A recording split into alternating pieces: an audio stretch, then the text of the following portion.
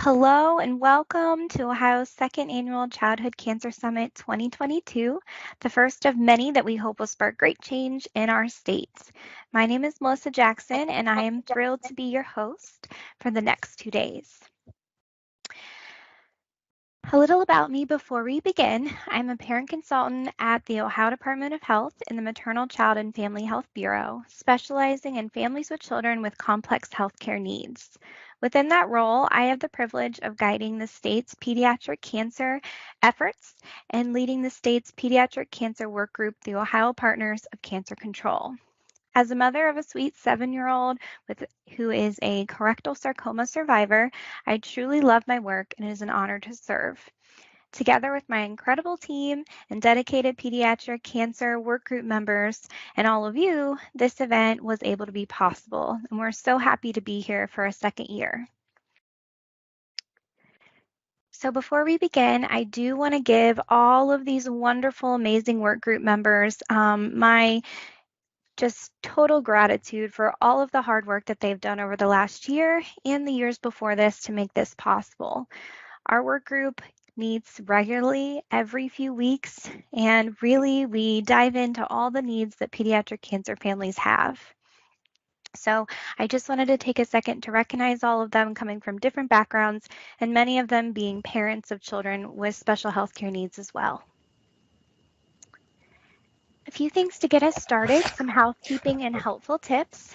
Please remain on mute during the presentations and the panels.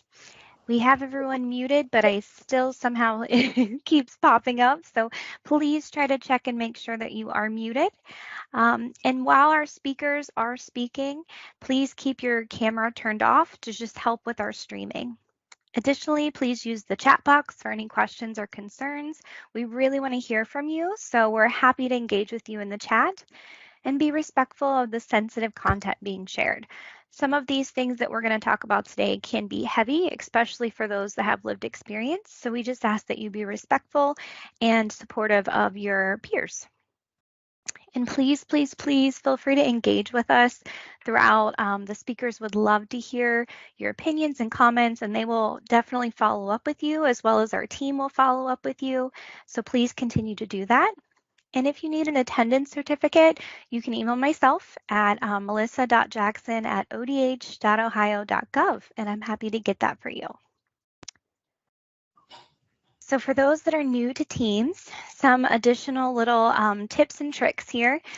This is the panel that's up the top of your screen.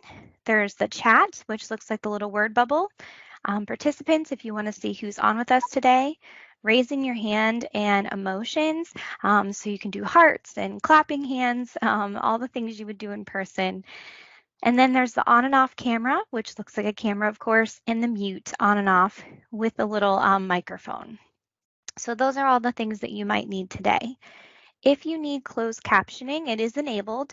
So you can use your live captions, go to your meeting controls, select more actions here, and then turn on live captions. And you will do that on your end so that not everybody can choose whether they'd like to have those. So one of the things that we like to do is get everybody kind of utilizing the chat. Sometimes we found that if you don't use it, you'll lose it. So we definitely want to get everybody practicing using the chat. Again, it is that little word bubble at the top of your screen. And to test this out, I'm going to ask you a question and have you respond. What you can do is you can respond in the chat. You can raise your hand. You can use the emotions. And this will give us a chance to practice and also troubleshoot. So if you had a 1 in 257 chance to win the lottery in the next 20 years, would you play? So I see some hands raised. Feel free to put it in the chat, yes or no. Would you play? I see some of courses, lots of yeses. Those are pretty good odds, I would think. Wonderful. Thank you.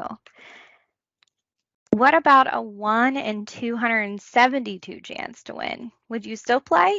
It's a little bit higher. But what do those odds sound like? Would you still play if you had a 1 in 272 chance to win the lottery in the next 20 years? I haven't seen any no's yet.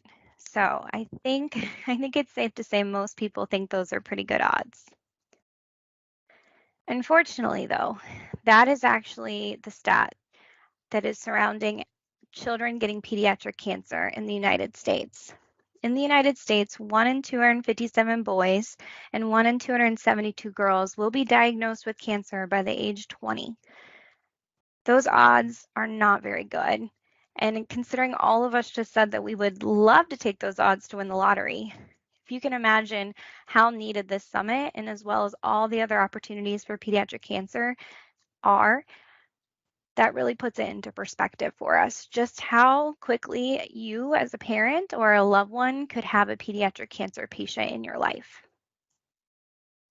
So don't be shy today. Make sure you're share the data we present to you, even though it's hard. Definitely, you will see a ton more of that data throughout the next 2 days, and is our latest data that we have gotten from our epidemiologists. So we thank them for running all those reports for us. We ask you to share the information and the stories you hear, share the warriors. Feel free to share throughout this entire event. And when you do, please use the hashtag Ohio Fights Childhood Cancer. That is what we're going to try to get trending right now here in Ohio. So throughout the next few days, we have a ton of wonderful sessions. All of you should have received an agenda that lets you know the times and the panels. We're going to try to stick as closely to that as possible. We know we have such rich content going, so you will see me trying to stick to our schedule. But all of these wonderful, amazing agenda items that we have were gathered and put together by pediatric cancer families and advocates. So we did lots of polls and surveys prior to this event and actually following last year's event. And these were the topics that families said that they wanted to talk about this year. So know this event is really made and developed by families in Ohio that are actually experiencing pediatric cancer. And now I would like to welcome Bobby Krabel, who is the Deputy Director at the Ohio Department of Health, where she leads the Office of Public Health Practice. She and her team are responsible for the development of the State Health Assessment and the State Health Improvement, and for supporting Ohio's 112 local health departments. She's very busy. Her team also facilitates disability and health projects, and Bobby chairs the outreach committee of the Ohio Developmental Disabilities Council. Bobby is passionate about improving life for families of children with special health care needs and has a personal interest in increasing research and family supports for the pediatric and AYA cancer community. Welcome, Bobby. We're so happy to have you. Thank you, Melissa. Hello to everyone, and thank you all so much for participating in Ohio's second annual Childhood Cancer Summit. This event, as you know, is so important for our community. It's incredibly exciting for me, and I think for all of you, to see this continue into a second year.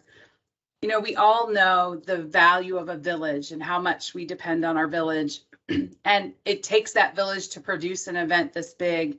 And I think we should take a moment. I'm going to extend some of Melissa's comments and remind us all that this happened because of the survivors, the families, organizations in Ohio, our clinicians and hospitals, and the state of Ohio team at the Ohio Department of Health and some of our sister agencies who've contributed their time and talents and their dedication to advancing important public health work to address pediatric and AYA cancer. I'm also incredibly proud and so grateful for the folks who are responsible for this, that Ohio is one of the first states to meaningfully include pediatric cancer strategies in our state cancer plan. And we've made extraordinary progress in this state in 2 short years. So thanks to all of you who have committed to that. And I want to remind us, whatever your role is today, whether it's a planner or a facilitator or a participant, you're all important to this mission. There we go. Thanks. Everyone here is so important to this mission. It takes participation, and it takes the people that are the planners, but none of this happens without all of us. And so I just encourage you to continue that participation and support to further this mission in Ohio.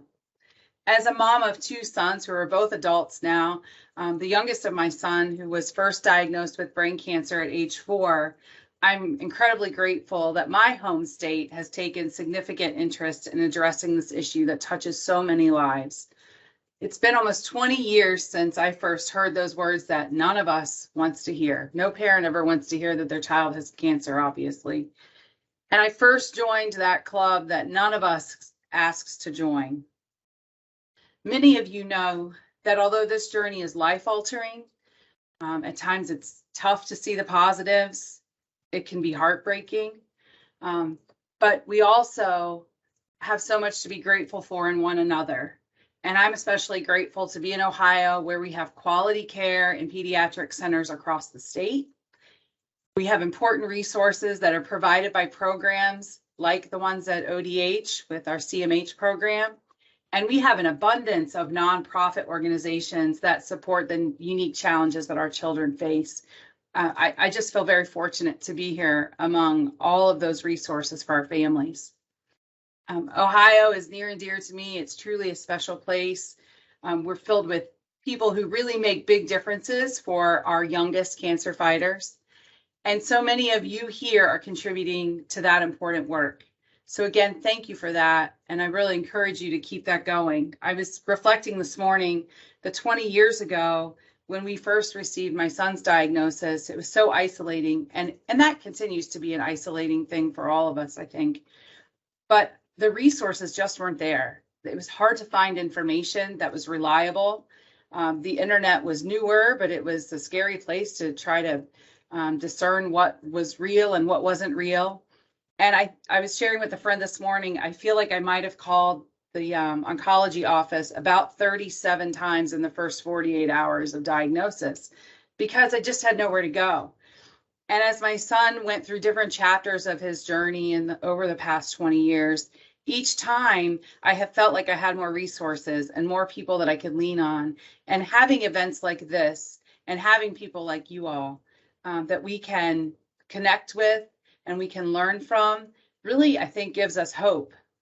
It doesn't make cancer better, but it makes the journey easier. And it is important that we are all that resource for one another.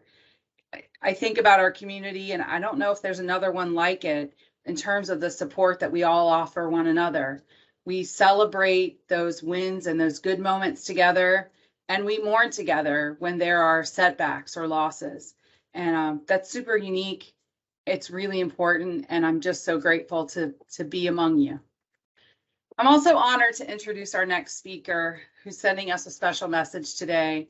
He places high priority on supporting Ohio's children and families, and his support for our pediatric cancer work is invaluable.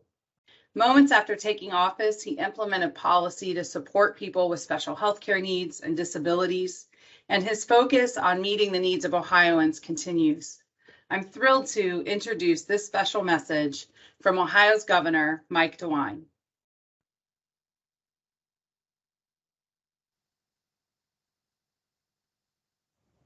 Hello, and thank you for joining us for Ohio's second annual Childhood Cancer Summit. Today, we honor and support the thousands of Ohioans who have been impacted by childhood cancer. At the same time, we take steps to better educate and unite our community in our fight to end it. A child's future is precious. Every child and family deserves a chance for a bright one. I'm incredibly proud that Ohio is taking aggressive steps to fight this disease. We have a passionate team of individuals working to support pediatric cancer families, emotionally, physically, and financially. They're providing education, fostering collaboration, and creating opportunities for families and patients to share their needs. Our epidemiologists and information specialists are working hard to get us the latest data, much of which you will hear over the next 2 days. The Bureau of Maternal, Child, and Family Health is maintaining strong partnerships with all 6 of our state's wonderful children's hospitals and countless nonprofits across the state to ensure families get the care, the supplies, and the support that they need. The battle isn't easy. Together with your help, we will continue with all our strength to fight it. Families can use their voices and tell their stories. Communities can spread awareness. Hospitals and providers arm themselves with the best tools, and neighbors can love their fellow neighbors who are in this fight or who are grieving. Childhood cancer survivors are so incredibly strong. Together, we fight. We want them to know they're not alone. We're willing to put on our armor and join them in the battle. So today and every day, I hope you'll ask how you can help Ohio fight childhood cancer.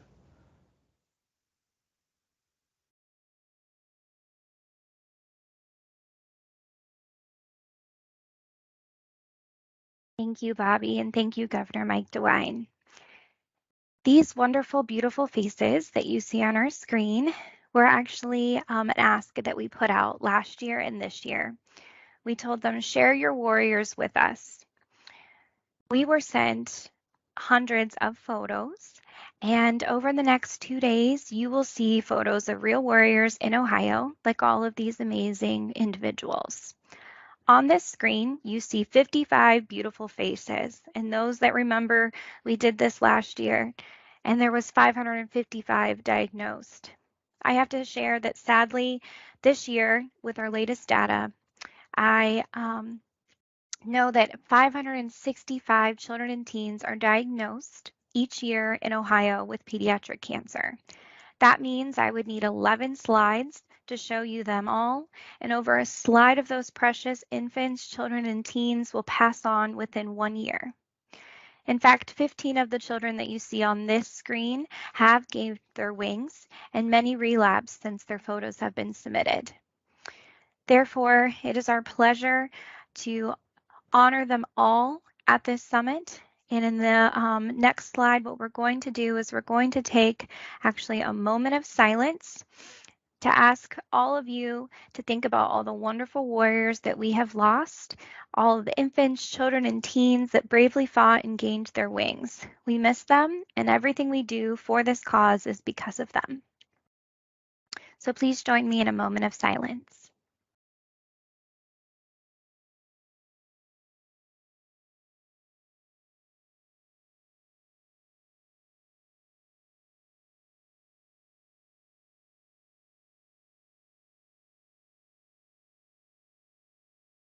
Thank you. We are incredibly pleased to announce that Governor Mike DeWine and Lieutenant Governor Jon Husted have proclaimed September Childhood Cancer Awareness Month once again in Ohio this year. Throughout the next 2 days, we will share the data from Ohio and the nation that was shared to obtain this proclamation. In the meantime, we would like to kind of share with you how we got here today, and we're going to do so very quickly so that we can get to our first panel. The background of all of this work is it began with the Ohio Partners for Cancer Control as we began to draft a state cancer plan for the 2020-20 to 30 year. A pediatric cancer work group was created, and the goal was to have pediatric cancer added into the state cancer plan for the very first time in over 100 years. That team was successful and developed 3 objectives and 9 strategies that we'll high-level share with you today, as well as a link in the chat to learn about all of the objectives and strategies in the state cancer plan. The Ohio Department of Health and its partners have now began to implement those strategies, and this event is one of those strategies. We really wanted to make sure that we were offering education and bringing people together, as well as letting families know that they're supported and that we hear and see them. So high level, here are some of the objectives that you may find in the cancer plan. I'm not going to read all the strategies to you today, but we will put in the chat a link to view all of the information. So by 2030, we wanted to implement 3 or more new programs to better support pediatric cancer families, medically and emotionally, as they transition from diagnosis to treatment to survivorship and palliative care. And then some of our particular strategies, And I can ask if everyone could just go on mute or make sure that they're on mute. That would be wonderful. So some of our particular strategies are listed here. And again, I won't read them for you today in an effort to save time, but in the future, I hope that you can check out all the amazing work that is also on our website. And thank you, Kim, for putting the document in the chat. Our next strategy, or our next objective actually, is to implement 3 or new programs and or processes that will reduce the financial impact on families of children, teens, and young adults in Ohio who have pediatric cancer. And so we have a lot of this work. Every single strategy has actually already been started. So we're very proud of our team and our Bureau and the Department of Health. And then our last objective is to hold 2 or more annual events to increase awareness for pediatric cancer with a greater emphasis on research, clinical trials, and effective treatment options. And as you can see, some of the things that we've been doing is the summit. We are going to also share with you some webinars that are coming. And then additionally, on my next slide, we're excited to announce and introduce the Childhood Cancer in Ohio Toolkit 2022. And I will also try to put that in the chat for you guys, but we will also be actually emailing that out as it is a very large document. And I do believe it's not probably going to load very well in the chat. So we will email that to all of our participants today. The actual toolkit has introduction and quick facts, all of the data that you will hear and see today. It talks about what is childhood cancer, ways you can raise awareness. It even has complete social media messages for your business, for your personal use, for your facility. Marketing materials, so we included lots of different images that you can share, and then resources as well. So, you know, really advocacy happens on the ground with all of you, getting your school involved, getting your pediatrician involved, your dentist, your local cupcake store, your really anything that is in your daily life, encouraging them to use the toolkit and celebrate Childhood Cancer Awareness Month in September and throughout the year, of course. So our upcoming webinars, we have been working to find topics that are really going to support the families throughout Ohio, and not just pediatric cancer families, but all families that have children with special health care needs, as we know that all of our journeys are very similar. And so we are excited to share that in January, we're going to have an education session on successful school years. In March, we're going to do de-stressing with art therapy. In May, we're going to have a healthy eating during difficult times because, you know, cafeterias and fast food are the only things that you really have. Or maybe it's just too hard to cook when you're at home and everything's happening. So we're going to talk about that. In July, we're going to talk about all things transitioning. So those younger kids turning into adults and starting to take on their own care and their own responsibilities. And then, of course, in September 2023, we're going to have another summit for you. And we cannot wait. We begin planning immediately after this one's done for the next one. And then we are going to also have a Maintaining Relationships During Difficult Times webinar as well. So we're very excited to offer all of these. And as we get the Eventbrite stood up for them and our presentation dates finalized, we will email you. So if you registered for this event, which I believe all of you did because you are here with us, we will definitely send you emails with a flyer letting you know how you can sign up or share the event with your individuals in your life. So I am going to also share our next panel. We're so excited. I cannot tell you, we have over 50 speakers this year. And when we actually talked to families, we said, what do you want?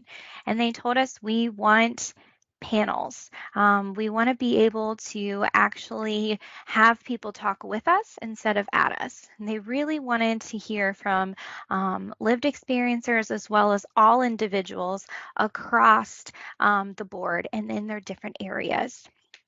So we are so excited to have this wonderful group. And what we have right now, I'm pulling up, and hopefully they'll all be able to spotlight and unmute. I think my friend Kim here is helping me as well with that, so I appreciate her. But to introduce them, this is our panel, Living with an Illness. So we have Angie Santinglio. Angie is the Clinical Program Director at Cancer Support Community, Central Ohio. And if you haven't engaged with their nonprofit, I encourage you to do so. They offer a wide range of services, not just for pediatric cancer families, but all ages that are impacted by cancer. And then we also have the wonderful Bunny. Bunny is actually a pediatric cancer mama and a strong advocate. And so she will be joining us today. We also have Dr. Duffy. He's a clinical associate professor for pediatrics and the Boonshoff School of Medicine. He is also a wonderful asset for us here at ODH. He contracts with us and he provides just a wealth of knowledge. And then we have Karen Roberts. She's a social worker and a home-based palliative care at Nationwide Children's Hospital. And last but not least, we have the amazing Dr. Gardner. Molly is a pediatric psychologist at Nationwide Children's Hospital, and she actually treats a lot of our warriors. So we are so glad to have them all with us today. And hopefully, if you are able to turn on your cameras, you are welcome to do so. And we will go ahead here and get started in just a moment. There we go. Thank you all. So I'm going to go ahead and stop sharing my screen just so that we can see all of your beautiful faces if you're planning on coming on. And we're going to get started with our first question here.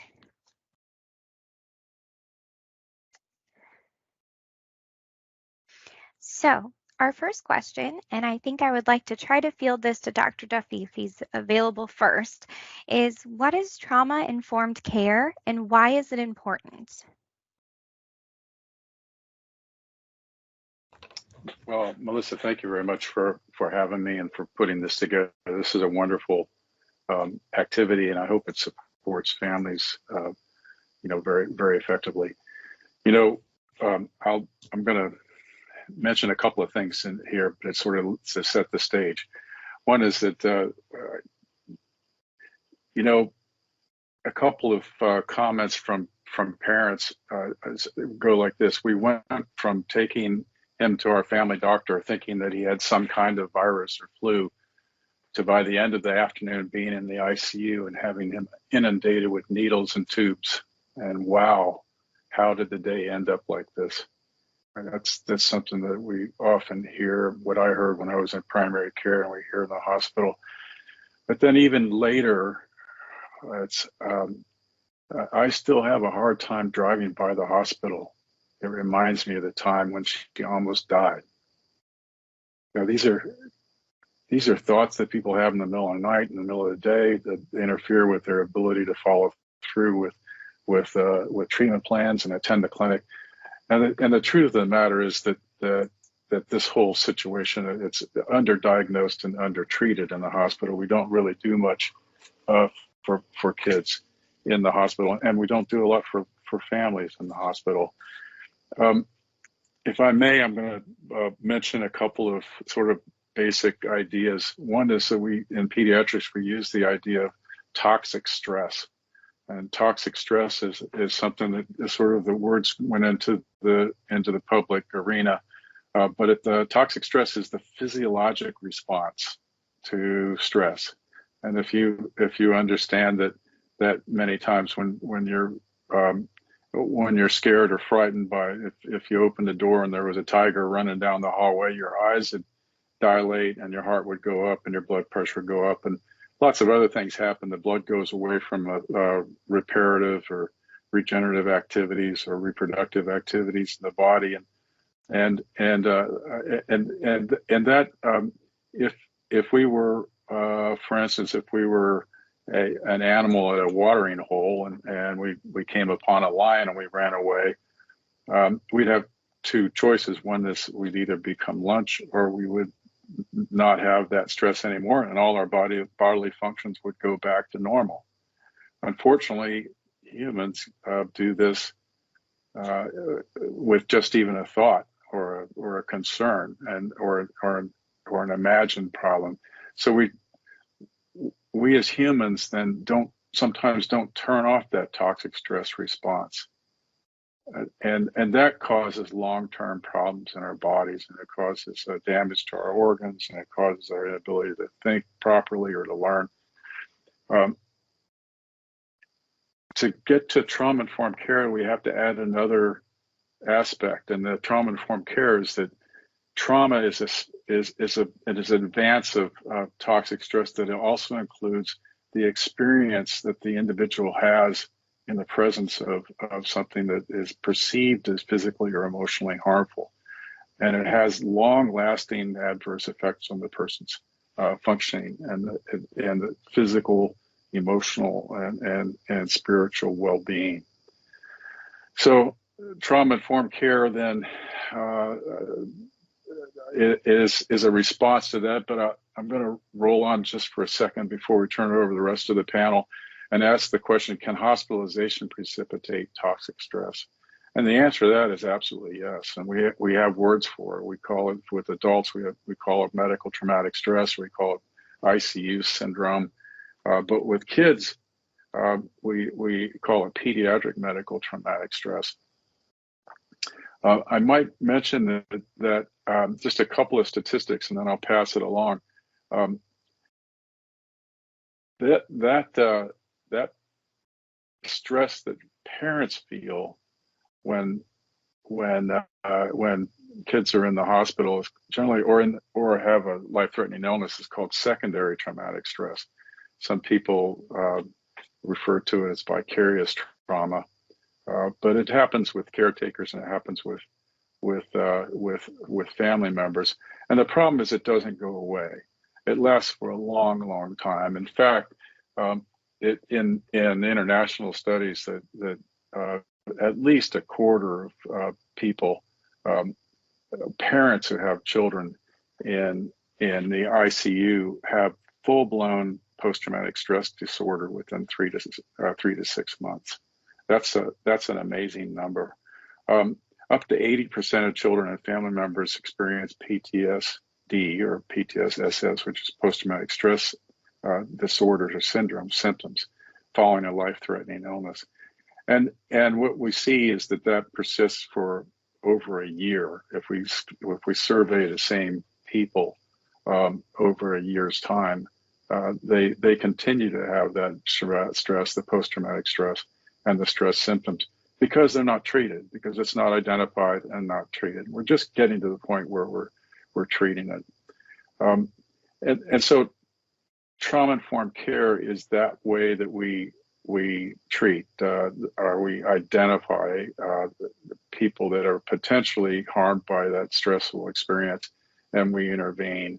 And the final statement I'll say is that according to SAMHSA and others who have talked about this post-traumatic stress or trauma-informed care, there are 3 parts. One is to recognize the problem, just like when I'm talking about that you recognize what I've been saying, that it happens, and it happens to children, and it happens to family members, it happens to parents and other guardians, and that's the first step. And the second is to realize that this is a long-term problem. It doesn't go away, and it affects people's life in many different ways. Relational health in particular, but mental health, the ability to learn, spiritual health, as people sort of find meaning in their lives or have difficulty finding meaning in their lives in the midst of trauma, and their physical lives, because people that are exposed to that sort of level of toxic stress really have more inflammatory illness and often even die early. And the third is to avoid or to respond in some ways, and to really avoid re-traumatization in hospital as you think about how children respond to white coats, triggers, needles, sirens, just like a soldier returning from a war zone responds to a car backfire and thinking that it's a gun. Family members, think that the phone ringing could be some terrible news because they've received news, sometimes very unsympathetically over the phone.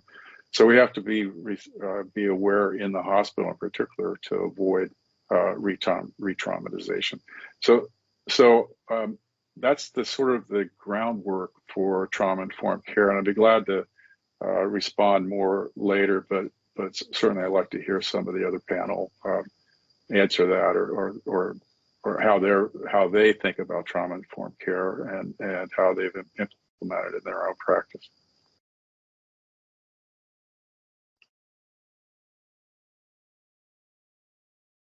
Thank you so much for that incredibly detailed and very nice overview. I think, I have a lot of similar thoughts to you, Dr. Duffy, as well. I think something that I also, try to think about in my own practice, and you very much alluded to this, is,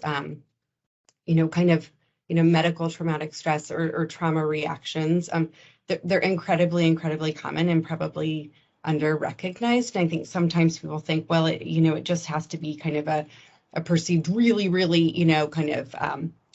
perceived risk of death experience or very, very stressful experience. But the reality is it can really come up at any time, throughout an individual's and a family's journey. So even just hearing a diagnosis, or I shouldn't say just hearing a diagnosis, that's a very big deal.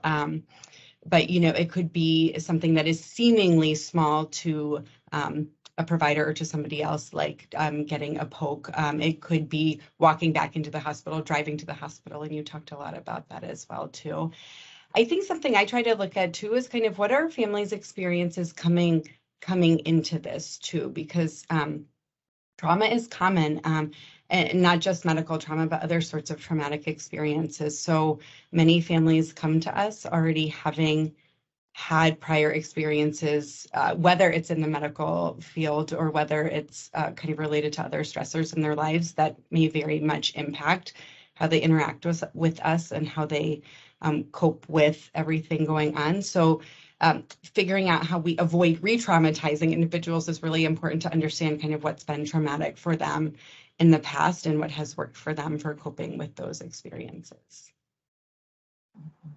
I think it's also important to realize that the trauma levels change over the diagnosis of the journey.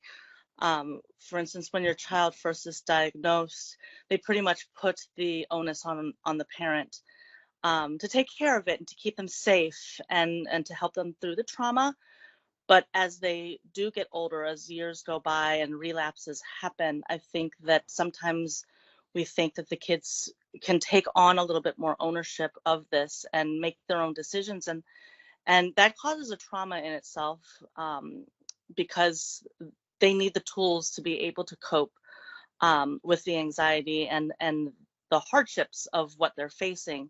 And at every age, there's different levels of how this disease affects them.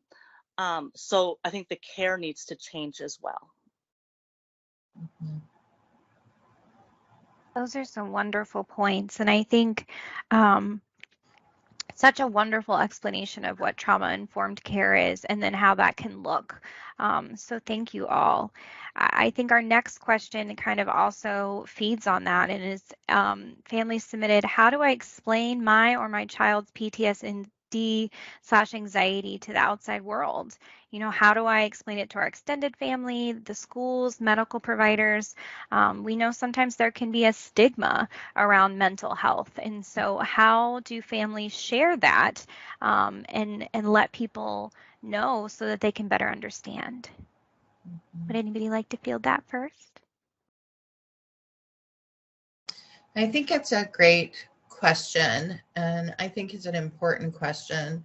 And I think it starts with an open and honest conversation with your child and asking them a little bit about how it feels for them and what they would like to have shared. Because sharing with the world can also be re-traumatizing. So I think the most important kind of first step is to have a conversation as a family unit to say, what do we want to share and why would we want to share anything at all with the world? And I think part of, that answer is that we want to share this because we want you to have a group of people around you who support you and who can help you to feel safe in different situations. And so I think laying that groundwork is probably the most important thing in answering this question. And then really taking cues from your child as much as possible to say, when this situation happens, this is how I feel.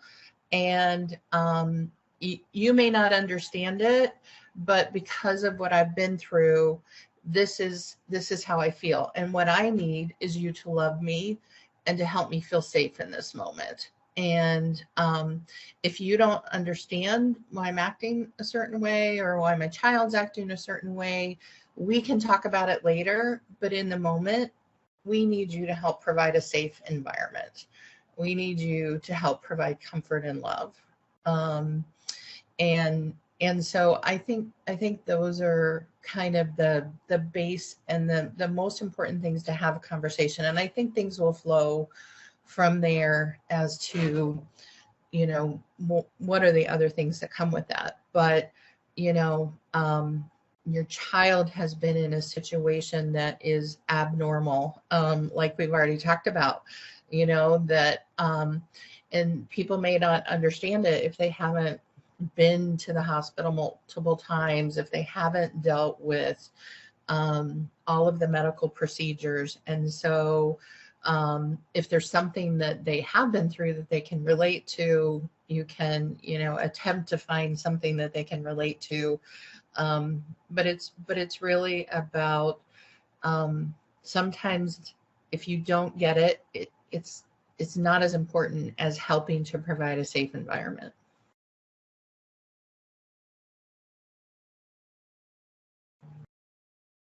I just wanted to piggyback on what you said, Angie, because I think that the whole notion of trauma-informed care is about safety and trust. And so that is so huge in all the work. I'm lucky in that I get to go into people's homes. So I have a different environment to work with patients and families. So not so much as I don't have as much of the white coat happening, but the trust is so important as a framework. And then I just feel like, Bunny, you mentioned the developmental stages, and I feel like that is huge. And I think that is a good way to inform others, because what a younger child might do in their in how they react with their post-traumatic stress symptoms might be very different from a young adult. And I think to really, after you get the consent to share, say what are the specific behaviors that this child demonstrates. And like you said, even parents too, how they differ, because I think PTSD is kind of so out there now that people have in their mind, oh, this is the reaction. They're going to be hypervigilant and they're going to do this. But someone might have a very different response that might be more isolation and that kind of thing. So I think really educating those people about PTSD, but how PTSD looks for my child or for me. Mm-hmm. Since Molly is a little bit older than a lot of the kids, she's on social media. And from day one, she said, I'm going to share my story, not because I want to share my story, but because I want to make sure that people don't feel alone like I did. And I think social media has been very good for her, that she's able to share her story so people know how to react and what she expects. And that's really difficult for a 7-year-old versus a 18-year-old. But I do think what's really important and what has helped us in sharing the story is to get your tribe and find like-minded parents to help you through the hard times. I have a group chat with 6 amazing moms that we've met online, but not in person. And sometimes I think back and say, those are my favorite people in this world because they understand and they can help, and we can trauma bond versus comparing trauma, if that makes any sense. We can't do this alone, and we need to do this together for our kids and for ourselves and the siblings. Don't forget the siblings. Right, I might bring up a little I might bring up a little bit for the caretakers and the folks in the audience that are taking care of kids. And one of the things we emphasize with pediatric residents and in the publications we've had is to switch from when we see a child, for instance, having that being overly vigilant or having difficulty with their the emotional regulation. We often see folks, for instance, in the emergency room or in the community, say, "What's wrong with you? What's wrong with you?" And we'd like to help people move from "what's wrong with you" to "what's happened to you," and then turn it over to the kids. Let them say, "Yeah, I completely agree with what other people have said." But you let kids kind of frame that, just like if you're talking about death or sex or anything like that. You ask kids, you let them frame the question, say, "What are you worried about?" or what's been on your mind, so you know how to help them with that. But if you move from "what's wrong with you" to "what's happened to you," then the next step for caretakers is to ask the question. It may not be, it's a little awkward to ask it out loud, but you ask it inside. What's strong with you? Where is your tribe? Where are the people you can find emotional support from? And how can you build that support group, and either as parents or as to provide the sort of help for resilience for parents or for older children in particular, and for the practitioners, for people who are caretaking in some way. A good surveillance question that we've been trying to encourage pediatricians to use is, has anything sad, bad, or scary happened to you or to your family since last time we talked? That's a great one, because then you let them frame it. You don't go further than they need to go. Say, let them bring it up. Let them ask the questions, then you answer what's on their mind rather than what's on your mind. It's their agenda rather than yours. I think that's a really great point to, for kind of all providers to keep in mind, that what we might think of something being scary, that might not be what's first on somebody's mind. That might not be the scariest thing to a family, and something that we think might not be scary at all might be the most scary thing to them. So I think everybody has really brought up that communication is probably the biggest aspect in how we share about what we've been through and what works for us. And I also think too, families don't always have to do this in isolation. So I know that every institution and care center, it kind of has different resources, but many do have certain resources for being able to potentially go into a school, or at least communicate with a school about, hey, these are potential triggers in your school setting, because those might be very different triggers than in the home setting or in a play setting. There are a lot of providers who can help to have those communications and provide different kind of resources and ways of seeking that support, so that you're not in isolation. Bunny, I think you mentioned it, that you have to find your tribe, right? And there are many people we can put into our tribes that can help us with those conversations too. I think that's so many incredible points. I was jotting down some of the things you guys said, because I just love some of those sentiments on ways to reword things or reframe things, so that you're right, we're not victim shaming or, pointing fingers and saying, "What's wrong with you?" And I think it can be hard on parents and caregivers too, when they see their child having those triggers or those responses that, other children or, children that don't have special health care needs aren't having. And you take on that guilt that my poor child, has this, or is, experiencing this, or is damaged, from all this. And you want to make it all better. But you can't, you know what I mean? And so it's just really moving forward and trying to find a path to heal and accept that PTSD and that anxiety and trauma. And I think one of our next questions actually is a parent said, we have clinic and scans every few months. So every few months, it feels like our lives are suddenly put on hold. We fear relapse and or bad results. We make plans, but in the back of our minds, we wonder if we can even make them. Life feels like it's never certain. How do we handle such ongoing uncertainty? Mhm. My first reaction to this question is always like, you are normal, and I think normalizing this like feeling across the board, and you are you're not insane, you're not crazy, but you also don't have to live in fear. This is it is a normal reaction to what is going on in your life, but you don't have to live in fear. And some of that comes in practicing mindfulness and kind of just being in the moment. It really is truly, I think, one of the most powerful things in helping you to just get past the stopping your life in its tracks while you're waiting, is looking at this particular moment. What is happening now? And I mean, it goes back to that safety. Am I safe? Am I okay? Am I in this moment right here, right now? Is everything okay?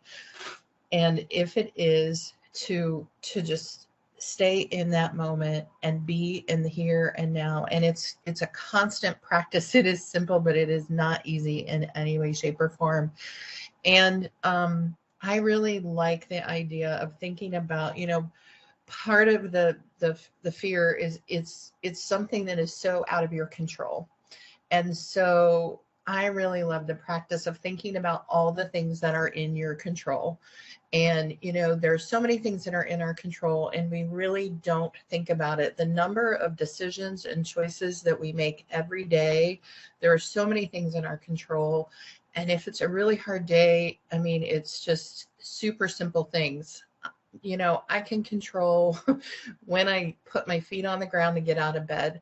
I can control if I make my bed today. I can control what clothes I put on today. I can control how I fix my hair. I mean, all of those little things are things that we have control over, and it builds up that reservoir of, I don't have control over this thing, and it's huge and it's big, but there are so many small things I do have control over. And if I think about them and I build them up in my mind and I say, I have control over this right now. I have control over this right now.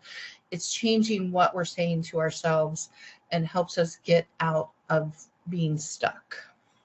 And Melissa, I appreciate absolutely that from a clinical standpoint, and giving us tools on how to deal with the 3-month stage, but it is a very difficult one. And as Melissa knows, when we agreed to volunteer for this panel, we had a really good grasp of Molly successfully maneuvering her last relapse, and last week she relapsed again. And we've always been a very positive family, and okay, one step in front of each other, and we can do this together, and you're going to beat this. And I think what we've learned from this third relapse is that you got to let them feel the feels. Absolutely. You got to understand that it isn't always sugarcoating, because sometimes that doesn't help, and the cheerleading probably drives my daughter nuts. But we really need to let them know, and the cliche of it's okay not to be okay today. It's okay to be sad, but let's find something to look forward to that is in between that 3-month stage. Let's see what we can do better today than we did yesterday, and really let them communicate what they need, instead of us trying to make things better or fix it. Just some days you can't fix. And that's something that we learn every day too. I think that is really such an amazing point, that we can feel the feels, and we don't always have to change the feels. Often what happens is that, if we experience any, tough emotion, whether it's, jealousy, fear, being terrified, whatever that is, then there's sometimes this little voice in the back of our head that says, well, we shouldn't feel that way, right? Like I need to be positive, or I need to do something different. I need to kind of squash that emotion and not let that be the case, because look at all this other great stuff going on. So then now we have a tough emotion, and then we have another tough emotion on top of that, like guilt about feeling a certain way, or feeling like we need to be feeling different. So now we have extra tough emotions. And if we just kind of take away that extra, I always call it like this icing on top of a distress cake, right? If we kind of take off the icing, then we're left with the tough emotion, and that's okay. And we can deal with that. But often trying to get rid of the tough emotion all of the time and not just feeling it makes it grow bigger and bigger and bigger. So there, like you said, there's going to be good days and there's going to be not so good days, and that's okay. And it is probably really hard to stay in those not so good days for really, really long stretches of time. So I like that idea too of, what is kind of something in the 3 months that we can look forward to. I've had a lot of families too say that they try to focus on like a daily win, like maybe overall this is a distressing situation and we're scared about scan results, but today here was something really good that happened, and it can be something, I don't know, maybe minor. Maybe I had a conversation with a friend that I haven't talked to in a long time, or maybe I got out of bed on time, or maybe I made my bed. It could be anything like that that Angie was talking about with the kind of the controllability. But there are almost always small wins throughout the day, even if on the whole we're in a really tricky situation. I love to focus on the empowerment of that, because I cringe if I hear a healthcare professional say, and what are you doing for self-care? And it's just like, I hear that and it makes I have a visceral reaction. But I like to think of more walking alongside my parents and families. I try to know which ones have the scan coming up that like to process it before or after, and what people like to rely on their own support system or do it more privately. But I like to, since there is so much of that lack of control, I love to empower the people I work with. Mm-hmm. I think one of the stigmas of this 3-month period also is oh my gosh, you're dealing with this again. Like the fatigue of hearing us post that our kid has a scan. A lot of people do share that, their friendships and their support system wanes as time goes by, because it gets old, right? These 3 months get old. And my response back is, you think it gets old for you? This isn't something that we look forward to either. So it is important to be surrounded by as much love as possible during those scans. And you need to cut the negativity out, the people that question you, the people that judge you, the people that might have advice for you. Surround yourself with people that understand. That's really important. Well, and I think that what you're saying is so important, and that goes back to where you trauma bond with your tribe. It's those moms that totally understand and aren't ever going to get tired of it. It's that support where you have to draw on during that time. Yeah. So I think, Bunny, you brought up a good point, talking about sometimes the outside world looking in, and how you do have that initial flood of support and understanding of your trauma. But, as the kids grow hair back, or, they start doing more activities, or people see your family trying to cope and be normal, they assume everything's fine now. And so, which is understandable. And on the surface, it might appear that everything's okay now because you have learned and you're starting to cope with it, but you're still extremely in the trenches. And I think that can be hard to convey. And on the flip side, like you're saying, sometimes you just keep getting hit and hit and hit, and people are there and they hang on with you in the beginning. But kind of like you're saying, sometimes they can become numb to it because it's just like you've almost become the most negative thing on their Facebook feed, or it's too hard for them to look and see your child suffering. It's too hard for them to constantly ask you how you are, or send you meals, or do this and that. And so sometimes people do pull away, which I think is them protecting themselves. You know what I mean? And we respect that and understand that, but it can be very hard on the families. And our next question is actually, how do I handle jealousy of other families and their normal lives when I feel like our family and lives have been turned upside down? So, kind of on the flip side, you're now looking out, seeing all of these kids going to school, seeing all of these kids going to swim lessons and soccer, and you're seeing families even possibly take that for granted, and you're over here just wanting their lives. How do you deal with those emotions so they don't become anger? Because I know some moms and dads have actually pulled away from their friends because they're like, I literally cannot hear about their problems because they seem so small compared to our problems. Still valid, but just not the same. Any thoughts on that?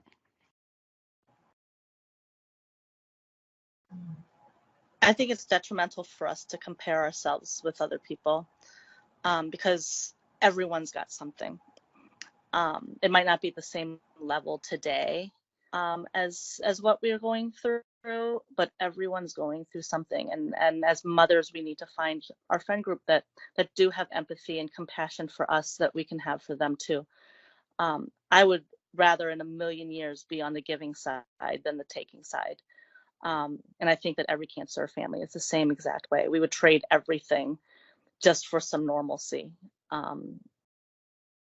I know of kids that have looked at Molly and said, well, why do you get a wish? And why do you get people sending you Venmos and free Starbucks or whatever? And I know for a fact my daughter would trade all of it away in a heartbeat, just to be normal and boring. But I think the jealousy part of it, that can be the green-eyed mantra, and it only hurts ourselves. Easier said than done, but it only hurts us. It doesn't do anything for our families or our kids because we just might not know what those people are going through as well.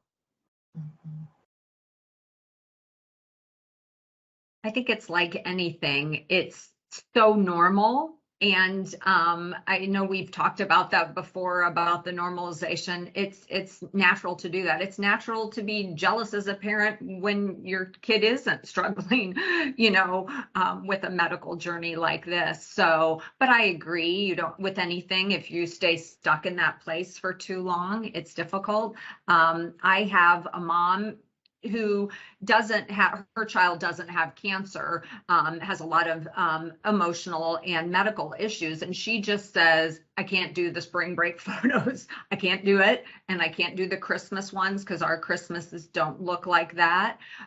So she kind of goes on, fasts from, Facebook fasts and things like that as a way to protect herself. But I agreed, your peer support is huge. At our group, we do a parent support group once a month, and those parents say, okay, you guys are the moms that get it. You guys are the moms that get it. So just always reaching out for those people. Is there a place though for individual therapies for families in between these events? I guess that what I'm thinking about, you mentioned mindfulness, and there is a program that's called mindfulness-based stress reduction, and then other people do trauma-informed or trauma-focused cognitive behavioral therapy. And is there a place for individual treatment? I'm hearing a lot of strength with peer support, and I completely agree with that.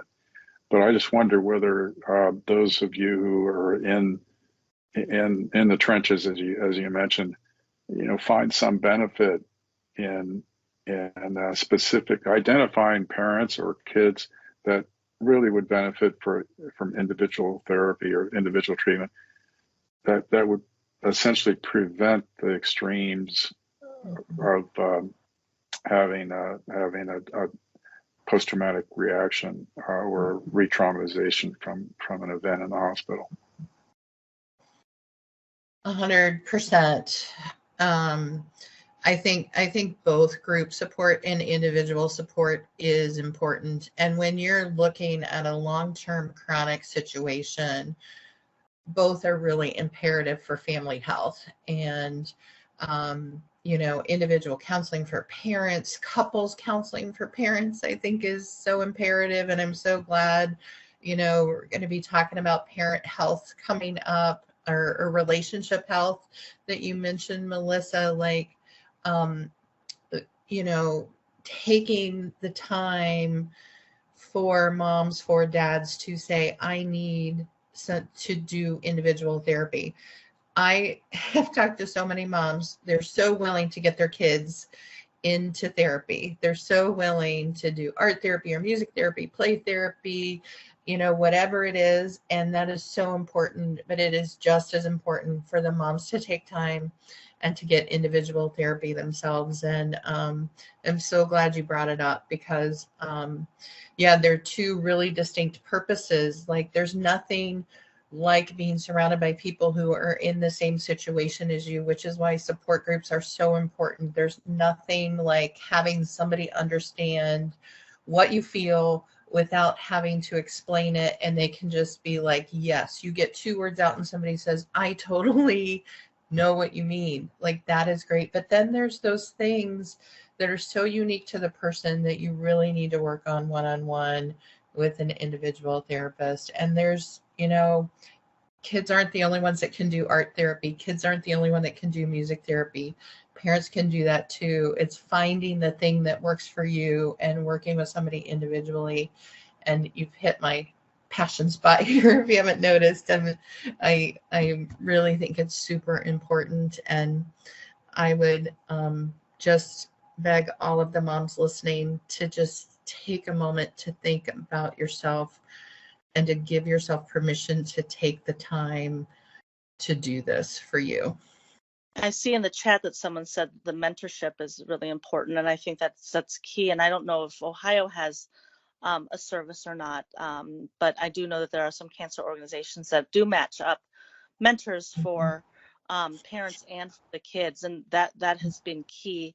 And I guess you go to the point where I can't wait till I'm a mentor too, so I can share what I've learned. The people that have helped us go ahead of us have helped us so much, and it is a very strong community of understanding. And it's important to have that built in. There it goes, Ohio Parent to Parent. Thank you. It's so important and such a valuable resource that you didn't know you needed. Mm-hmm. Absolutely. And it's so hope building. It's hope building to think one day I'm going to be a mentor. It keeps that hope alive that there's something that you're looking forward to that is beyond this. I love that you mentioned that, Dr. Duffy, because I do think that, I've done both. I've done the support groups. I continue to do the support groups. I've made close relationships. I've, also done one-on-one therapy. My daughter's done one-on-one therapy. And I cannot tell you, they're just two different animals, but they're both putting you back together. And they're both such a wonderful layer. There's things that I would tell my mom's friends that I could literally just text and vent with them in a quick moment. But then when I would go visit, my therapist, or my daughter would visit her psychologist, who's actually Dr. Gardner, and it was wonderful, we could unpack other things, bigger things. And so it was really that chance to kind of get that different point of view, because sometimes your therapist will have a different point of view than the other moms. And putting both of those pieces together, I think, is just so powerful. And you really need to have both of those layers of support. And so I think for our last question, we actually had a parent say that maybe they were lacking that one side, and it's, how do I get my primary care doctor to be more comfortable in my or my child's care? On situations and journeys, our situation and journey is so complex that we often feel like providers are afraid of treating us When sharing concerns, we're often referred to our oncologist, who then refers us back to our pediatrician/primary care doctor. We end up being in the middle, and we're not sure whose advice to take. So I know we always want all of our different doctors and specialists to be a team, right? But the reality is there is that, lack of communication sometimes. And I've experienced this with my own daughter. My pediatrician is sometimes he's like, this might be a cancer thing. And so he's nervous and ultimately sends us to our oncologist and then says, this isn't a cancer thing. Go back to your pediatrician. So how do we manage that? And then if you add in that other layer of the mental health, PTSD, and trauma, whose door does that really lay on? Is it the primary care pediatrician or is it the oncologist that then refers? Or is it both?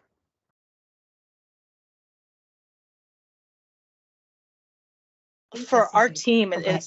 we have a psychiatrist, a psychologist, a neurologist, a neuro-oncologist, and it gets to be such a big team, which is amazing. But like you said, people throw the ball and say, well, that's more of a psychologist thing. You need to go see your neurologist. And I had a request that we streamline it. I requested, who is the point person that I can go to for her care? And I actually found out, and the word is very hard to accept, but because we think of hospice and palliative care as the end, but a palliative care professional as part of your team is so strategic and wonderful because they treat the entire patient. And I wish we would have done this the first round, but I was afraid of that word. I was afraid of the title of hospice/palliative care. And I think I told Melissa, I'm like, I wish they would call it something else. I wish they would call it like a Hope Center or something, because treating the entire patient and family is so key to this. Mm-hmm. I feel like we have to educate a lot of doctors in the hospice and palliative care world, because a lot of people hear hospice and they think of adult hospice, and in peds it's very different. I did 6 years of adult hospice, and it's totally different because we have concurrent care here. You can have this team of child life, music, massage, chaplain, social work, all that stuff, but still go to the hospital and get treatment. And I think some of our physicians need education on that it doesn't, and with palliative care as well, we still have patients that go to the hospital for everything, and that's okay. I think I probably need to jump in because I've been in primary care and I've done complex care as well. And a couple of things. One is I think there's a problem. I agree with you, Bunny, that there's a problem with the name, because hospice and palliative care are entirely different functions, and they should be separate. Mm-hmm. And I would get rid of the term hospice. Palliative care really means maximizing your life. You've had a life-threatening event or a disease that's going on for a long time, but palliative care means let's take care of the pain, let's take care of your disabilities, let's maximize your ability to live life fully as long as you are alive, and that's very different than the idea of hospice. So I agree that the doctors need to change the way they think about it, but I'd get rid of that name. I'd get rid of that slash, and just say it's palliative care, or find another better term for palliative care. I agree with you. Let me just mention that from the complex care, children, taking care of children with medical complexity, I think it's really important for ODH and Medicaid and the governor and so forth to fund practice-based care coordinators, because that's the person that, in my mind, that's the person in a practice setting can coordinate the care among all those specialists. That'd be the point person to coordinate care. And when there are differences among specialists, that's the person to put together a care conference to make sure everybody's on the same page. When that doesn't happen, and I understand that hospitals sometimes have care coordinators, and they do a pretty good job, and I'm a great believer in community health workers and home visitors. and that whole thing. But I really think there should be and in this case, it needs to be a nurse care coordinator rather than a case manager. With all due respect to the social workers, I think that it's really important for the nurse care coordinator to be able to manage the medical information and to really get to know the families even better than the primary care doctor, particularly in a clinic setting in which you may not see the same primary care doctor each time. So that to me is a structural change that really needs to happen for both kids with serious life-threatening illnesses and for kids who have chronic illness and medical complexity. I think, Bunny, you brought up a really good point about that you kind of had to be the one to speak up and say, hey, like this isn't working well. What can we do about this? Kind of who's the quarterback of our team? And I think that's one thing. We always want parents to feel empowered, but they will probably always be their child's best advocate. You will know your child the best of anybody on any care team.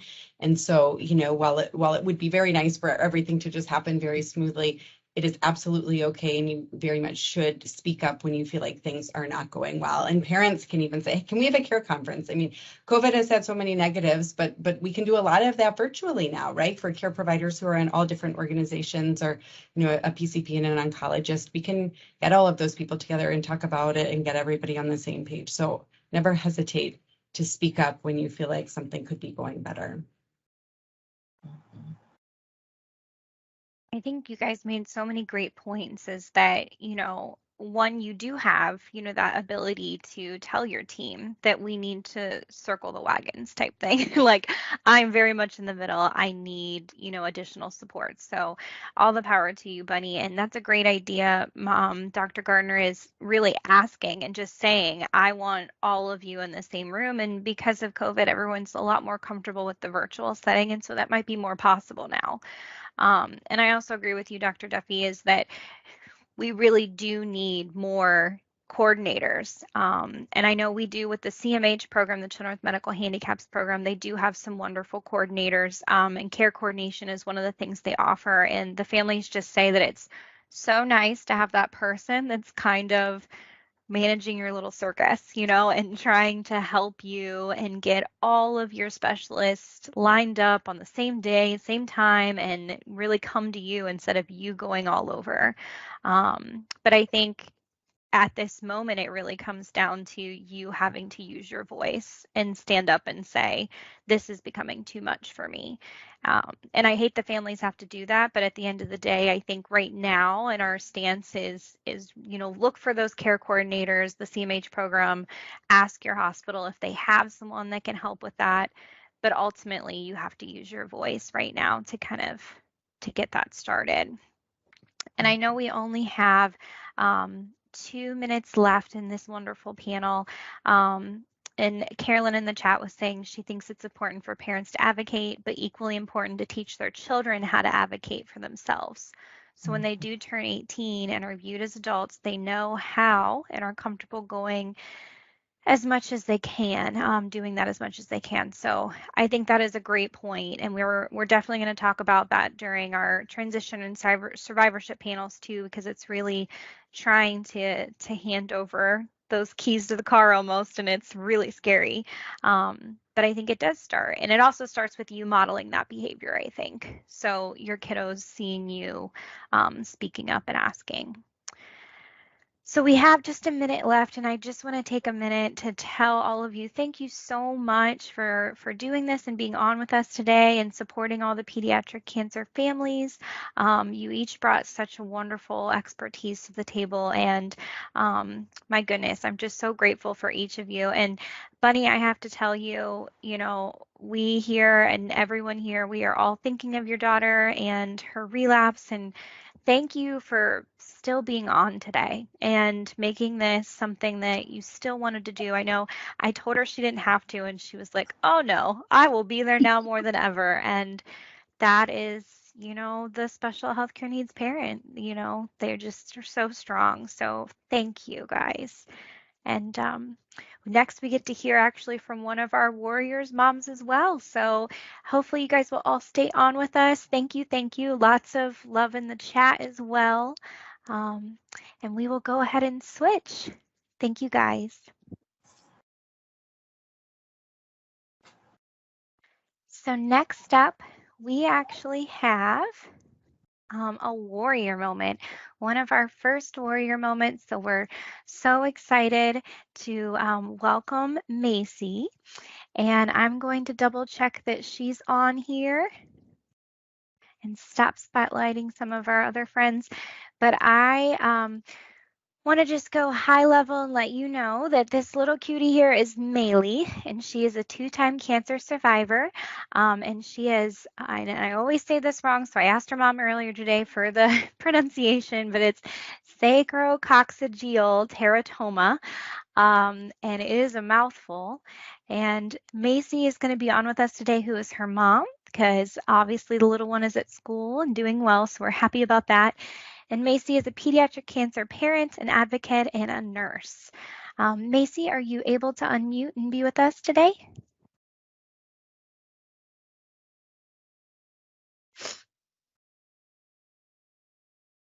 And I will also try to find her in the chat.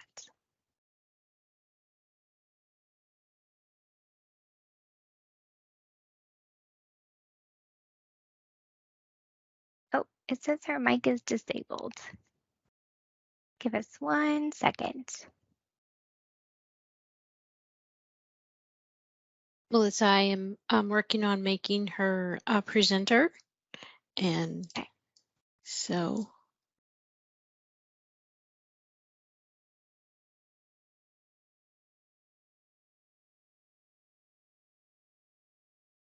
bear with us here for just a minute. And I think while we go ahead and get her going, we're going to share a wonderful slide of Miss Maylee. Maylee is 7 years old and a 2-time pediatric cancer survivor now. She got survivorship status. We're excited about that. She had tumors in her pelvis. And again, it was the sacrococcygeal teratoma. And so today we have a few questions for Mom, and she's going to answer some of the things for us.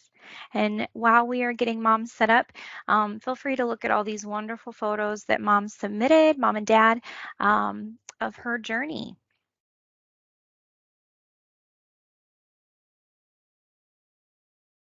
All right, Macy, welcome. Sorry. Yes, you are fine. Welcome. Thank you for being on with us today. Thanks for having me. So we will dive right in. And so I have to keep saying this over and over again. I texted her this morning and I'm like, I'm not sure how to say this. But what is sacrococcygeal teratoma and when was Maylee diagnosed with it? So it's a fancy way of saying the nature and the origin of where her tumor existed. So sacrococcygeal teratoma, you can see on the slide, the picture on the left-hand side, her mass essentially overtook her pelvis. It was attached to her coccyx and also attached to her, a section of her bowels. They believe that it developed in utero. We did not discover it though until she was 4 months old. Evidently it grew very rapidly to the point of her not being able to go to the bathroom any longer. With it overtaking her entire pelvis, it was compressing her ureters, so she was unable to excrete urine, as well as compressing her bowels, so she could not pass gas or have a bowel movement. So the way that presented to us was fussiness. She was 4 months old.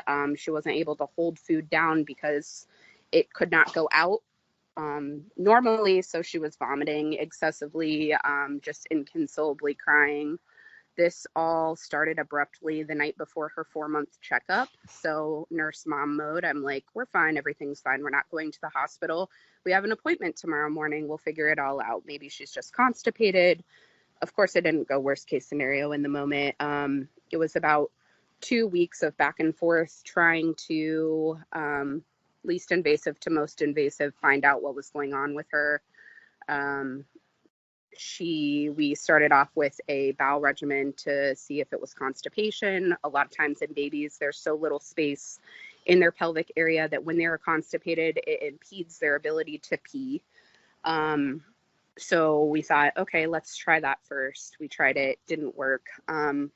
Over the next couple of days, she began swelling. Her belly was turning into a volleyball. She was obviously retaining fluid. Went back to the pediatrician. He elected to straight cath her to see if she was retaining urine. That did end up being the case. With as much urine as she was retaining, they referred us to Nationwide Children's. They direct admitted us there, admitted her as a urology patient, essentially said, we're not really sure why she's retaining urine, but she is.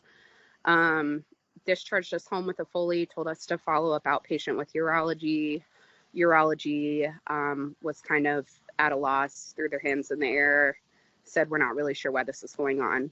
Again, nurse mom mode. I'm like, this is just not normal. Kids shouldn't really be retaining urine for no reason.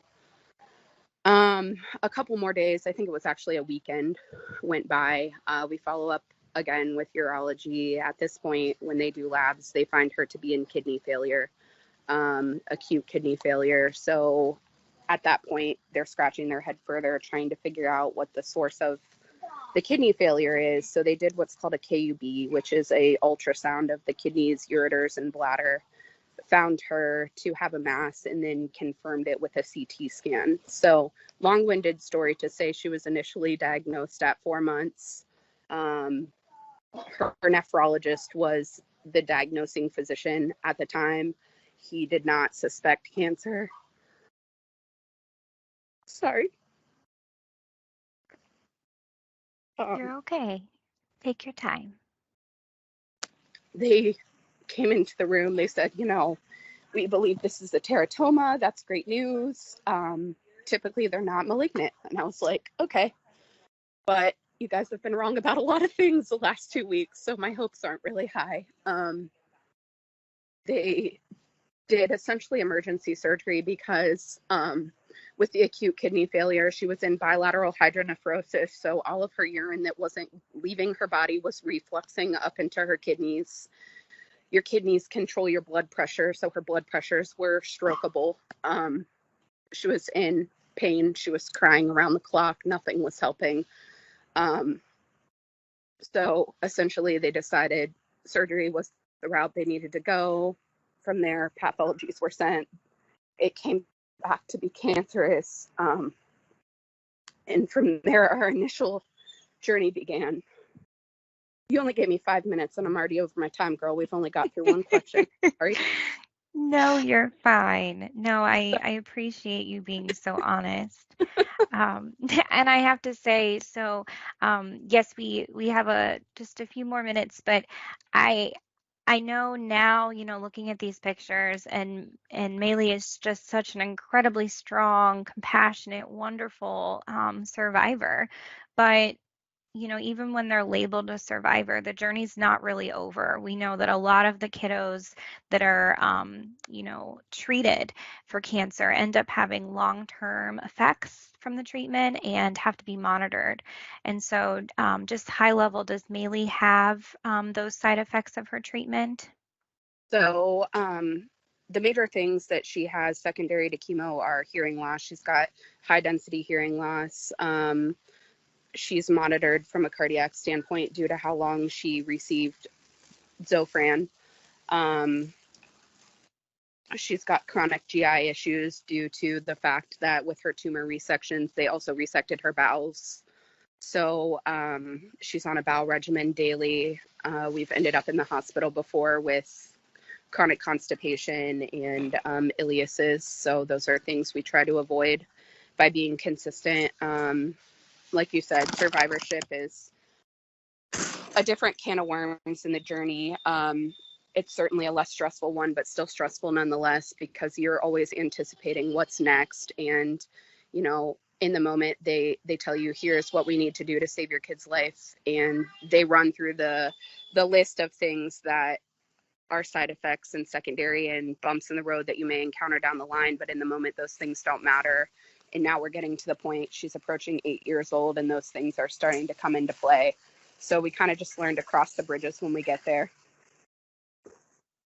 No, I think that's so beautifully said, is there's so much going on and you didn't have a choice when you were in the trenches. So now, you just have to handle and manage these side effects, but they're still very scary and hard. And then of course relapse is, always something that no cancer family ever completely puts out of their mind. So the last question I have is, do you have a few words to say to another parent struggling on a journey like yours?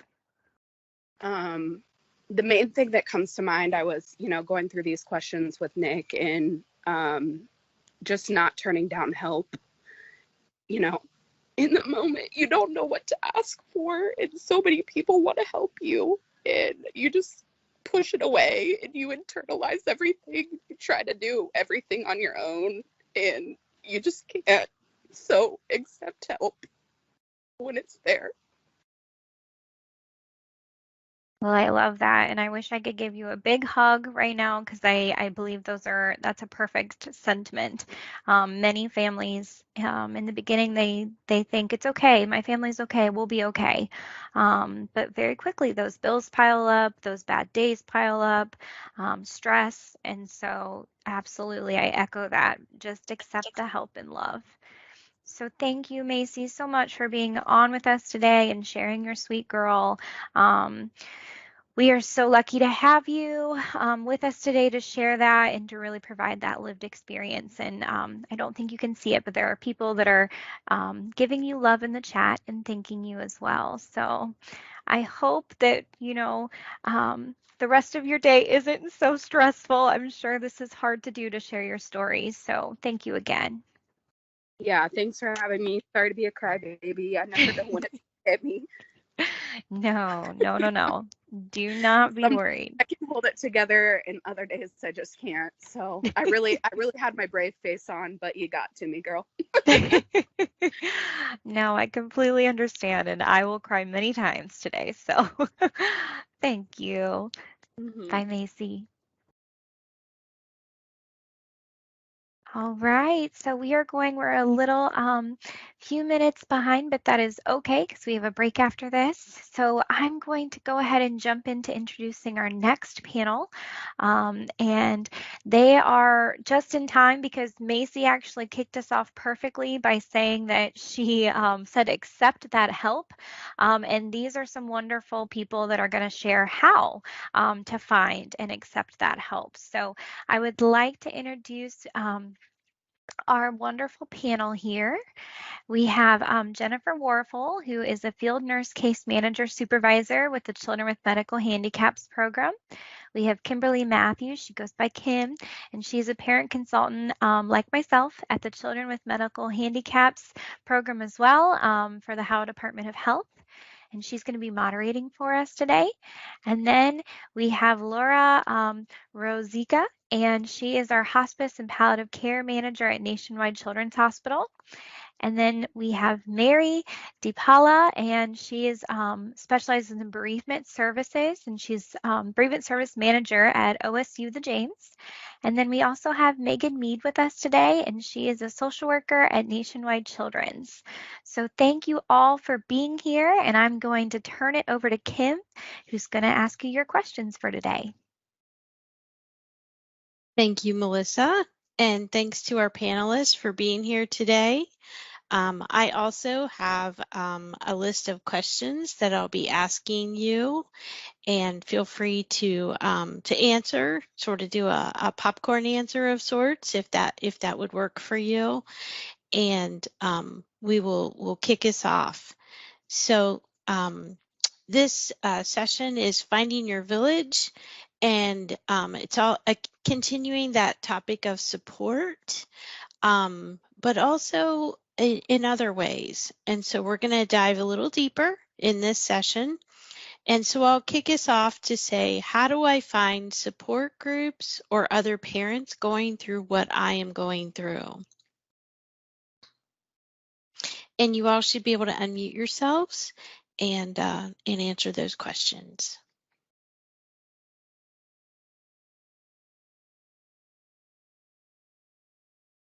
Kim, I guess I can start. From our standpoint, I mean, there's a lot of support groups that are out there. And of course, I think everybody feels like they're kind of in these individual pillars when they get this all of a sudden acute chronic illness diagnosed. From my world, I think you as our moderator, Kim Matthews, and our host, Melissa Jackson, our parent consultants are wonderful opportunities to reach out to because they're very familiar with resources throughout the state and even national resources. So that's probably my best suggestion, is to reach out to one of our parent consultants, especially from a community standpoint. Yeah, and just to pick up with what Jennifer was saying, that you can start with like your care team. And so the social workers on your care team are wonderful in providing resources, but also the child life specialists that are often at hospitals are wonderful. There are often peer-to-peer mentoring programs or services at like children's hospitals as well. So you can get connected with those resources too. Often there are family resource centers too at hospitals, and those are just kind of, if you want to say a little bit easier places to start, and then you can branch out and expand the resources that you're needing. There are also, you can check with your school district, the Ohio Department of Education as well, the Special Education Department. There are social service and mental health agencies that you can look into. And if you're not sure, you can start with like United Way and looking into those types of resources. I know people have mentioned also Cancer Support Community. And of course, Ohio Department of Health, children with medical handicaps. So, the services that are located on many of the state departments have lots of resources for people, to start. So, and I know we mentioned there's also National American Cancer Society, as well as Cancer Care, and the National Cancer Institute. So if you're looking for something, maybe more online, that can be convenient for you, where you wouldn't have to leave your home. There are a lot of different types of resources where you can just begin.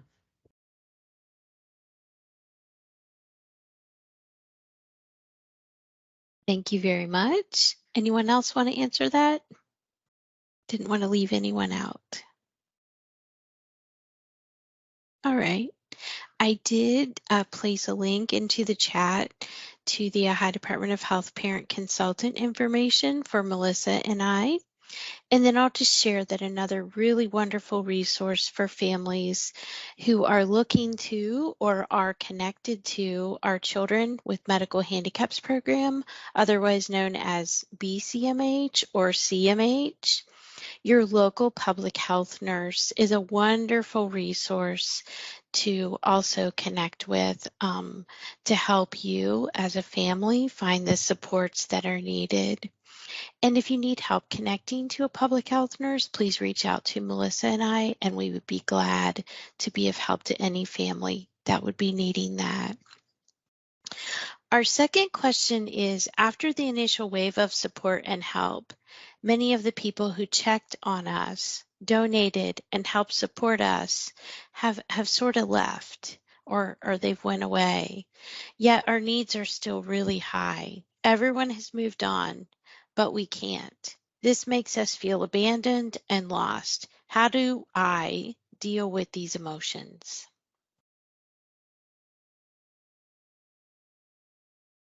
I am a proponent of dealing with emotions with action. I'm also a big fan of boundaries, and I think boundaries can go both ways. So in this case, what we say to families is to ask for what you need. Even if it's awkward or uncomfortable, asking for what you need is important. I think that when people aren't reaching out as much, Our parents tend to think it's because people have sort of lost interest or lost the willingness to help. And I don't think that that's usually the case. I think people do want to help, but they also don't want to awkwardly keep asking or bringing it up. So what I always say is think about who is your village, like we talked about a little bit in the last session as well, and figure out who can help you ask for what you need if you're uncomfortable doing it. So, I have 6 sisters and 2 brothers. One of my sisters is a middle school teacher, and she is the one that I would be like, listen, I still need help. I feel weird posting on Facebook that I still need help and what I need, but I would probably feel comfortable giving her a list of what we need and then have her kind of reach out to our village. So whether it's a Facebook post where she says, hey, Laura and the family need some help. They don't want to ask, but these are 5, very concrete things that they could use help with right now. Who's game? I cannot imagine a scenario where those needs won't be met, but I think it's helpful so we don't get into this, reach out if you need anything game. If you can be specific in what you need, but also having self-awareness. If you don't feel comfortable asking, there is somebody in your village who will ask on your behalf, and it is okay to tap that person and let them ask for you.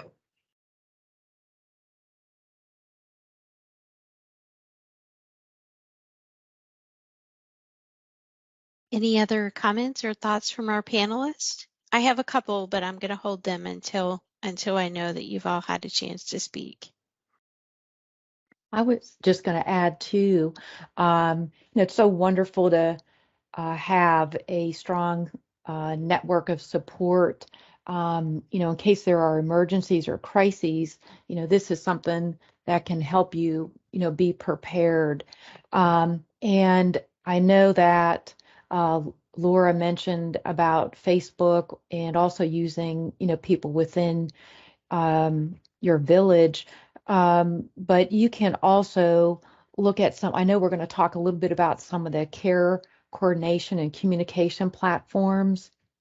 And that's a wonderful way, to put out there what you need. And as needs change, you can decide in using these platforms who you want to be part of the platforms, what you want to share, when you want to share it, and then you can just list specific things, that you're needing at this time, and then, people can respond on who can do what.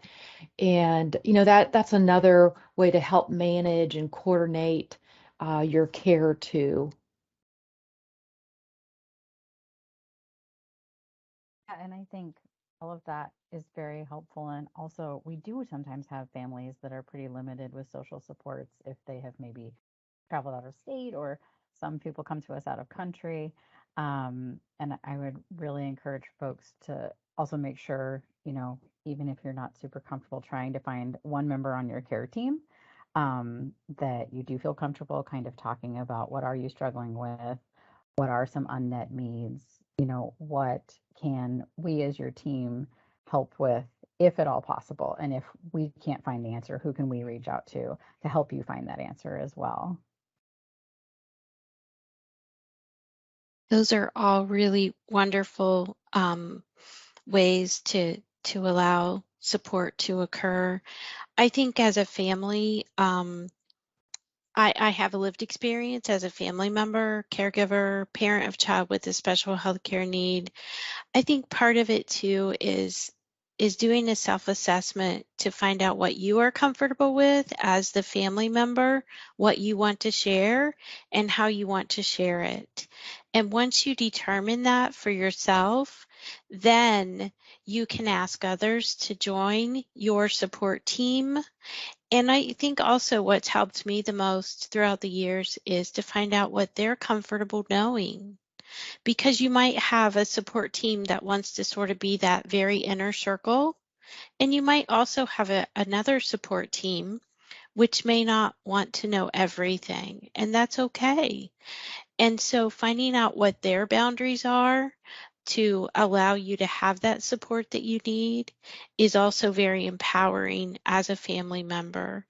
Otherwise, you're always trying to determine, how do I share it? What do I ask for? Where do I go? And so you'll have sort of a toolkit of supporters that you can be like, okay, for this, I know I can go to this person or this team of people. And it really does help make your day more positive and helpful. So hopefully that is something that maybe people haven't considered, but I know it's helped me throughout the years. And sometimes people will change. They'll say, you know what, last week I was okay to hear this, but this week I kind of need a break. And that's okay, because that way it helps you to know what to share with perhaps that particular individual or team of people. And then find a way to share that so you're not sharing it over and over and over and over and over again. I'm a big supporter of using electronic features to share the information and also to ask for help. And you can determine what that looks like for you, because it's different for everyone. But then you're not spinning your wheels 1,000 times over asking for what you need, but simply finding a way to put the message out quickly, so then you can get back to taking care of being in that space with your loved ones and your children. So our next question is, what are the best ways, platforms, methods to communicate our family's needs with our loved ones?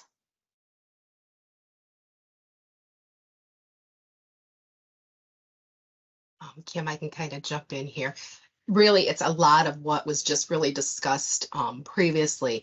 For me, this is just going to be my own personal response. It's not my professional response. I too am a mother of a child with special health care needs.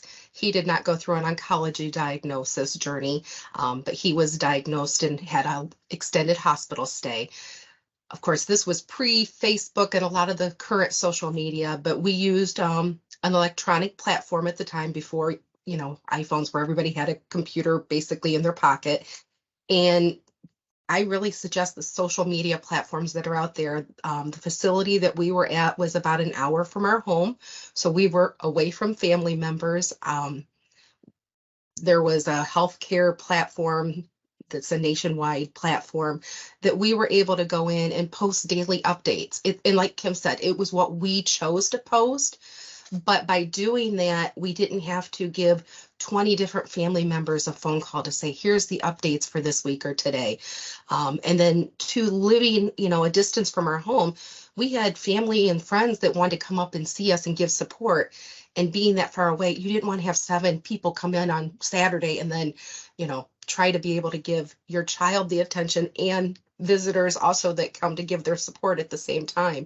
So, family and friends were able to comment on there, hey, we're going to be coming up and we can bring up food to Ronald McDonald House for you, or, and other people could see those comments. But we could choose who we invited to that platform, and then we got to choose what we could share also. So I really suggest the social media platforms that are out there as a good resource. Yeah, and just a follow up from what Jennifer said. I know just personally and professionally, I'll just name a couple of those platforms. Caring Bridge is one. Lots of Helping Hands is another one. Caring Village, My Cancer Circle, Carely, and My Lifeline. So as Jennifer mentioned, it's just a way you could, first of all, decide who you want to access that information, and then you could post what you want to post on updates, so you're not, having to text or email or call a lot of different people. You can post what your needs are, and even for people that are long distance kind of supporters or caregivers, that it's a wonderful way to involve them, also in the care. So those Also, are some. Go ahead. I was just one of the platforms you had mentioned, I know from experience. And my son, when he was diagnosed, he was a neonate or newborn. And one thing that we found after our journey was done is that we were able to print out all those updates. So what we did is we printed it out and we made him a notebook that he, even now that he's a young adult, he still doesn't understand that early journey he had. But someday he can have that as his journey and can look at and see what really happened every day, you know, all the support that was coming into him and to his family. So I thought that was a neat aspect to be able to do, is to print off those daily updates and form like a journal that he could have someday when he's ready.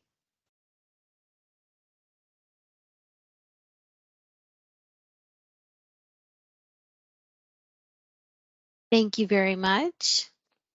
And we do encourage you to pop your ideas into the chat for things that have worked for your family, because as long as you're comfortable sharing that, the chat is open for all participants to utilize during the summit.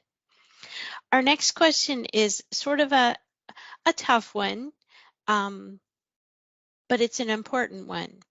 I hate taking resources and asking for help. How can I make myself or my loved ones more open to accepting support? I think this is a huge one that I try to, so I'm an oncology specific social worker, so I try to meet families as early on in the process as possible so we can kind of talk about that then of, you know, you may be inundated with people that want to help and you may not be comfortable with that. And we kind of talk about how this is a temporary situation in the grand scheme of things, and to kind of ease into it as they feel comfortable. So I may say, hey, today I happen to have a few Kroger gift cards. I'm giving these out to folks. I'm going to give them to you. And it's not really a question. And just kind of helping them kind of be that place where they can talk about that discomfort and kind of practicing, you know, if you want to set up a Facebook group, you know, what would be some of the kind of 5 concrete things that would be helpful? What are the gas stations near you? What is the grocery store that you shop at? Kind of starting with those very basic things, and trying to build on that from there.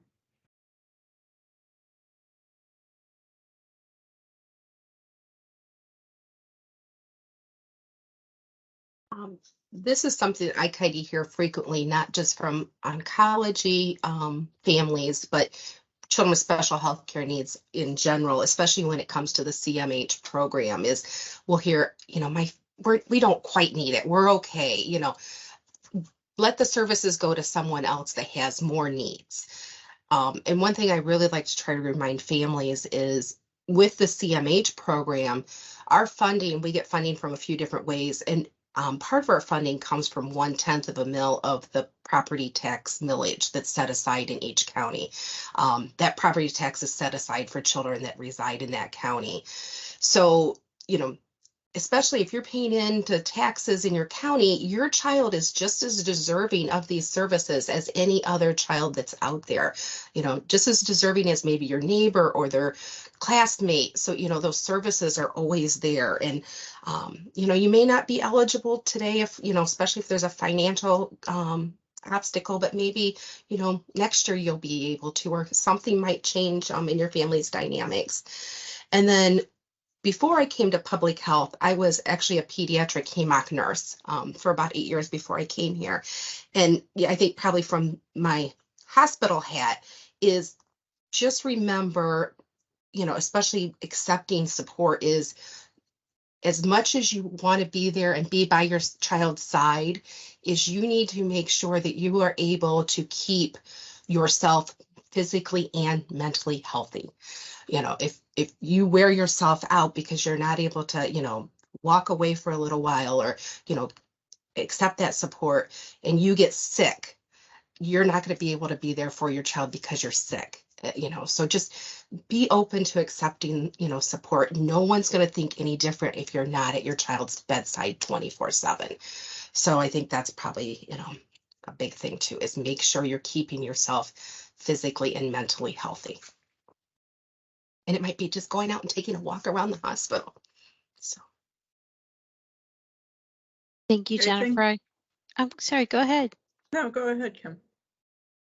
I was just going to comment. I remember many days when I would walk outside on the hospital grounds and find a really nice green space to just do some really cool quality self-care. It might be 5 minutes, it might be 35 minutes, but it was time for me. And it's important to take that time and sort of recharge and be able to then walk back inside and provide that strong support. So I think that's a really good point. I was just going to talk about, normalizing the acceptance of help. So I think that as our team, we do hospice and palliative care here at Nationwide Children's. And so we try to just normalize that many people feel uncomfortable receiving support. However, you're in a different circumstance than you normally are.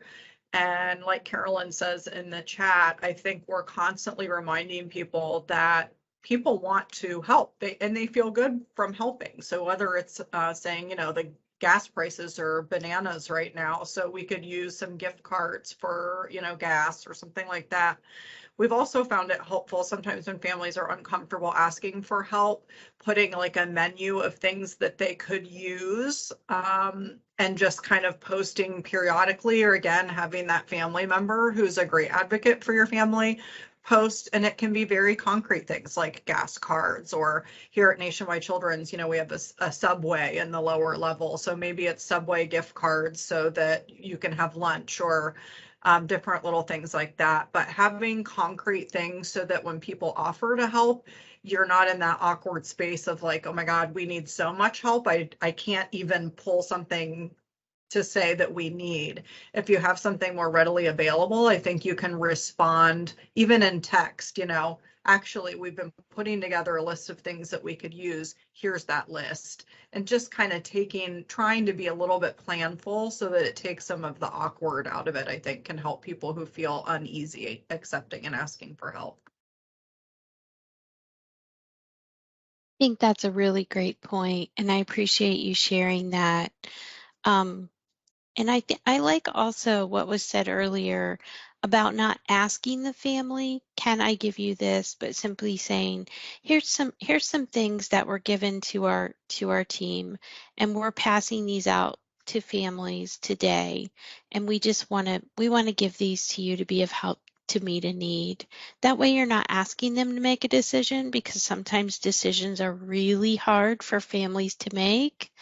You're just giving them some support and encouragement to know that it's just something they can simply receive and be thankful for. And there's a lot of empowerment to that, because when you ask a family in the middle of a situation, especially a hospital setting, a crisis, new diagnosis, reoccurrence, they can't make one more decision sometimes. And so finding ways to talk and encourage them without asking them to make a decision is very, very important and appreciated. So our next question is, how do I get started with financial supports? Are there supports for families at every stage, treatment, maintenance, survivorship, and or bereavement?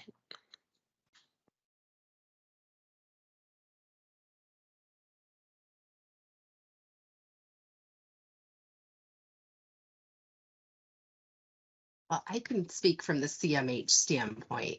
With our Children with Medical Handicaps program, we actually are able to offer assistance during all those stages. So, if you suspect that your child has a condition, so, even earlier from our warrior talk that mom, that they suspected that there may have been some kind of medical condition that could potentially be causing a diagnosis. We have diagnostic services that are eligible. There's no financial eligibility for that, where a child can go in and get a diagnosis either confirmed or ruled out by a CMH physician. Once a diagnosis is made, then we are able to offer services as long as the diagnosis is medically eligible and that the individual is financially eligible. And just so you know, if a child is Medicaid eligible, they are going to be financially eligible for our treatment program. Those services are good for 1 year and can be renewed as long as the condition and financial eligibility maintains.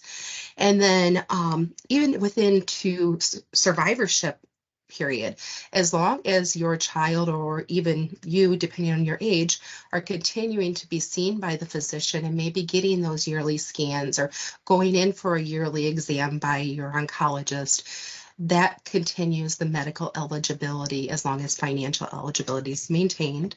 And then during the bereavement services, depending on where you or your child entered the journey, sometimes individuals may not even have been enrolled into the CMH program before the passing of a loved one.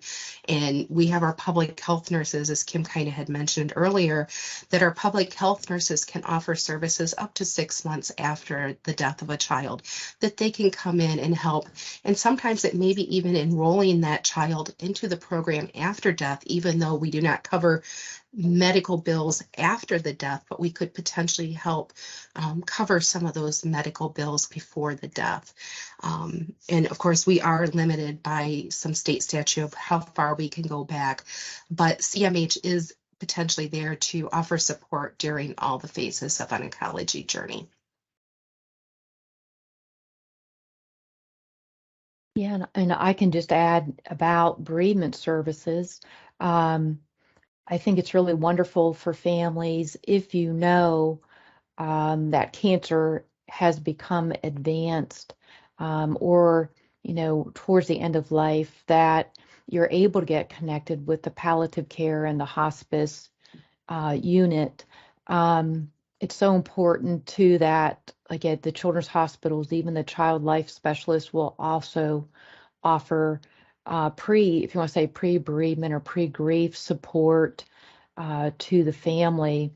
So it's a wonderful way to get connected. And then for post-death bereavement, again, hospices, whether or not your child died with a hospice, many hospices will provide bereavement support, bereavement counseling, education, with families for children, teens, and adults. So whatever hospice may be, within your community, you can check out that hospice. Some hospices also offer like camps for grieving children. So that's another resource too.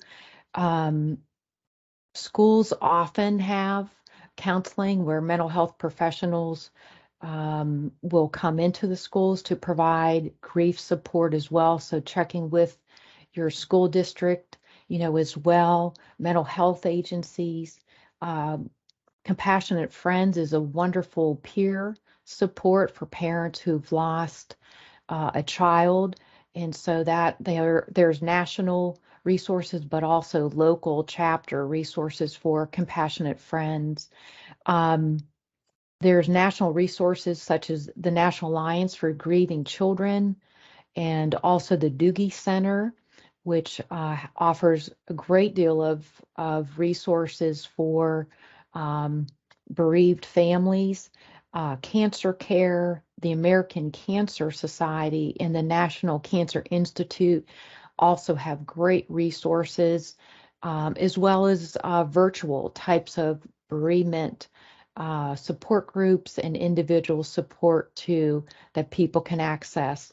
And I want to say too that a lot of the bereavement services are also free to the community, especially I know that what hospices provide. So, checking out some of those resources for you, talking with maybe the social worker of your team who can help you get connected to those resources as well.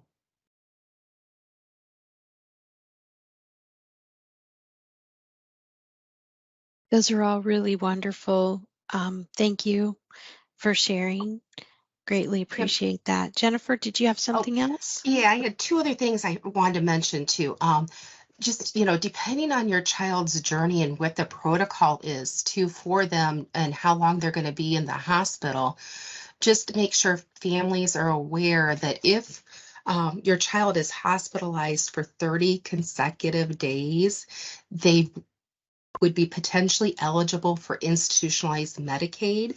It's a Medicaid that is available for individuals that are institutionalized, and that institutionalized can be hospital or long-term care setting like a nursing home.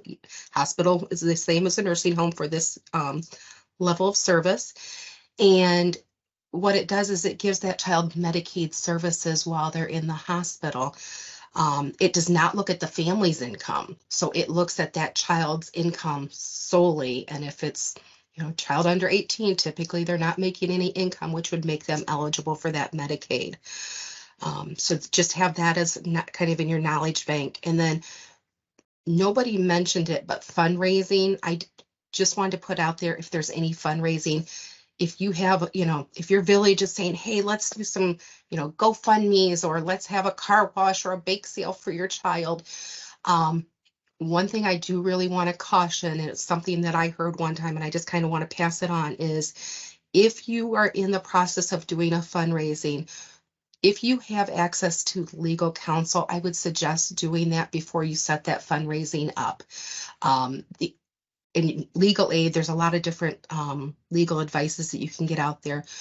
The caution is that if you or your child is deemed the beneficiary of that fundraising and it goes to your child's bank account or to your bank account, just to be aware that if you get a big pot of money into that bank account, CMH, we don't look at savings accounts. We look at what your actual income is from, jobs and so forth. But there's other, Medicaid looks at household income.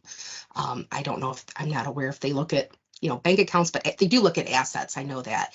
So if all of a sudden you got a big dump of money into one of your assets, making sure that if you're currently eligible for a state program, that by having that fundraiser, it doesn't knock you or your child out of benefits. So just to kind of keep that in mind.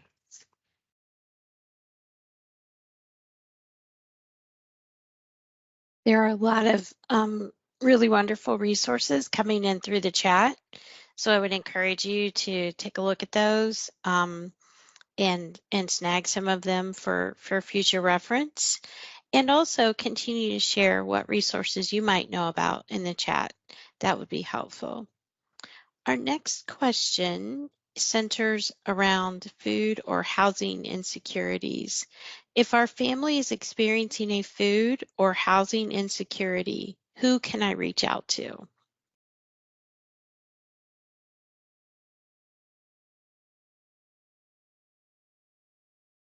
Once again, I'm going to plug our public health nurses with our CMH program. They're kind of our boots on the ground in that local community. So, your public health nurse may know of local resources. They're going to know community resources, probably the best of anyone out there. So, the public health nurses, and sometimes they have community organizations that may have gift cards and so forth. So reach out to your public health nurses.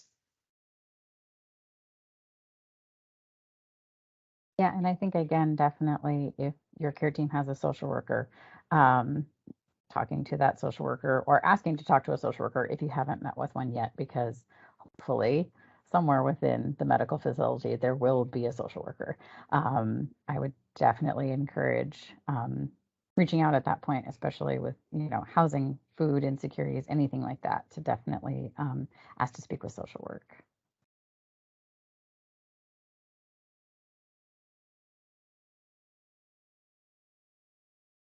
There are times when Melissa and I also receive calls from families or someone serving a family with that has a food or housing insecurity, and so we're happy to be of help as well with those connectors as the Ohio Department of Health parent consultants.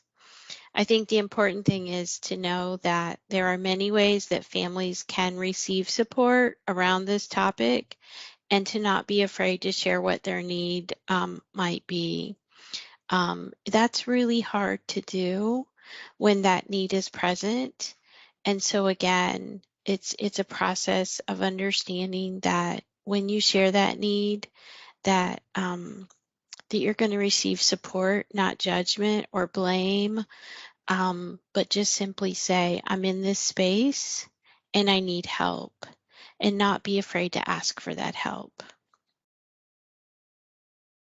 Yes, and I would definitely encourage you to tell your team at the hospital, tell your social worker, because they always have resources on hand related to coupons or gift cards or additional support. As was shared before, I think Megan mentioned it, to just simply be okay with sharing, you know what? I don't have any money to buy my food today. Can someone help me buy my lunch? Or better yet, say, I'm really struggling to pay my light bill. Can you help me connect to someone that can help with meet that need? Because it's a lot. It's a lot to travel back and forth to the hospital for fuel, etc. So it's not uncommon for families to need help in these situations. Other comments? Yeah, there's also like local, I think someone mentioned maybe local food banks within your community. I know that United Way is another wonderful resource that can connect you to providers, as well, in dealing with housing and financial and food insecurity needs. Also, schools, especially in rural communities, schools are often like a family resource center or a community resource center. So, talking with your school district and seeing what resources are available and how they can connect you with some resources within your community as well as state resources too. There also are like wraparound services, often through mental health or the Family and Children's First Council. So kind of where it's the coordination of care and wrapping services around a family that have multi services or multi-system needs. So those are some other resources that can also be very helpful. So we have about 3 minutes left, and so I'm going to ask one more question. Are there steps that I can take to protect my job as I'm needed away from work to be with my child? And I think this is another question that people are uncomfortable asking at times, but I think it's important to know what might be available to help the family.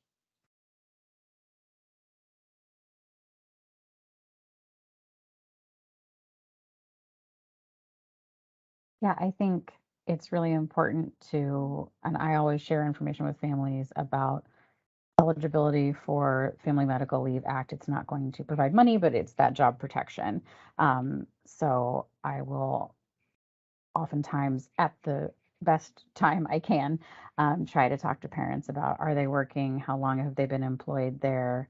How to, who to reach out to at their employer about FMLA if they maybe are not an employer that hires enough people that they do not have to provide FMLA.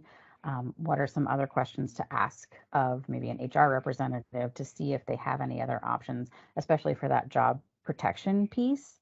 Again, may not pay for things, but we really want to help as much as we can to make sure we can maintain that employment, even if you're on an unpaid leave of any kind or anything like that. So really looking into talking with your employer's HR and see what your options are is really important. Thank you. Appreciate that information. I want to thank each of our panelists today for their time and their expertise. and their willingness to share. What I've heard them say is there isn't any question that's too hard for them to be asked. And I think that's important for us to remember as family members, that even when we think it might be a hard question, it might be hard for us to ask it, but it's not hard for those that are being asked to receive it. And so I would just encourage everyone to kind of think that way if you're needing help. And once you ask the question, there's a lot of freedom in that. And so I would just encourage you to continue to press yourself, challenge yourself to ask the tough questions, but be willing to also receive the support and the steps to help make your life brighter and your family's pathway a tad bit easier. I think I'm going to pass it back over to Melissa, and we will move forward with what I believe is perhaps a lunch break. Thank you all. Yes, thank you, ladies. You all did an amazing job. And I can't say enough about also the wonderful comments in the chat. Thank you guys for sharing and building and adding to the conversation. That is just a wonderful asset to have. A lot of times families know about resources that even we don't. So feel free to always share those with the people in your life. So our next step that we're going to do is a break. So we will be on lunch until 1:10, but I do want to let you all know that if you come back at 12:55, we are going to do a mindfulness moment with pediatric cancer survivor Carolyn Brennick at 12:55. And we are going to do some techniques on calming ourselves and some things that we can do in the future. Welcome back, everyone. I hope you had a good lunch break. For those of you that are on and wanting to do our mindfulness moment, I would like to take a second to introduce you all to pediatric cancer survivor Carolyn Brennick. She is also a book writer and has a wonderful outlook on all things pediatric cancer and survivorship. So we're so glad to have her here joining us. She's also a very intricate part of our pediatric cancer work group. So thank you, Carolyn, for being on and willing to do some of these wonderful exercises with us. Thanks, Melissa, for having me. Good afternoon, everyone. I wanted to take this time after lunch to talk to you about mindfulness. You can be mindful in your own lives, but the nice thing is you can also teach your children how to be mindful too. But first of all, what is mindfulness? Mindfulness is paying attention on purpose to our present experience without judgment. I want to say that again. Mindfulness is paying attention on purpose to our present experience without judgment. Simply put, mindfulness is noticing things we don't normally notice. It can be hard to be mindful because our heads are so busy in the future or in the past, thinking about what we need to do, or getting over things that we have done, or trying to comfort a crying child who doesn't want to take their medicine. But when we choose to pay attention on purpose, we can take more control over our focus, over our attention, and choose what we are focusing on, rather than passively allowing our attention to be dominated by all the stresses that are in our lives that take us away from the present moment. I'm going to talk to you about two techniques today, but the first technique I want to talk to you about is mindful hand breathing. I chose this technique because you always have your hand with you. And it's a simple idea to teach even the youngest of children. This is a technique I used with my patients when I worked as a child life specialist as well. Kids can do this before a test, while they're waiting for a procedure, and adults can even do it while they're stuck in traffic on the highway or before a big presentation for your boss. So this technique can be used everywhere and anywhere. Basically, it's a pretty simple technique. You take your hand and we're going to breathe calmly in through our nose, filling our abdomen and chest, and hold it for about 5 seconds. And then we're going to release and breathe out for 5 seconds. And when you breathe in through your nose and you breathe out through your mouth, and you do this 5 times. So you take your hand, and as you move up your finger, you breathe in. Breathe in. Breathe out. And you just trace your fingers. You breathe in, and you breathe out. You breathe in, breathe out, just tracing each finger as you go. Breathe out, breathe in, and lastly, breathe out. And you can trace your own hand. You can have your child trace your hand. You can trace your child's hand. It does not matter whose hand they are using, but it's a simple technique where you just breathe up, breathe in as you move up your fingers, and you breathe out as you move down your fingers. And you just hold for 5 seconds, breathing in for 5 seconds, breathing out for 5 seconds. Why do I want to talk about mindful breathing? 1, it decreases stress and increases calm. When you become stressed or anxious, your brain releases cortisol, the stress hormone. But by taking deep breaths, your heart rate slows, you have more oxygen entering our bloodstream, and ultimately that communicates to our brain to relax. Mindful breathing also relieves pain. Deep breathing triggers the release of endorphins. It stimulates the lymphatic system, and it helps detoxify the body. Breathing releases carbon monoxide. Breathing is in charge of 70% of cleansing the body of toxins. The other 30% come from our bowel and bladder. If you don't breathe properly, our body must work overtime to release all those toxins. It improves immunity. When your blood is fully oxygenated, it carries and absorbs nutrients and vitamins more efficiently. It essentially is the cleaner of the blood, which is harder if illnesses stay in our system. We get increased energy when we breathe properly. The more oxygen in our blood, the better our body functions and the more stamina we have. It lowers blood pressure. As our muscles relax, this allows your blood vessels to dilate, which improves circulation and lowers blood pressure. Deep breathing also slows and regulates the heart rate, which also helps in lowering your blood pressure. And lastly, it improves digestion. The more you breathe deep, the healthier your blood will flow which in turn helps your organs and your body to function more efficiently. So now that you know why mindfulness breathing is important, let's try it one more time. So take your hand, and we're going to breathe in and out. Breathe in through your nose.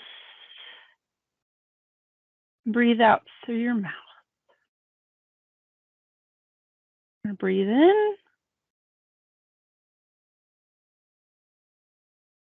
And breathe out.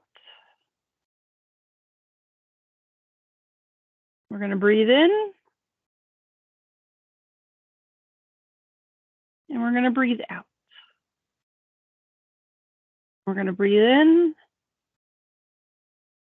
And we're going to breathe out. And as simple as that, you've just taken 5 nice deep breaths. The second technique I want to talk to you about, because different techniques work in different times, different places, is a technique that my mom actually used with me when I was first diagnosed. And it's something I have carried with me throughout my life. And as my mom always said, when you look for the positive, you will always find it. If you look for the negative, you will also find that. So be careful in which you look for. Every day, my mom would have me find one good thing that happened to me that day. I didn't know it at the time, but she was creating a happiness/gratitude journal for me. My mom wanted me to realize that even in the darkest of places, there was always something to be thankful for and something good that happened every day. We can all start practicing gratitude now by just saying, thank you for waking up today. Sometimes it's as simple as hearing our favorite song on the radio, or seeing a butterfly, or getting a phone call from a friend. Even though we may not have been feeling up to talking with them, it's just the fact that they called. Why is gratitude helpful? It increases our resilience in the face of stress and crisis. It opens us up to new opportunities and experiences. It impacts our physical response, including lowering blood pressure, increasing immunity, reduce stress, which may all, again, lower risks of health complications. It brings an increase in healthy behaviors, such as exercise, preventive healthcare, and a healthy diet. And it contributes to more satisfying relationship with friends, families, and respective communities. And in my opinion, it puts things into perspective. We've survived some of the hardest moments we've ever lived through so far. To help you set some time aside, you can do happiness gratitude journaling a couple different ways. One way is just taking 4 minutes every day to set aside for gratitude. So just set a timer on your phone or on a watch somewhere. And for 4 minutes, just write down everything that you are grateful for that day. Reflecting on this entry during the times of the most stress and unhappiness in your life can retrain your body to look for that gratitude. The other is having a gratitude reminder. Pick something you see every day in your bedroom, office, classroom, hospital that redirects yourself to gratitude, focusing on these times when it's really difficult. I have this picture of an orange dinosaur hanging on my refrigerator, and I use it because orange is my favorite color and stegosauruses are my favorite dinosaur. And so every time I look at this picture, it just puts a smile on my face that I was able to find this picture at a craft fair one day. And now it just reminds me of how lucky I am in everything in my life. I want to take a few minutes for you to write down one thing you are thankful for today and one thing that made you happy. These can be the same thing or two different things. Feel free to share them in the chat if you would like and are comfortable doing so. I'd love to hear your ideas. So I'd like to just take a couple minutes and let you think about that. Again, one thing you are thankful for and maybe one thing you're happy about.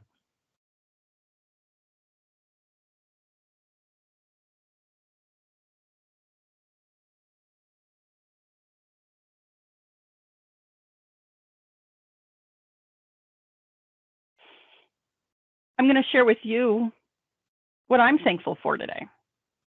I'm thankful for the fact that just before this session started, I found a leak in our kitchen sink and was able to clean up the water before it got too bad of a leak and we had a bigger problem. It's not the greatest thing that you want to find, but I'm really happy that I did find it. And I'm happy for the fact that I'm sitting next to an open window because the weather is perfect where I currently am in New Jersey. Remember, we don't always have the power to change what is happening to us, but we can always change how we respond to it. And by responding to stressful situations with mindfulness and happiness and gratitude, we can change how we're responding. The more we practice using mindfulness, the more comfortable we are using it during times of stress. By becoming mindful of the actual experience and as an observer, using mindful breathing or gratitude journaling, we're able to focus our attention on the here and now. So I just want to thank everybody who commented on here, being thankful for, having lunch, having, their spouse and the sunshine, having wonderful coworkers, and the beautiful weather. Apparently the weather is great in Ohio at the moment, it sounds like, or wherever people are. being thankful for today and being surrounded by having support from cancer warriors like her daughter, family and close friends. So again, I encourage you to take these couple techniques and share them with your family, share them with your friends, your coworkers, your boss, before you lead a meeting or at the end of a meeting at work, ask people what they're thankful for. You will always be surprised by people's answers. So thank you for joining me for this mindfulness moment today. And I look forward to the second half of today's summit. Thank you so much, Carolyn. You did such a wonderful job. And I always love taking time to kind of recenter and do these activities. This is not in my nature, so I've had to really kind of force myself to do it. So it's so wonderful when she had these really quick, easy things that you can do. And because of my blurred screen, you probably can't see it, but I even wrote mine down, and I'm going to keep it on my desk, and maybe that'll remind me each day to create a new Post-it note. So thank you for being on with us, and thank you for all of your help with the summit and being such a wonderful advocate for other cancer warriors. Thank you, Melissa. Thank you. So now we are going to do a did you know? And so I will ask that you put the answer that you think it is. There are approximately 40,000 children on active treatment at any given time in the United States. Do you think that is a true or false statement? Please go ahead and put that in the chat. And we will see here in just a second as we get ready to have our first presentation. Many of you said you loved panels, and so we did a ton of panels this year. But this was a particular topic that we just thought is something that so many of the families and social workers and all the individuals out there really need to have a deeper dive into. So I'm excited to share that next presentation with you. And it looks like we're getting some trues in the chat, and you are correct. Unfortunately, that is true. At any given time in the United States, there are 40,000 children on active treatment. And so that is a lot, and that is a lot of survivors that we're hopefully getting. But at the end of the day, it's a lot of individuals really impacted by childhood cancer. And then you think about the families and the communities and the hospitals and the businesses and how much of a ripple effect that is. And so that is another panel we're going to talk about later. But at this time, I would like to introduce to you Ann Raymer. She is a pediatric cancer parent of 2, a strong advocate on our pediatric cancer work group, and a regional health officer for the Northeast Ohio at the Office of Public Health Practice at ODH. So thank you, Ann, for being on with us. And I asked Ann to introduce our next speakers because she was intricate in getting them at the table this year after seeing other individuals present on this topic. And so, Ann, would you take it away for us? Sure. Thank you so much, Melissa, for the introduction. I am a mom of 2, and I work at the Ohio Department of Health, and I'm so excited about this next section that we're going to have at the summit, because I think we all understand that the progress that we've made in the last 50 years is largely due to research and research efforts and collaborative research in particular. Most children are being treated under COG protocols, and that's helped advance the progress that we've seen in survivorship. And so that's something that I feel very passionately about as a parent of 2 children with cancer. For those of you who have children with cancer but don't feel that you are in a position to either fundraise or lobby Congress for more funding, there's actually a more important piece that is involved in research that you can actually do in your own child's journey. And this part is of collaborative research is something that I think can be very empowering. So with that, I'd like to introduce Dr. Robert Lober and Chanel Keone, who are both from Dayton Children's Hospital. to share a little bit about the work that they're doing relative to the biorepository with brain tumors. Thank you. Okay, thanks very much. Can you hear me okay with the mic? We can. Thank you. I think I've got the camera. I don't know if you can see me. My camera says it's on, but We can see you as well. Thank you so much okay, for great. joining us today. Absolutely. Thank you very much. And well, I was going to really give the presentation. Chanel actually has to be home today, but I think she is tuning in, and she can join for any questions that you might have, and we can make it interactive. And so just before I start, I want to express some gratitude to Carolyn for her message. I think it's super important to really look at life in that way. And I thought that was really great. So just to introduce myself, I am a pediatric neurosurgeon, and I'm a director of the Living Biobank at Dayton Children's. And I don't want you to think that it's meant to be really all about our program in particular, but we're just one example of what's offered in Ohio. And there are other models for this. But if you happen to be a healthcare provider and you have an interest in establishing something similar, please do reach out to me, because there's no reason for you to have to reinvent or relearn all the things that Chanel and I have figured out over the past few years. We're part of the Children's Brain Tumor Network at Children's Hospital of Philadelphia, and I can speak more about that. And my perspective is that I've been on both sides of the discussion in terms of giving of bad news and also being on the receiving end when my wife was diagnosed. And I know that the whole world stops. And after the shock, you try to gather your wits and figure out what's the plan, what's going to happen in the long term, what we're going to do as a family. And you'd never wish it on any family. And you might think that it's the last thing on people's minds is donating specimens or participating in research, but it's not really true.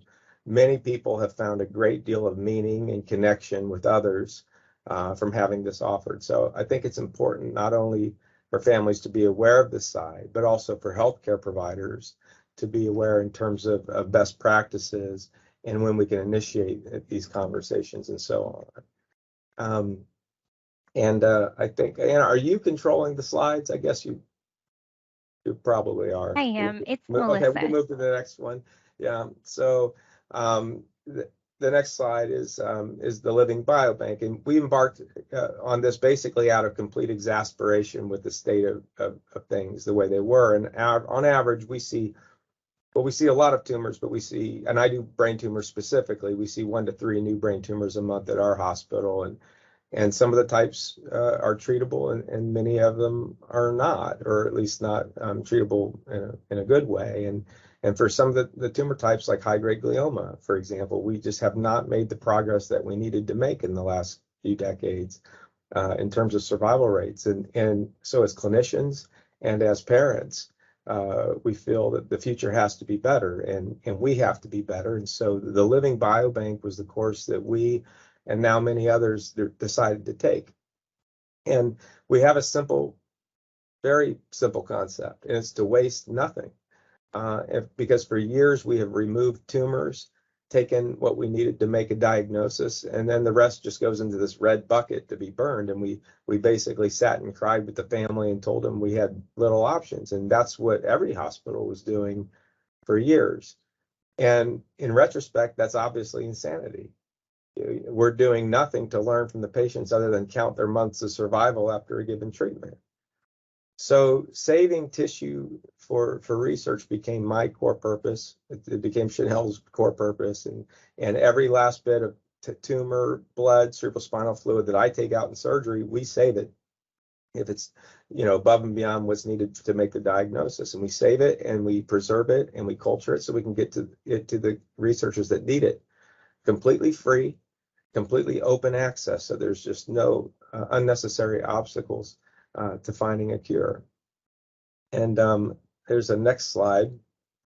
And we called this the Living Biobank because the tumors that are taken out of children are still alive and growing in dishes, so that one specimen can be turned into 100 specimens that can then be shared with researchers all over the world.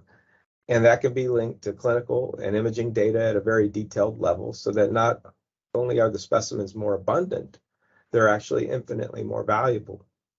And the response from families has been overwhelmingly positive. There hasn't been a family so far that has said no to me in terms of donating their tumor. And the children understand what we're talking about. If they're ages 7 or above, I include them in the conversation about the donation, and they do understand. And sometimes they name their tumors. And one little boy named his tumor the Grobot. And so here's a little Grobot in the brain, and some little baby Grobots in a dish that we cultured. And he made an impression on me because of his insight that when he donated his Grobot, he knew that the research wasn't going to help him.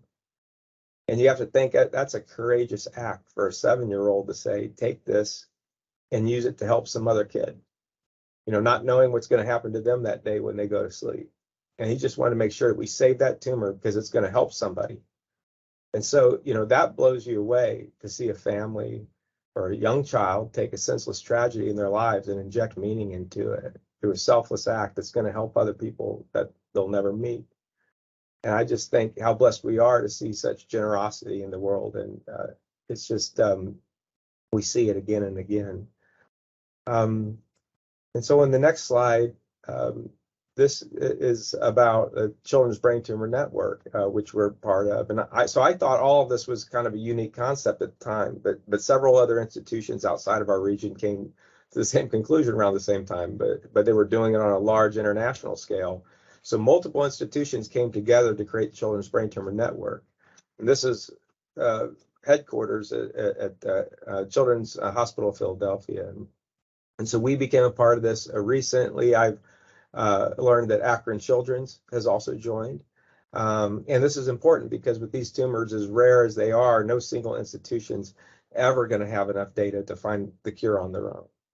And after years of institutions working in silos, all of us involved in this share the belief that finding the cure requires an open access platform for distributing specimens and data. And the concept's so simple, you'd think we've always been doing this, but it's actually very recently that we've decided to work together. And it is definitely the right thing. There's been very few times in my life when it's been so crystal clear what we need to be doing, and it is this. And so you can go on their website and you can do these QR codes and it'll take you right there. And you'll see with them there's over 250 ongoing research projects right now. It's an incredible organization, and everybody's like-minded, and everybody's just really working as hard as they can to make progress on this. The next slide, I want to mention what I think is a very important program as well. And this is called Gift from a Child. They work with us and 6 other centers that contribute to the Children's Brain Tumor Network. And so there's some tumors out there that are basically inoperable, and they're ultimately fatal. And these often have very little tissues available for research. And the only way to make progress on those types of cases is to collect specimens from children who've passed away. And that may sound very complicated to you, but the Gift from a Child program has been incredibly successful in supporting families with the decision to donate post-mortem tissue.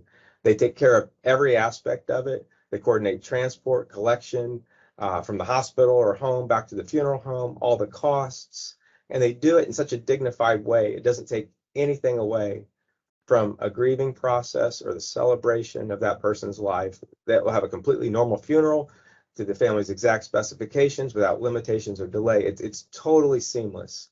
And so you have to know about it. If you're a family that's dealing with hospice or a palliative situation, or you're a provider having end-of-life discussions, this is a very appropriate topic when discussing arrangements. We're at this point, we're not beating around the bush. We're discussing comfort measures, the setting, the do not resuscitate orders, what type of life celebration to envision. And just a very simple question to ask is whether or not the child would wish to donate a specimen to help other families.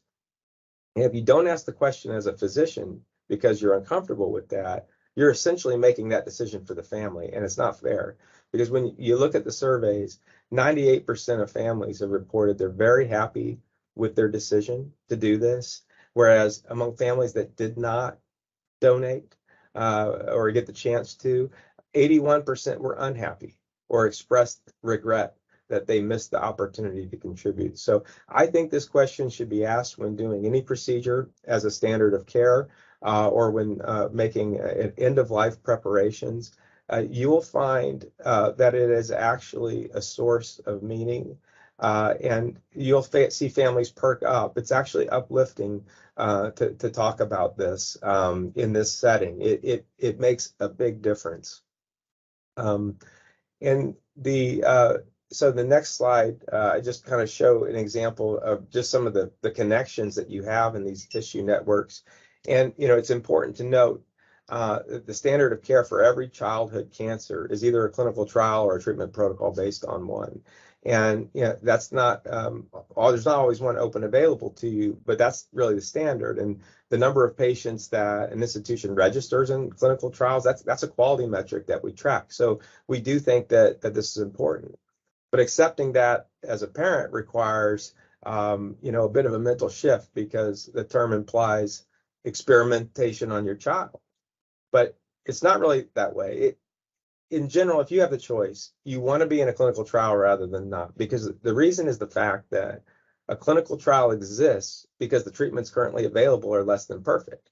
And so that trial is going to compare the current standard regimen plus or minus some other agent to improve the result. And the reason why I bring it up in this setting is because now it's very common to bank samples as part of clinical trials. So if you're an institution participating in one of these, they're going to send specimens or subjects to a network that they're working with. And many of these are just interconnected. For example, if you give a specimen to Dayton Children's, or you get a biopsy or surgery at Akron Children's, we're both sharing those specimens now with Children's Brain Tumor Network. And so in Dayton, we're also receiving specimens from outside hospitals like Kettering, or through Gift from a Child, and we send those to CBTN, individual institutions that requested them, or Hudson Institute in Australia, and they're generating cell lines for preclinical models, meaning testing those living cells to look at new types of drugs. Cincinnati Children's has a large tissue bank. Nationwide and Columbus advertises that they share specimens with a very large number of networks. And the key for me is that, if I'm a parent doing this, I'd say I need to verify where those specimens going, how they're going to be used. And, you might be interested in whether or not an institution might profit from those tissues. That's an important thing. And I can tell families at Dayton Children's, we're 100% committed to free open access distribution of samples to any researcher that requests it. So I think that's the best practice. I think that's what most groups are doing. But, for you to feel confident as a family member about this, just ask that question when you go through the consent process, so that you can feel good about what's happening. And then the last slide, I just wanted to put our contact information, some numbers of organizations you can reach out to. Please do email me. My QR and my little email is at the bottom. It'll automatically send an email to me. I'll just tell you right now, I'm about a week or two behind on email. I'm getting ready to go out of town, so it's going to get worse. But I do try to answer everybody's emails. So if you have questions, you want to get involved, you want to collaborate, you want to just learn more about the programs, please do. I might refer you to Chanel, just depending on what the question is. But just to conclude about this, if there's time, we have families sometimes asked to take a tour of the lab, and we had a recent one. I thought it was going to be really emotional for them, but it was actually helpful for them and me.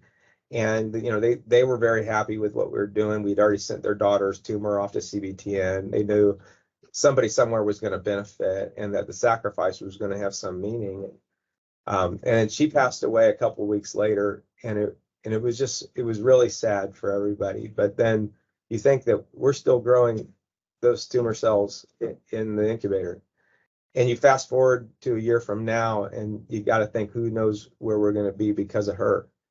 And hopefully we can be at the point through all the support that we have for these types of programs, all the collaborations that we've built, hopefully we can be where we have better preclinical models to find out what treatments are going to work on these cells. Because next month, at least in my practice, I'm going to have 3 more brain tumors, and the month after that, there's going to be 3 more. But it's not hopeless as long as we continue to make progress. So if you're a provider, I recommend that you look at your own organizations, reflect what you can accomplish at the local level, and see how that can have national, international repercussions. And we'll come help you get started. Actually, call us. We would love to share this with you, because I think we should all be doing it. And I think you would find out, same thing we found out, as a community, you can really build something together that's going to last and produce in ways you can't even imagine. So thanks for listening. And, if there's anything I can do, please reach out to me. And I know that there were some questions, I think, popping up, but they actually popped up and went down so fast that I didn't stop. So if there's time, I don't know, Melissa, if you could share them with me, and I can try to field those questions. Yeah, we have just a few minutes, but Anne asked, can the repository help inform a child's care by comparing to similar tumors? Yeah, I think, for the most part, and this is a kind of an ongoing discussion, and I've heard it lots at Children's Brain Tumor Network. So, if you, so the question, if I kind of can rephrase it in the way that I think, is can it inform the treatment of that particular child, or inform the management of that child? Is that kind of what you mean? That like you can use the information from the biorepository to inform that, or is... It sounds like she's asking, can another child then, with that tumor sample, can that inform another child's care? Oh yeah, so that's 100% the idea. It may be informing the future treatments of that child, but what you want to see is if you have a certain dependence of that tumor on a specific mutation, for example, and that we find that every tumor with that specific mutation has a susceptibility to a given treatment. And then your child has that mutation, you can infer that that's going to be probably the most effective thing. And I think that's really what it's for, is to really take the information from that specimen and pool it with the other specimens that have similar features. And among those similar features, what drugs are those tumors susceptible to, for example? And that's exactly what they want to do with that. What I thought you were going to say, and this is kind of relevant though, is like, okay, so if something's found about your tumor, through the repository and maybe not through your clinicians, could that inform your treatment? And we are making allowances for that now. That it used to be that you couldn't do that. It was sort of completely separated and anonymous. And so now we can actually come back and say, hey, you do have a mutation that we have new information about. And so we're going to inform your providers about that. So it's not meant to change your management in real time. It's meant to really push the field forward for everybody else. But it is kind of coming around now where it may affect some treatment decisions that your providers make. Wow, that is incredible. I think like you're saying, most of these families do donate just for other families. And I can say we donated my daughter's tumor, and they made it very clear to us, this may not help you guys, but this is going to help so many other families and kiddos. And that in itself was enough. But then if you guys are now able to add, possibly in some situations, that extra layer of really just learning more about that particular child, because they are linked, that is incredible. So I thank you so much for being on with us today, Dr. Lober and Chanel. You are welcome to answer anything else in the chat. And thank you, Dr. Lober, for actually sharing your contact information and all of the wonderful resources with us today. That is incredibly helpful and generous of you. I know so many families that have walked these steps, and it can be confusing and at times scary, but I've never seen anyone regret it. So thank you for everything that you do. Thank you so much. This has been a great forum so far. Oh, good. Thank you, guys. Well, we are going to quickly move on to our next panel. And before we do that, while we're getting all of our speakers spotlighted and ready to go with their cameras, Kim is on the background doing that for me. So thank you. We are going to do another Did You Know? So this one is a definitely one of those newest stats that we have. And so we were eager to share it with all of you. Childhood cancer incidence rates in Ohio increased blank from 2000 to 2019 among children and adolescents. Please put in the chat if you think it is A, 5%, B, 15%, C, 0%, or D, 35%. And I see our wonderful panelists are jumping on, so that's great. And I just have to thank again our epidemiologists that ran these latest reports for us to get this data. So A, B, C, or D?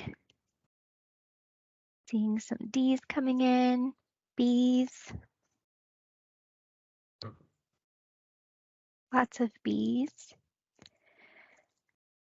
So the answer to this one is actually shockingly and very sadly D.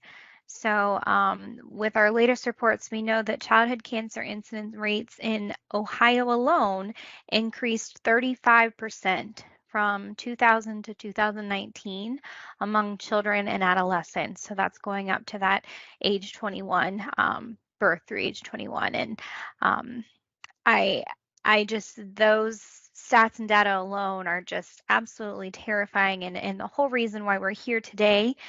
And we know that, you know, it's not just the kids that are impacted. It is the entire family, the entire community. And so we have this wonderful group of panelists here today that are going to talk about what I dubbed the ripple effect, because that's often how I view it.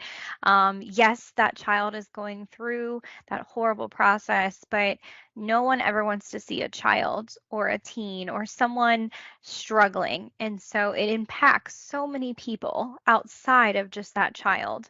And so we have Bonnie Bishop here with us today, who's a child life specialist, specializing in palliative care at Nationwide Children's Hospital.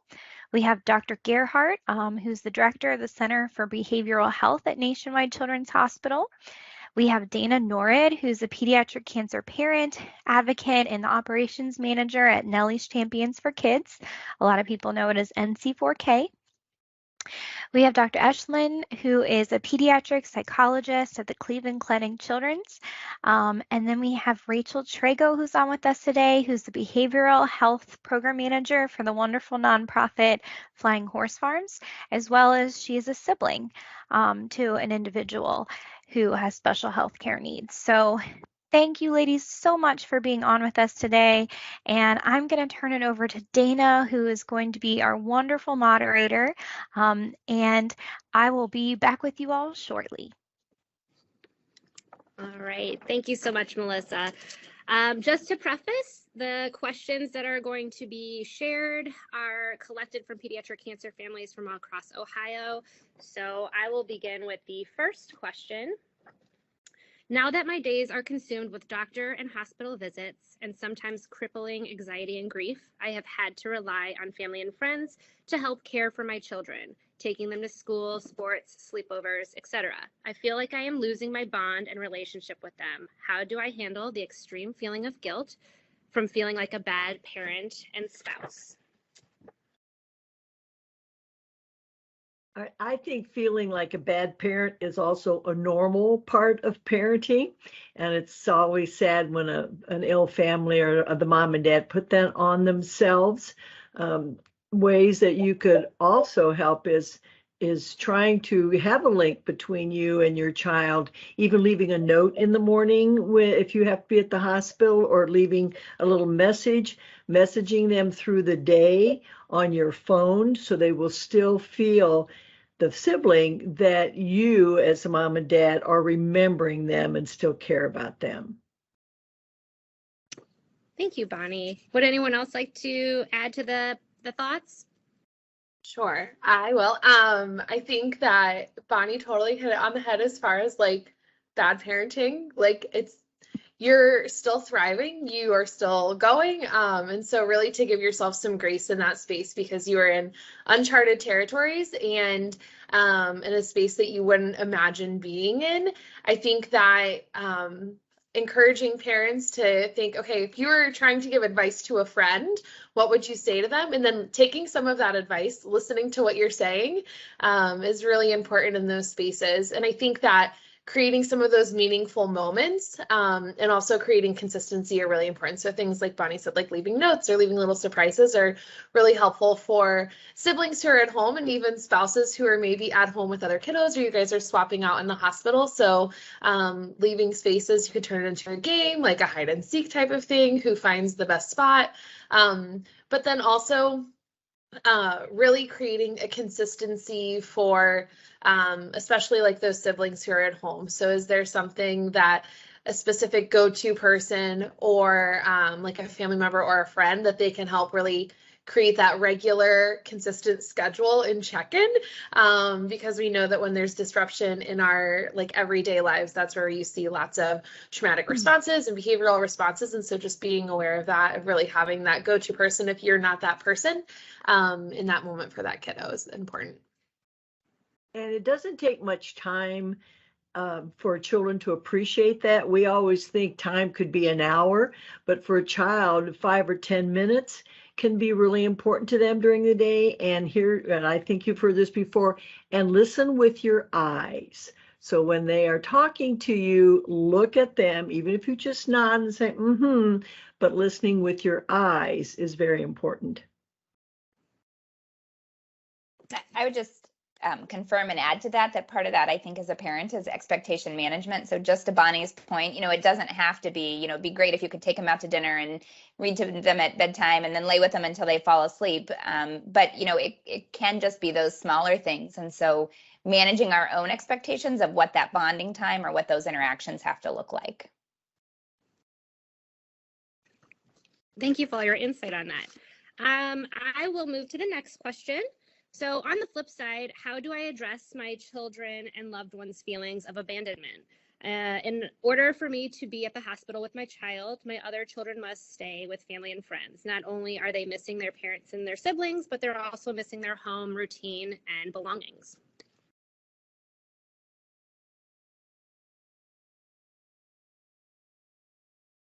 I think that goes back again to being, quote, a normal parent. You may, at the places where they have to go and stay or where they are staying, you might take some of their things, their artwork or their crayons and their paper, and just have like a traveling art studio that goes with them. So when they get to that place where they need to be staying for that time, there is a part of themselves and their home at that place, and they could be making at that time pictures for your mom and dad. For the mom and dad and for the baby, and also to the people who are providing those places, ask the child about them. How was their day, so that we're not bombarding them with only, I talked to your mom and she said this about the baby, but how are you and what's going on with you? Too, there's often a desire or tendency to try and fix the problem. We want to make it better. So how do we make them feel better? And I think sometimes that's not always possible. And the most useful intervention is just acknowledging and validating what their feelings are, how hard the situation is. Ask them if there are things that could be more helpful. But sometimes just listening and acknowledging and validating how hard this is and sharing your own experience of that in a developmentally appropriate way, but can also be very useful. So my next question then is, are there supports or support groups for just siblings?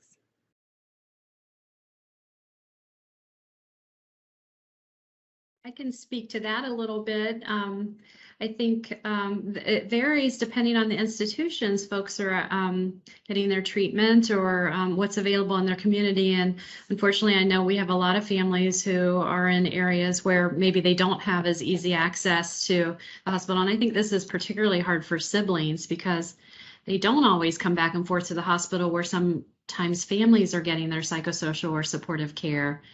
So I think, we have some guidelines for care that really focus on making that extra effort from the healthcare provider's perspective of trying to reach out and think about other ways to connect siblings to services like their school guidance counselor or school counselors is really a wonderful resource, letting the teachers and those individuals that see the child regularly know what's happening and how to support them. So in many cases, you do need to pull together some support that isn't always available in your home. The other thing is there are other national organizations like Super Sibs, which is part of Alex's Lemonade Stand. And it's a wonderful organization that provides support for siblings of kids with cancer across the country, but they also have some really wonderful programs that will send emails or little, what they call their comfort and care mailings. And so siblings who are 4 to 18 can be eligible to receive this, and it allows them some connection and some resources to help them cope with what's going on. I'll let others speak though. Well, it is hard to get those support groups going. Here at Nationwide, they have tried several times to get some support groups going. Going back to the hospital yet another time is kind of difficult for families. You do want your kids to be in normal activity, so there's kind of hard to find a space. So that Super Sibs, that's new to me. I'm gonna write that down. Thanks. I think also, Go ahead. also, I think in the era of continuing to be in the pandemic, one of the great things that did come out of it was virtual opportunities. And so just like Dr. Gerhardt said, I think a lot of it is institution or region dependent. But for example, we have a sibling expression art therapy group that used to be in person, went virtual, and now it's hybrid. So I think some opportunities for these things virtually, because I do think, to Bonnie's point, and you all probably know very well that when you've been at the hospital multiple times a week, or if you're trying to get back to some normalcy and take somebody to soccer, those things aren't always as possible. But I think some of the virtual options that have developed are very beneficial now. I will also just plug Flying Horse Farms. We do offer a siblings week. And so we offer a week in the summer for just siblings to come to camp. And so they get to meet other siblings who have a sibling with a serious illness, whether it be cancer or another one of the serious illnesses that we serve. And it just gives them time to be a kid and to just like raise a little hell and have fun and do things without having to worry about all of the things that are at home. It usually takes about a day or two for those kiddos to really start to like put down their guard and really enjoy and invest in their time here. But it's really it's one of my favorite things to see them start to really just engage and have fun. And then like the first couple days they're like, can I call home? I need to check in on my sibling. But then once they get here and are able to know that they're not alone in that, because typically it's pretty isolating too, because kids at school don't know what they're going through or some of the thoughts and the feelings that they're having related to their sibling's illness. So really allowing siblings to meet other siblings and have that shared experience. I'll add to that. I think that absolutely the sibling clubhouses, if you have one at your local institution, can be a really great place, and to give kids a break even when they are visiting if they need to step out for a little bit. And the camps are wonderful. There's also, I think some of you who were involved last year will know that A Kid Again presented some of their resources in the community, and they continue to spread across the country in terms of their chapters, and they provide time out from chronic illness and do family-based adventures. And I think they're a wonderful organization as well. And I'll keep trying to paste in the chat some of these resources for all of you. And when you're looking at targeting the siblings, I have the luxury and the privilege to go into homes and meet with the siblings. And several times when I've said, do you know why I'm here? This is why I am here. I've had kids say, you mean you're just here to see me? I mean, it's incredulous to them because of all the other healthcare people coming in that somebody is going to focus on them. And I get goosebumps even thinking about it. Thank you all for sharing. For our next question, This is for bereaved families. So how do I support my children in daily grief? And some days kids act like nothing has happened and they seem to be living a normal life. Yet some other days you can tell that the loss is giant. What are some subtle signs in grief in children? Well, I'll talk to that a little bit.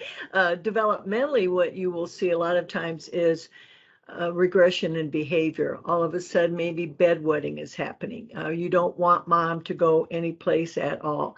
You really cry if you think you're going to school. You as moms, for the most part, even though you've been busy with the children, know your children's reactions to things. So just be aware of those reactions that are a little bit abnormal or say out of the norm for your kids. Say that to add to that it's also something that comes and goes, and you will see in different scenarios, or sometimes unexpectedly. And I think it's important to be able to have an open space to allow siblings to verbalize what they're feeling or thinking, and to be able to share, and as we've talked about before, in a developmentally appropriate way, how they're dealing with this. And I think there's also some evidence of regrief over time. As children grow and develop, they begin to process those types of experiences in terms of how they affect them at that point in their lives. And so this can come and go, not just during the immediate grief period, but over many years. And so it's just important to have open communication as a family, and recognize that can occur, and to normalize it as well. I think also having just an awareness that like grief looks different for every person. And so the way that if you have multiple siblings, they're all going to grieve differently, and it's going to look different and unique for each one of them. And it's also going to look very unique from your own grief. And so just giving space for that, because they might be fine one day and then they see something that triggers them. And so just having that awareness that there's no right or wrong way to grieve, but then also that it is so individualized, that there's no like specific like course of like, all right, this is how you will grieve. But it's all internal too. And there's no right or wrong answer. And people think they have to have an answer for all that. It's kind of back to that listening again, and just acknowledge what they just said to you. Sometimes they just say it and then they'll keep right on going. And I think too, everything that we talk about is much easier said than done. But I think, to best support our children's coping, that we have to be coping at least adequately ourselves. And so, as parents, finding a way to manage your own and get the support that you need so that you're best able to support your children. And then I think too, just, as others have said, everyone grieves differently. And so, our expectation management of what that's going to look like, and just providing the kids opportunities. So, sitting down, anything you want to talk about today, if the answer is no, then you let them go on, as opposed to, really expecting them to have this really serious or important conversation at a time that they may not be ready or able. I think this also, go ahead. I was just going to add that siblings, that sometimes you see it come and go, but they also do a lot of protecting with the parents, and they do this throughout the illness. When we've had conversations with sibs, they often report the pressure to be the perfect kid in the family, or to, fly under the radar so they're not causing any other issues for anybody else because their parents already have enough on their plate, or their sibling does. And so I think it's important, as Kate said, just to be open to having some regular touch points with your kids, and just making sure that they know you're connecting with them. I think there's also a lot of great resources in different books. I know that we used a variety of different books surrounding grief and loss for some of our campers, and different memory moments together. And even for some of our books that are really developmentally for like preschool age, young school age, some of our adults get a lot out of that too. And so just having some resources at the house, like some different, I think like Why Do I Feel So Sad, or The Invisible String. Those are two really good books that help just normalize the things that they're feeling, because sometimes they can't put it into words. And so having some of those is, you don't have to have all the answers as the parent. You can just have some of the resources to, or link them up appropriately. Thank you. Okay, so the next question on our list is it's a twofold question. So how can I handle extreme sibling jealousy? And this goes again in two directions. For example, my healthy children being jealous of the attention being given to the child with medical needs. And then on the flip side, the child with medical needs feeling jealous that their siblings are healthy and living normal. One option is to introduce, this specifically is for the well child who might be sibling of the child that's got a diagnosis, but, to educate them about what is happening on a day-to-day basis. I think a lot of times when we don't know what's happening, either we go to a really terrible place or, we see these kids leaving with a favorite stuffed animal with mom in the morning and they're coming home with their favorite food in the afternoon and perhaps a new Lego set. And so it's kind of a magical experience if they don't know what's happening kind of in those hours between. Again, I think the pandemic has impacted siblings' abilities to visit the hospital, but hopefully that's opening up a little bit more. I know at our institution, the station just opened wide open on Tuesday, but having a sibling come to the hospital or FaceTiming while you're there, taking pictures, so that they can get a little bit of a sense of what's going on when the child is at clinic or when the child is admitted. And then I think, again, just engaging in those conversations, maybe it goes both ways where, the child with the diagnosis sees pictures of what's happening in the classroom and is there a way to help integrate the child with the diagnosis into the well child's life a little bit more so that there is a little bit less to be envious of.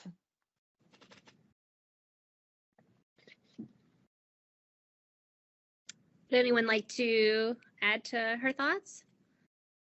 One of the things I've found when I've gone into the homes and the kids are telling me about, some kind of special event that went on at their school, like planting a tree for their loved one. And yet those children, the sibs, are also in that school. And one of the young men told me that he was only introduced as the brother. And he said, I went to that school, but people seem to forget my name. So keeping them, everybody knowing that it's the brother, but his name is so-and-so, instead of the one who has a brother who has cancer. And I've heard kids talk about being looked at as a ghost.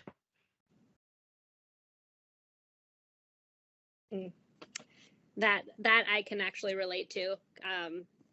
Because I have two children and one is a cancer survivor and my other child does kind of live in the shadow at a lot of events. So yeah, that strikes with me.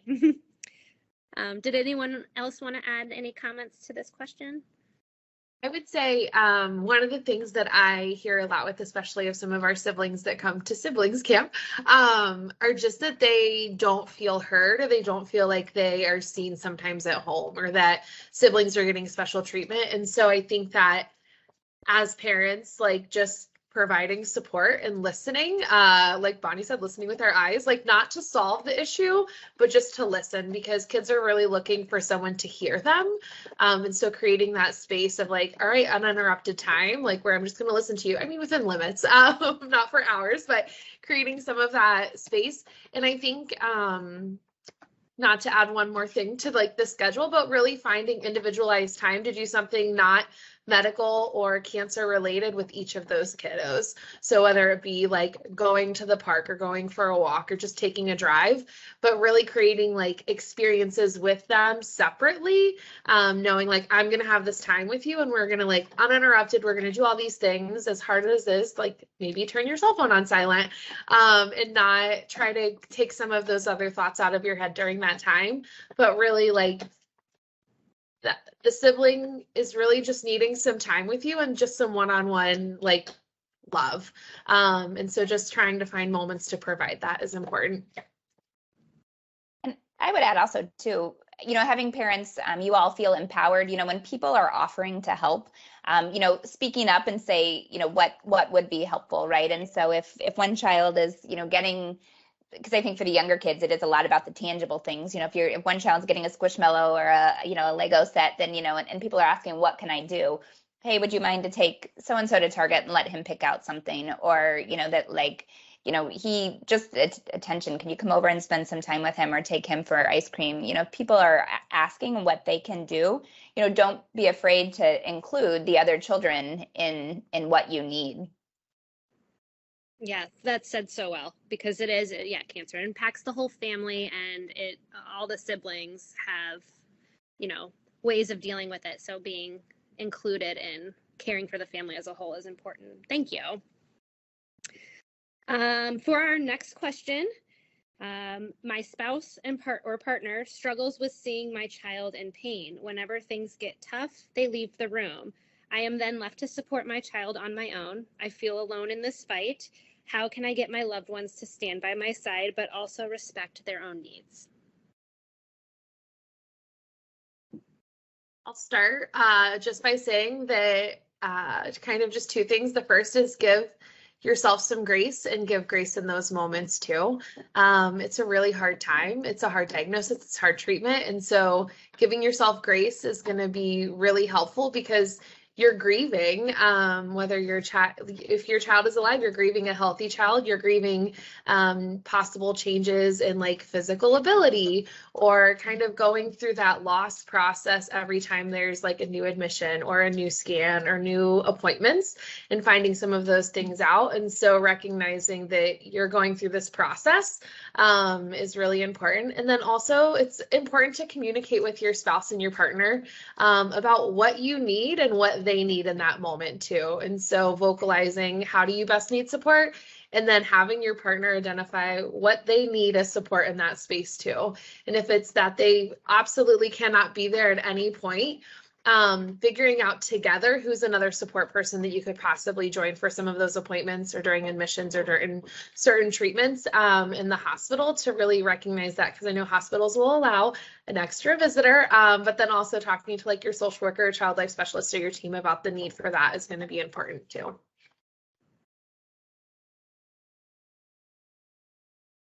Would anyone else like to add to those thoughts?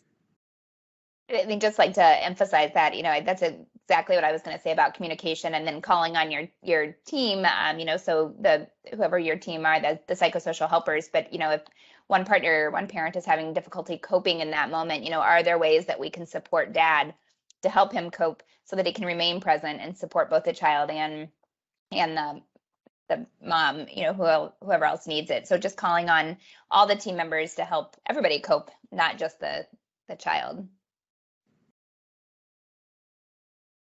Yes, thank you for sharing. I can't say this enough too. Like, this goes back to like grieving and grieving with intention. So, or, just being able to balance, what you're dealing with as a family, and leaning into the support that's available to you. So thank you for all of your input. Our next question, which is actually our final question, is my children do not like to visit their siblings in the hospital.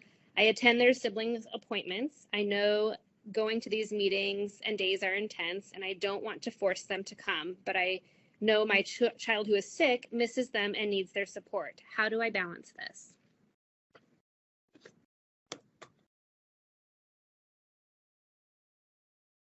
Well, the siblings could make something at home that the child who's going for an appointment can take with them, so that they know there's been intention, that the sibling knows that they're going for an appointment. And this will mean, look, in my pocket, I have 3 notes from my brothers and sisters, so I know that they're there with me.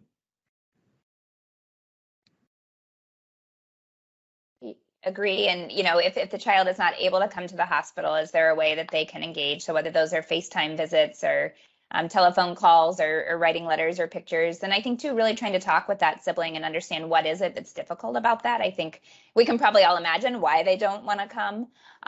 But also, if we can understand and address those, and sometimes we can and sometimes we can't. And then alternatively to pair enjoyable things about coming hospital, with something that might not otherwise be as enjoyable. So maybe that's stopping by the cafeteria or throwing pennies in the fountain or whatever it may be to try and make the visit more enjoyable to the sibling. Please don't say to them, I can't believe you don't want to go see your brother or sister, and put any guilt on them or any pressure, because they're just kids, and they're just saying, I can't do this right now. And what Kate was saying about ask them why, there may be a reason and there may not be, but they also can have choices. I think one way also to engage children if they don't want to come to the appointment, or because forcing them to come can sometimes even be more traumatic than not coming. Sorry, my dogs. I think one thing that we love to do is provide journals for kids, and then they can write questions, because even throughout the whole process, there could be different questions and questions that you wouldn't even think of, or you're like, this doesn't matter right now. But really allowing those siblings to write down some of those questions of, oh, then I'll take this to the appointment since you're going to be in school and you can't go, to really get some of those answers, but then also just to be open with communication too of what, and to answer some of those questions afterwards. This isn't really an answer to this question, but it seems like we have a little bit of extra time too. I think to Bonnie's point about not forcing them and giving them choice, that for everyone in the family, there is so much that you have lost control over. And so allowing, the sibling to exert that control where they can and where it's appropriate, ideally it comes out that way instead of some other ways, but really promoting that sense of control where we can is very important for everyone. Sometimes you sort of have to pick and choose when you have to engage or not with those battles. And I agree, with all the things that have been said in terms of just trying to understand the reasoning behind it and/or how to help make it more enjoyable if you can pair something positive with it, and really trying to decide when it's really necessary and when it's not. That control is so important because everyone in the family has lost control over what was a more predictable time. So.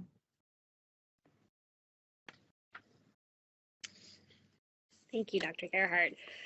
With that too, I know if Melissa Jackson wants to come back into the room and maybe field some questions from the chat. Yeah. Can you guys see me okay? Wonderful. Okay, perfect. Well, first, I just want to say thank you guys so very much for hitting this hard topic. I think so many of us worry and think that, we're a bad mom or bad dad. And it's, you go to bed at night and you have all of these things going on just trying to keep your child alive. And then you have just this breakdown of, I didn't do this today for this other child. I didn't do this. I didn't get to give them a hug. I didn't get to see them, especially families that are traveling out of state or are, hours away and they're staying at the Ronald McDonald House.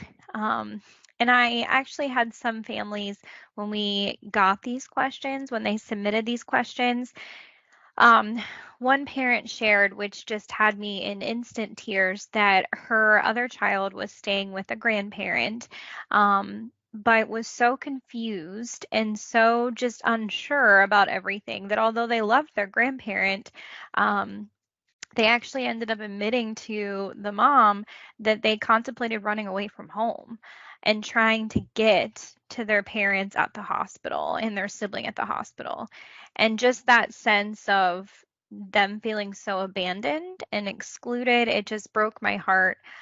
We had another parent that shared with us while we were collecting these responses that her daughter is now a teen, but during a lot of those critical years while her brother was in treatment, she was dealing with all that abandonment. And it actually now, as a young adult who's starting to date and really kind of make friendships of her own, she's realizing that she is showing signs of, that fear of abandonment, like that her friends are going to go away, that her boyfriend's going to go away. And she's realizing, like, why am I feeling this way? So I can't can't say enough that families as a whole, I think, need to seek supports and therapy. I think it's really healthy for siblings to go to therapy so that they have that space where maybe they don't want to talk to mom and dad or tell mom and dad things, because I think, as Dr. Gerhardt said, sometimes they want to be that perfect child and they don't want to add on, or they don't want to say, like, when you didn't come to my game, I was crying, because they know that the parent had to be elsewhere. And so I know some of the ladies shared some really wonderful resources in the chat. So I urge you guys to share those too and inquire about them. I do see we do have a question in the chat that says, any additional guidance for extended family members like cousins, aunts, uncles? What do you ladies think about that?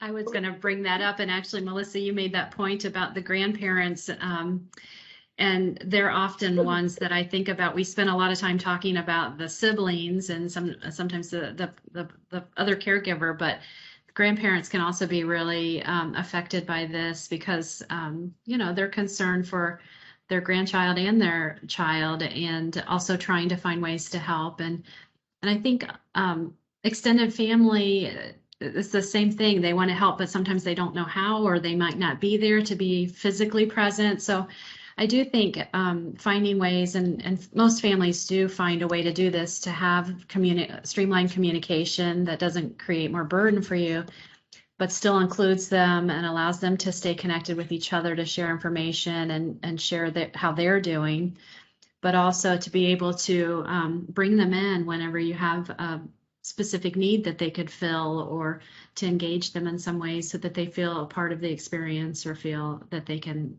contribute something. Because I think when families are going through something like this, the natural response is of course, everyone's hurting or worried or sad as well, but they also want to be able to help. And so I would just remind us all to pay attention to the rest of the family too, because they can be a resource and they can also be in need of services. I think there are some, I'm not sure, but I would imagine Compassionate Friends and some of those wonderful organizations have pamphlets or a little bit of readings for grandparents, so they can kind of on their own then read and about proper language or just how important they are. Because I was with a grandma and a mom, and they were talking about when the grandma had kept this babysat for this child, and she began to notice some of the symptoms supposedly of a tumor, and yet she wasn't involved in anything else in the treatments, and she just felt like, well, I saw it, and I'm the one that brought it up. Why aren't I a part of that? So that was very hard for her.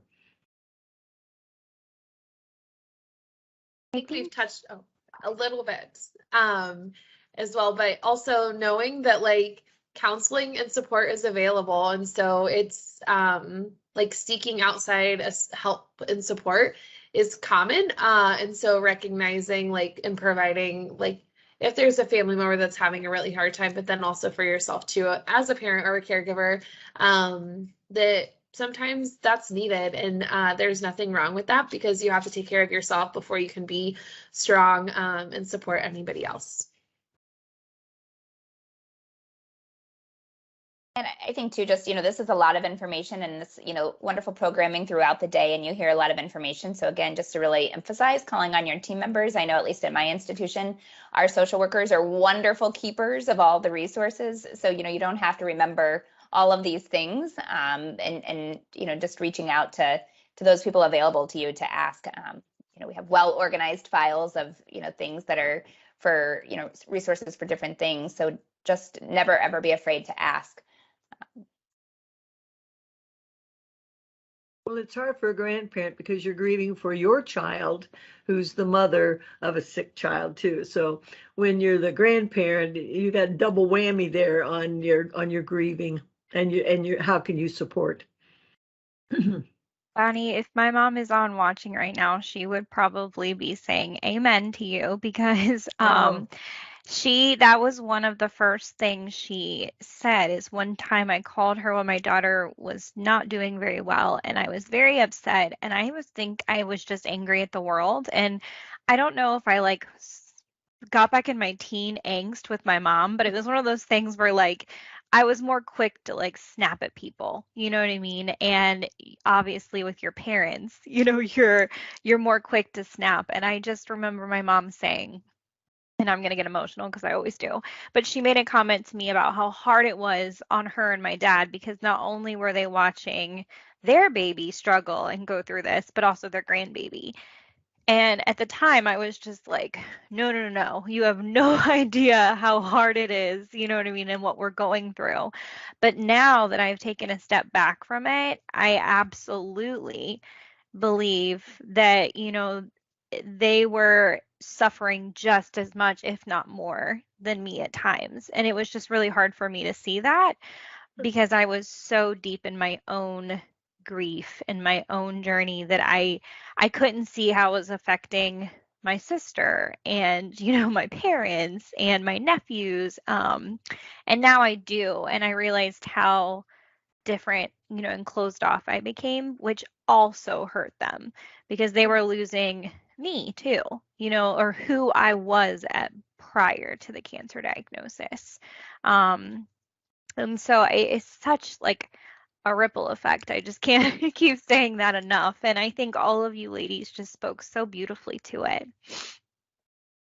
Dana, do you have anything to add? As I know you are, I asked Dana to lead this panel because she is the mom of a pediatric cancer patient and has a sibling. So I know you touched on it a bit, but is there anything you want to add to this?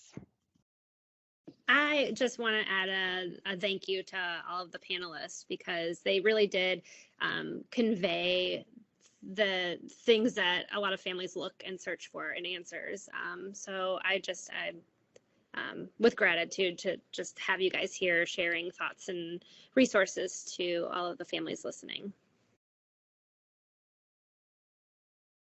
Wonderful. Well, I will go ahead and we will end a few minutes early and get our warrior who is going to share her story with us up next. We'll get her ready and set to go. But thank you guys all again. I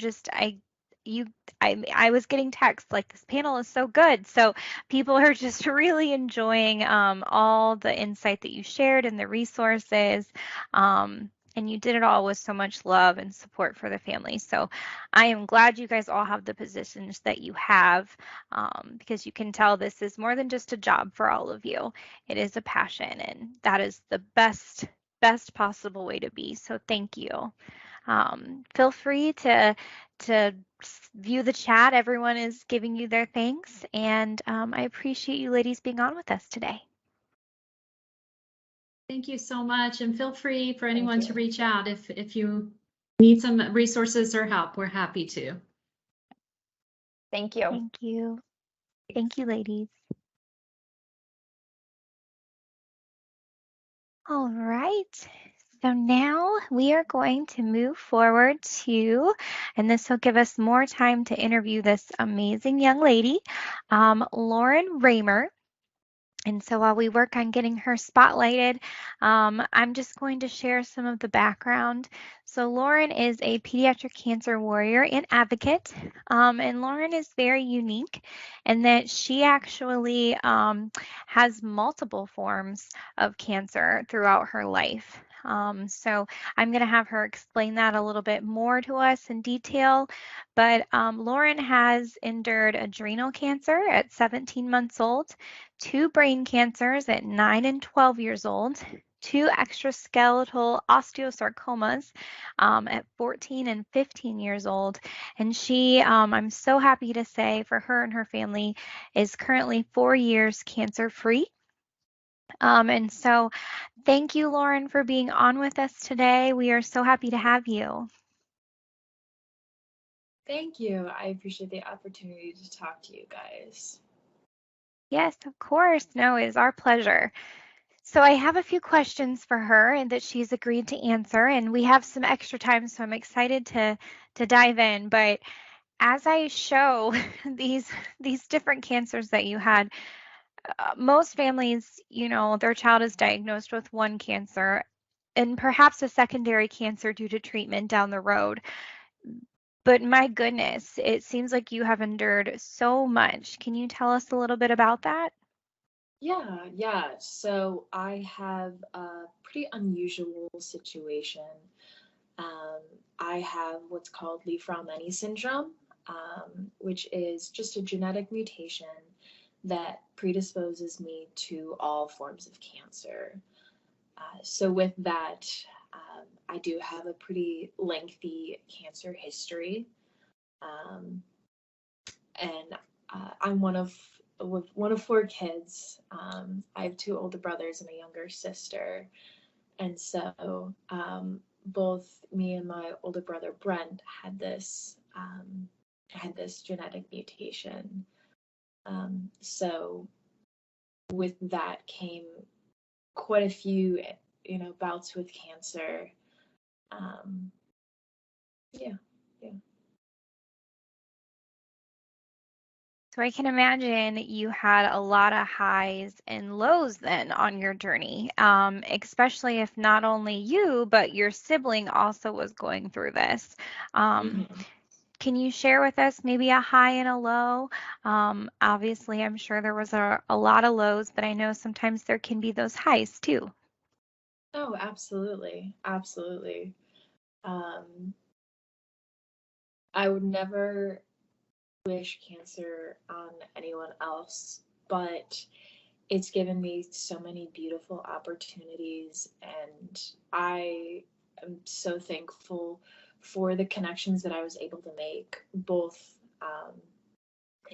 building a very close bond with my brother Brent, as well as my healthcare team and fellow patients and the family members of them as well. That has been incredibly helpful, and I've built quite a support system. But there are many lows that go along with that. I think having such an extensive support system has its benefits for sure, but the downside to that is that a lot of the friends that I have made have had their own experiences with cancer, and I've lost a few along the way. Brent was my best friend. He was such a beautiful human being. And I spent years with him, right down the hallway from me in the hospital receiving treatment. And, he got me through quite a bit.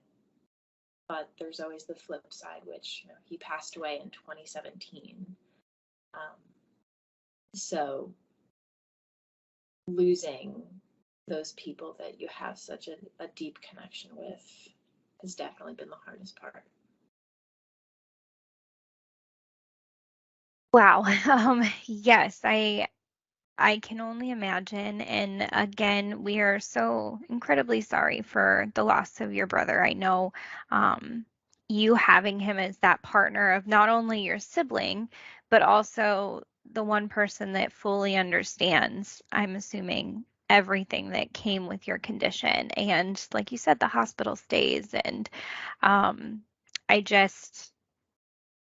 I truly have no words for how you have managed to become such a wonderful and compassionate and, I mean, incredible young lady. But I have to tell you, you are tough. You are extremely tough, especially to be willing to speak with us today. So I think along with that, though, I know you said you have this great support system. I know your mom. I know how much she fights for you guys, and it's just incredible. But what advice do you have for other young adults impacted by cancer, because I know not everybody can have, a positive outlook at times and can keep going. So what are some things that you would say that kind of helps you keep going, or some advice that you have? That's a fantastic question. I would say that the most important thing for me was taking it one day at a time and allowing myself the space to mourn not only the people that I lost, but those non-tangible losses as well. And, for a lot of people, there's a loss of opportunities, which gets overlooked. I had to miss out on some school and on sports and all of those wonderful, childhood experiences. So I think that there's always a big emphasis on your physical health when you're going through a diagnosis like that. And that's where the main focus tends to fall. But, don't forget to prioritize your mental health and, just don't overlook it when the focus is on your physical health.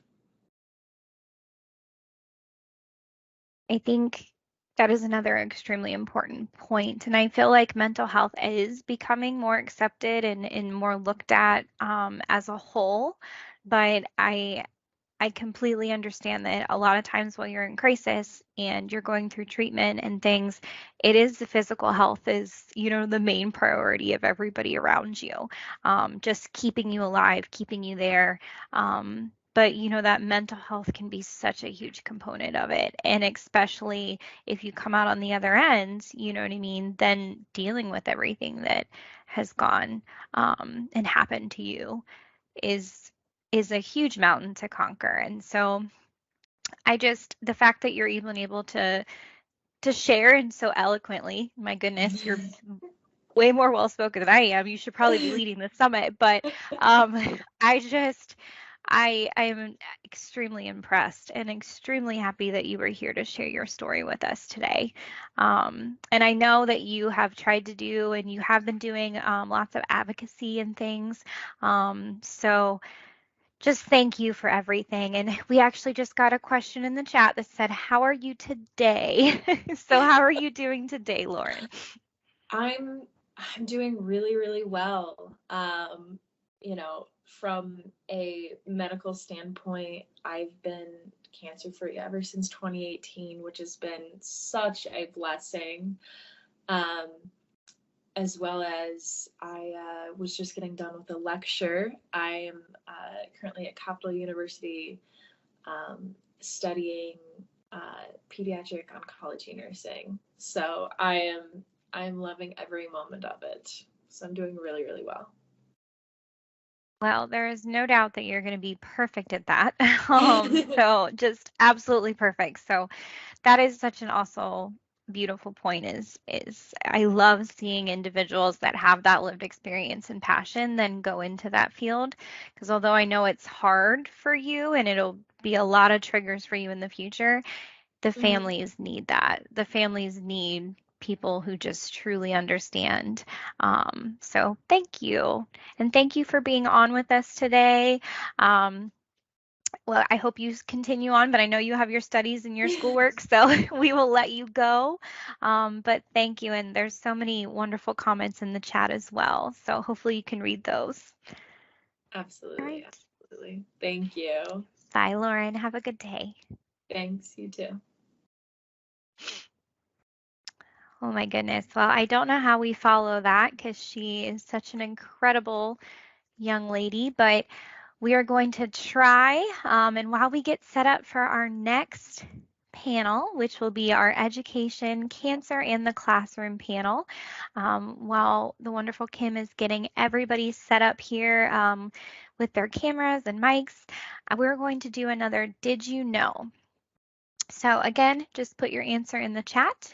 Did you know in the last 20 years, blank new drugs have been approved by the Food and Drug Administration, the FDA, to specifically treat childhood cancer?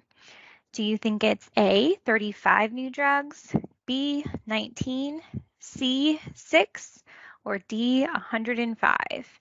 And that is 20 years. So in 20 years, how many new drugs do you think have been approved?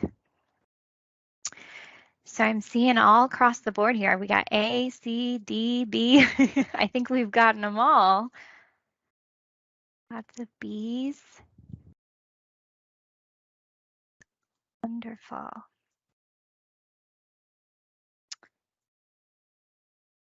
Very good.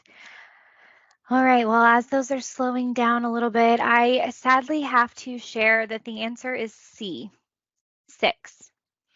And honestly, this slide a few weeks ago said 4 because we widely known there are 4. However, there have been 2 that have recently become bigger and more heavily utilized. So we did update the number to 6 just on our slide a couple weeks ago. So if you think about that, 20 years and 6 drugs have been approved specifically to treat childhood cancer.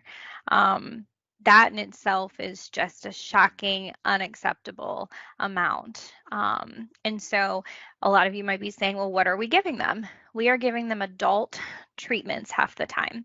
So they are just getting smaller doses of those adult chemos, those adult treatments, which ravish their bodies and cause huge toxicity and latent effects. And so we really need, this is an area where we really need to do better in and share that information and continue to support research so that we can have more drugs available to these kiddos, because 6 drugs for the over 100+ different kinds of childhood cancer is not enough. And so it's not a one size fits all, and these kids need more options. And so the other thing that we wanted to talk about today, along with having the kids more options, is they need to have more opportunities in life. And how they get those opportunities is still staying and being able to do their education even while they're in crisis. And so we know there are days where a lot of our kiddos are not able to attend school. They're not well enough to do their homework, and that is completely understandable. But, at the same time, you never want your child to get years behind. I mean, it's just so hard. And you also want them to have that social interaction. So we have this amazing panel today. We have Elaine Hamilton from Ohio Coalition for the Education of Children with Disabilities. We have Kathy Kirkpatrick, who's a school liaison education lead for hematology oncology and psychosocial services at Nationwide Children's Hospital. We have Lenora Nardelli, who is the school liaison specialist for Cincinnati Children's Hospital. And then we have Paige Peel, who's an attorney at Disability Rights Ohio. So we have an amazing mix of insight and expertise here today to answer some of the questions that the parents submitted to us about education. And then I also encourage, as always, feel free to put your questions in the chat, and anything that we don't get to today, of course, we will answer in the chat, or we can definitely have some of the ladies follow up with you. So welcome, ladies. Thank you for all being on. We are going to start with our first question. And our first question is, how can you more efficiently bridge the communication gap between the school and family when the child is transitioning back into a building after an extended absence? So because of the hospital, because of, just chemo in general, how can we limber our kids back in and really bridge that communication gap? Who would like to field that? I can share. Some treatment centers are going to have school liaisons like Lenora or I. So in those cases, you could have that person help provide information and education to both the school staff and peers about what's been going on to try to help everybody understand and have a smooth transition back into the classroom. There are centers that don't have liaisons, so I would say in that case, you would want to reach out to your medical team and see if there's someone on the team assigned to communicate with the school. Or really, Leukemia and Lymphoma Society actually has some back to school resources that are very helpful for teachers and school staff to look at and understand what might have been going on for your particular child. Teachers and administrators don't learn about chronic illnesses when they're being trained, and so sometimes it's a matter of them needing information and communication, and that helps with that reentry. I would say, some general guidelines to follow is to be as proactive in early communication as possible, especially if you're needing your child to have specialized services, something that goes along the lines of occupational therapy, speech therapy, even if you're asking for something like home instruction.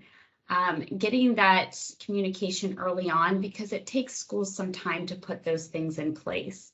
And so, even if there is a school liaison involved in your child's school communication, getting in contact with them as early as possible. And then if there's medical documentation, making that request early on with your medical team, because again, those things all take time. And so, we just don't want to be scrambling the night before your child is trying to transition back. We want to make it as smooth as possible. And then if there's a possibility to set up a meeting to have all the stakeholders at the table, including those nurses, teachers, counselors, all of those that are going to be impacting your child on a day-to-day, and then just even higher level that could help make those decisions that are needed for greater supports. And then the last thing that I always like to share with my families is to set up some kind of communication method with a key point person at school. So who is it on a daily basis that you can communicate with to say how your child's doing academically, physically, emotionally? And that goes two ways, that the family can share with the teacher on a daily basis, hey, here's what went on at our house last night. Here's how we're feeling. And then vice versa, that they can share back with the family how the school day went.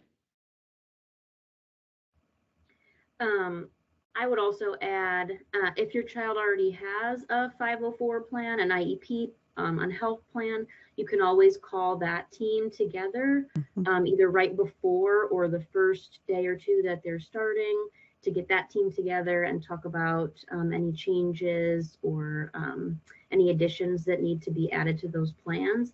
If they don't already have an IEP, 504 health plan, you can request that before they start to try and get the ball rolling, because especially with an IEP, those evaluations can take up to 60 days.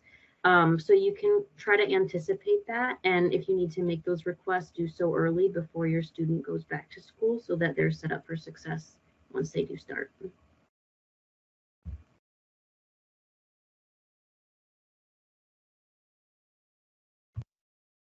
Elaine, would you like to share?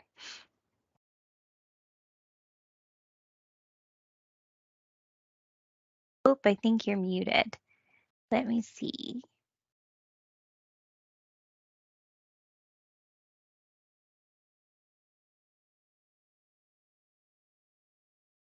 I still can't hear you, unfortunately.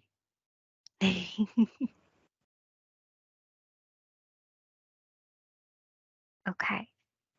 I'm going to see. I have you on. You are able to speak. We have you unmuted on our end, but it looks like it's still muted on your end, unfortunately. So I'm sorry. We will try to, Kim can maybe try to help troubleshoot there too and see if she can get some of our settings unlocked for you, but you're also welcome to go out and try to come back in and see if that helps as well. So we will move on to our next question here. And this question we kind of talked about earlier today, the importance of families really getting help and understanding their PTSD that is following, their child's treatment as well as the parents having PTSD or even the siblings. And we know there's medical situations that can happen at school. My little one just last year got stung by a bee, and the poor school nurse thought it was just going to be removing the little stinger and putting a Band-Aid on it and some ice. Oh no, not with a child who has PTSD from cancer treatment. It was, a full out battle, unfortunately, for both my daughter and the nurse. And, you just don't know. And I think, as Kathy said, sometimes they're not always trained to know that, or sometimes they don't know right off the top of their head that child has that specific condition if it's not the main teacher in the room. So how do we explain our child's cancer and PTSD to the school staff, like all staff, so that everybody's on the same page? I often feel like they don't understand the daily trials we experience. So what are, families' rights on trying to educate all people that come in contact with their child? I think it goes without saying that families know their child the best, and so they're the best advocates to be able to go to the school to explain, as you were saying, Melissa, that no one would have expected that your daughter, on a typical response to that. But being able to sit down and have more of a conversation, I think, is very helpful in communicating with school. Allow the school to ask questions. They don't know what they don't know. And so when you really sit down and open up that dialogue, I think a lot more comes to the surface. In talking through, what are the challenges day to day? What are the difficulties that your child has endured? But also just kind of what is the best way to respond to them? Every child is unique and every child responds differently. And your response can either trigger greater responses or, what really helps in that situation. So being able to sit down with the staff and maybe it's with the teachers, but also a greater audience of counselors or psychologists if that's available. But, being able to say, oh, this is how my child responds in these situations.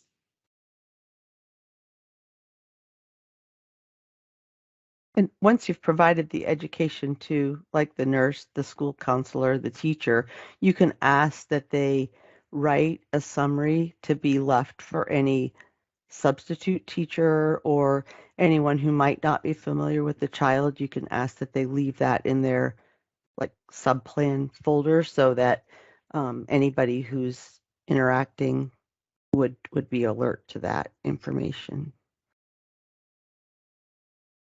Depending on the severity and the unique needs of the child too, I've also seen it can be labeled different things, whether it's a health plan, a safety plan, a behavior plan, depending on the need. But you can also implement something written that can get passed around to any sub, any teacher, specials teachers, anyone in the building who needs it, that would outline what your students' triggers are, if they encounter them frequently during the school day, what signs are that they might be stressed, to look out for, nail biting, anything like that. And then also how best to respond, what to avoid, what to do. And so that way everybody's on the same page and can kind of respond in a consistent manner, and it will help the situation overall. Those are some great points. And it does look like we also have an individual in the chat that shared, have there ever been intervention IEPs for siblings going through the loss of a loved one? I'm seeing my daughter struggling. Teachers were very understanding the end of the school year last year when it was happening, but I feel they had an expectation that she would have showed up ready to go this year. And so, what are parents and students' rights surrounding that have gone through or lost a sibling or loved one? Because we know their behaviors are going to be different. Everything about them is going to be different when they start that school year or come back to school.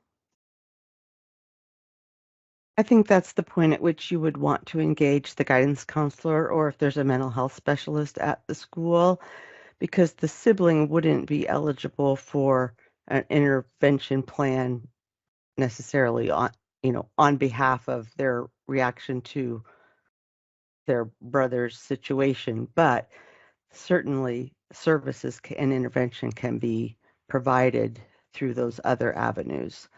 And some guidance counselors have grief groups in school, or they have, small groups of kiddos who just need an opportunity to express themselves. And so there are resources like that would be appropriate.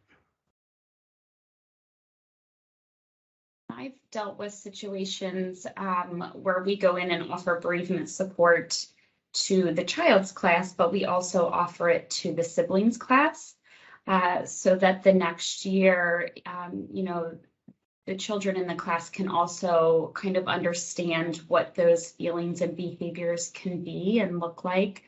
On a very, again, depending on the age of the child, it very much changes how we present the information and the discussion points. But I think it's important to, at least on a level of sharing with the teacher of the sibling, and to be able to pass that information on to the next year's teacher, as well as any administrative staff. And again, if there were therapists or those people involved in the school setting, definitely to let them know.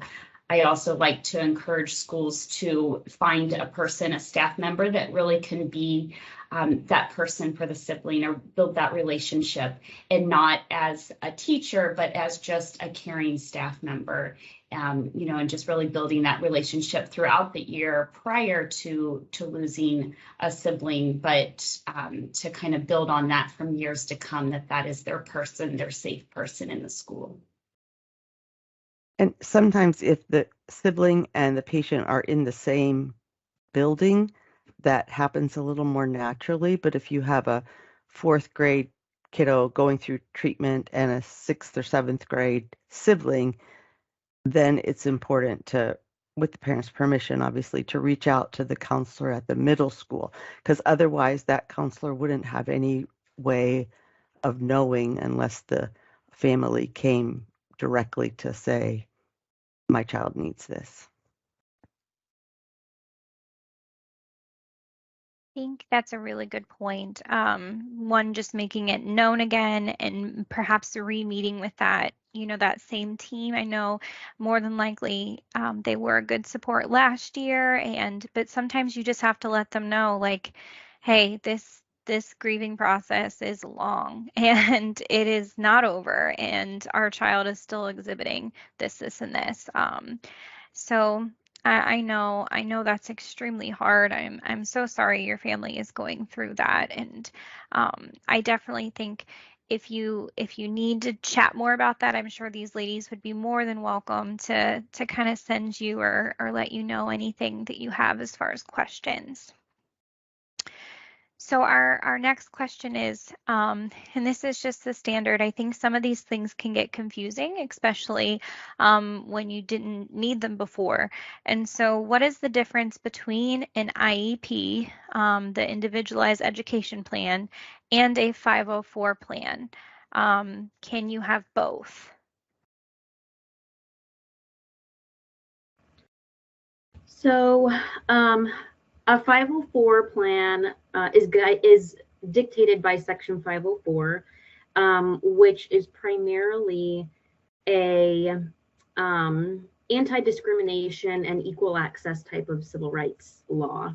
An IEP is governed by IDEA, which is what we would consider more of an entitlement law. So there's actually specific funding set aside that schools receive to make sure that students have access to those services.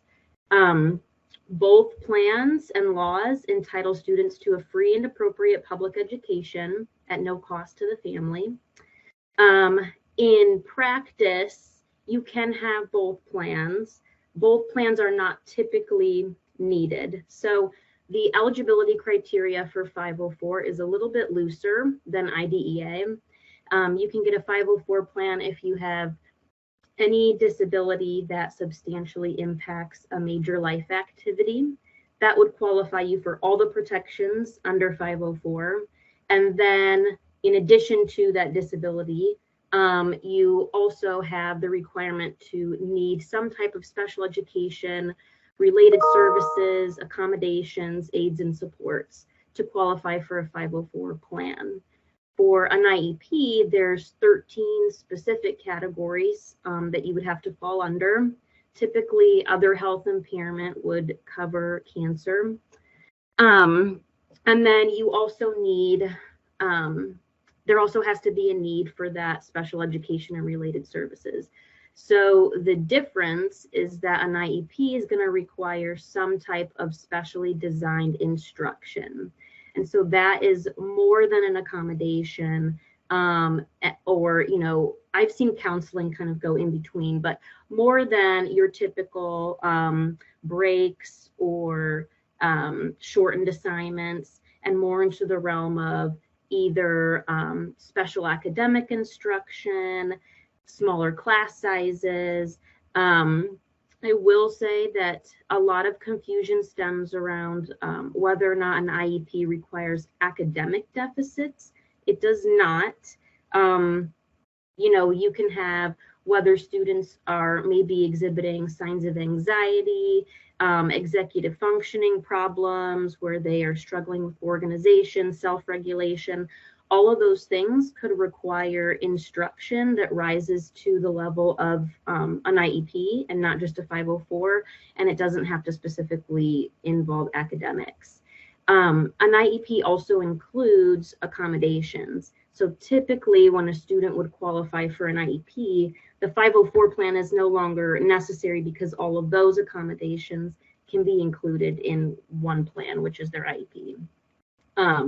So the 504 plan, if they're not struggling academically, they're able to participate in gen ed, attend school, go to, you know, their regular classes, then any accommodations or supports that they might need could be covered by a 504 plan.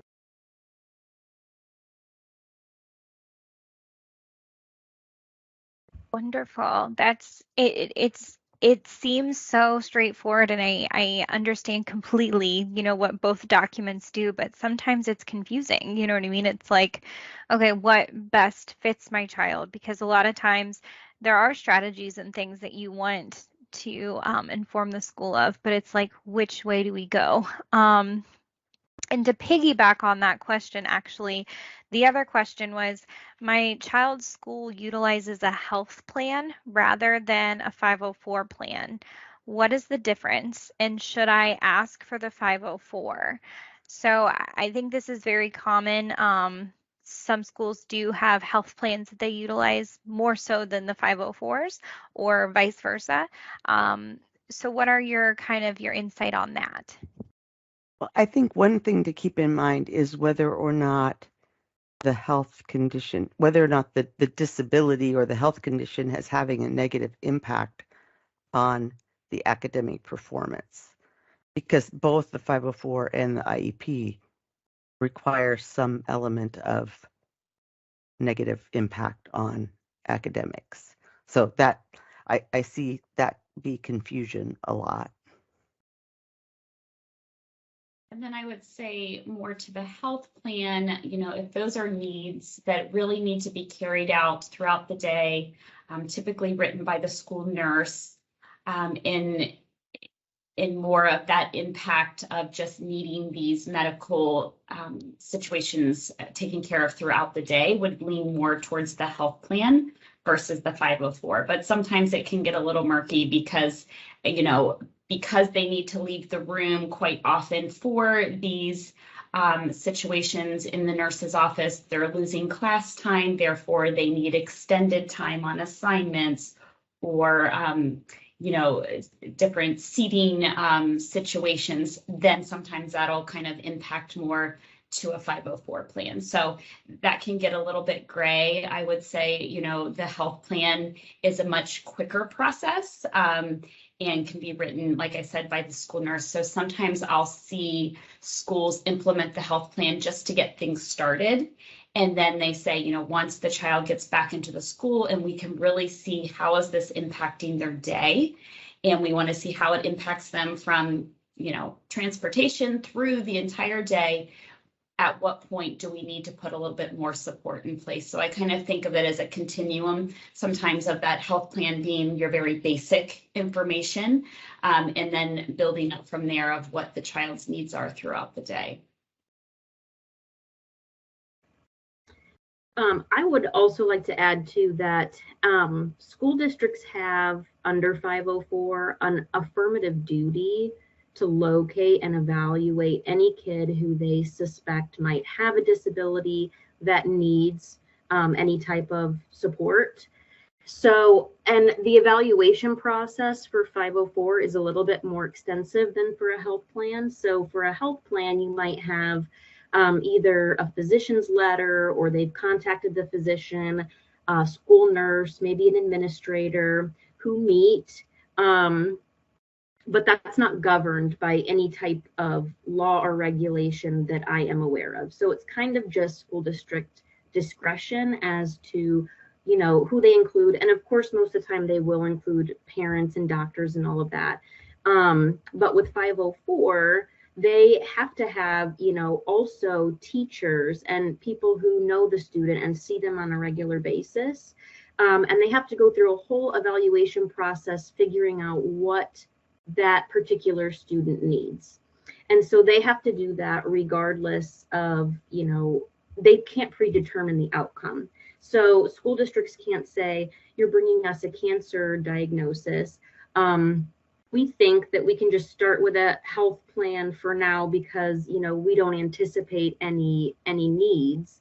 When really what they should be doing is doing the 504 evaluation to determine for a fact whether there are any needs.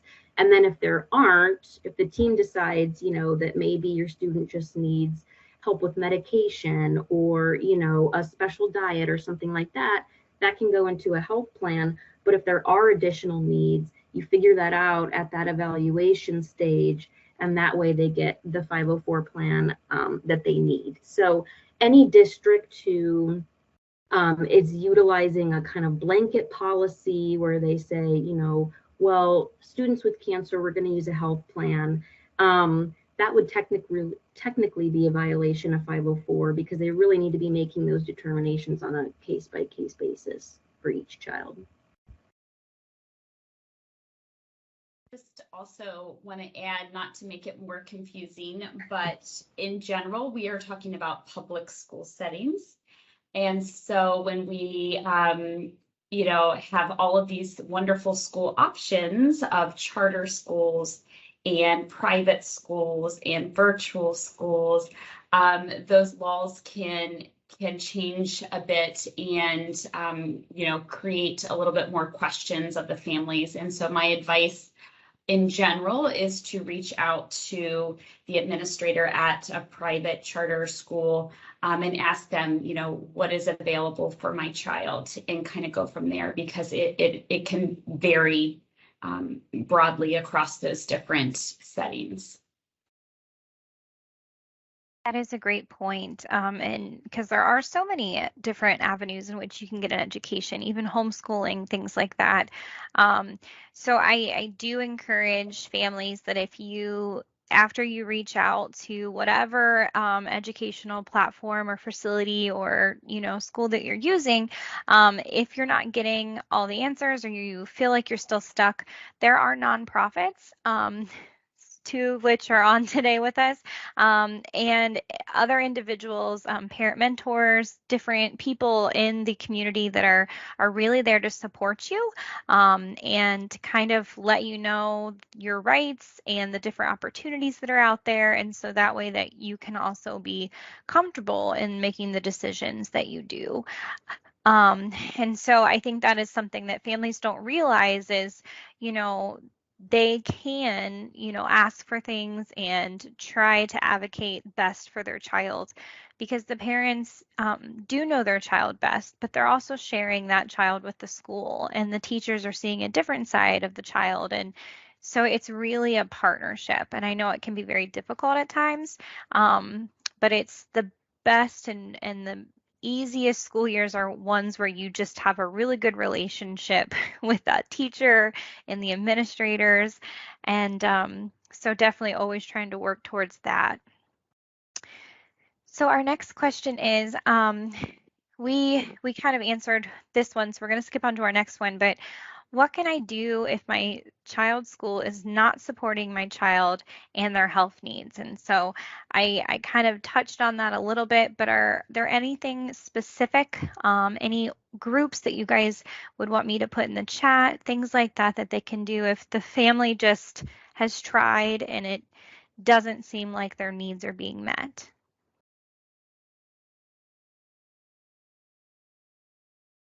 You mentioned, Melissa, those parent mentors. Those can be really great resources, because those are parents of children that have also been involved in the process of asking and getting that support of an IEP or 504. So those parents really can walk the walk with you and understand, the challenges and specifically of the school district that you're working with. So that would be an important one. And those parent mentors, there's a parent mentor assigned to every public school district in Ohio. So if you go to the Ohio Department of Education website, you can just put parent mentor in the search term, and there you'll find a link to the list so that every school district has somebody that they can reach out to. Every school district also has a 504 compliance officer. That person is responsible for making sure that the district follows 504, doesn't engage in any disability discrimination and things like that. So honestly, for a disability like cancer, even if it's in remission or if it's episodic, even if you don't have a 504 plan, your child can still be protected under those anti-discrimination laws. So going to that 504 officer and filing a grievance, we would recommend that it's in writing, but a lot of parents want to start verbally before they move on to something in writing. But going to that 504 officer and saying, hey, look, my students' needs are not being met. It's preventing them from accessing their education or from getting an equal education, and starting there. And then potentially, if you really can't get your needs met at the school district level, there's also the Office of Civil Rights, the regional offices in Cleveland, and they accept complaints based on disability discrimination as well.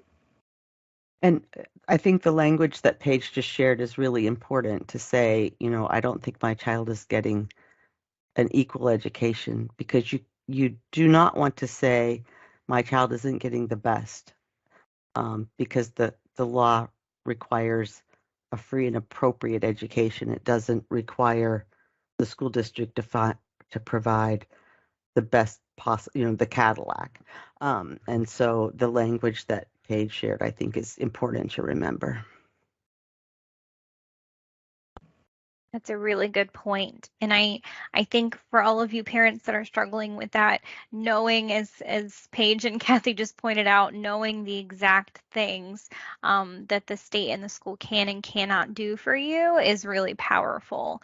And knowing that language to use and just the right way to share your needs is so important.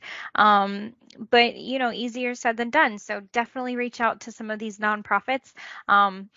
Like Paige, who honestly, is such a wonderful gift to families to be able to walk the steps with them and advocate and just really support the family and educate them as well. So our next question is, my child gets fatigued faster than other children in school and sports. How do I balance letting them be a normal kid and speaking up about their needs? And I will tell you, I'm currently going through some of this too, with my daughter. It's on the naked, with the naked eye, she looks perfectly wonderful. Nobody would know that she's gone through everything she has. And I want her to be a normal child. I don't want her to be defined by her cancer. I don't want every kid in the school and every teacher to look at her and be like, oh, Scarlett. But in the same token, I want that equal education for her. I want her to be able to participate and not be placed in situations that are dangerous due to her PTSD or things like that. And so, how do you balance, really that normalcy, but also making sure that you get what your child needs? And there may not be an answer for this, but that is something that parents are struggling with is when do you disclose things and when do you keep things private? Especially as they get older and they get into teens. They don't want mom telling the school all their things. Well, one thing you can do is advocate or help her advocate for herself and to say, I need to take a rest, or I can't do that today, or whatever. But to learn to advocate and then make sure that the school staff understands that she has the need to self-limit activity so that she can be on the team. But if she needs to sit out for a little bit and rest, then the coach needs to understand that she has the strength and ability to do that.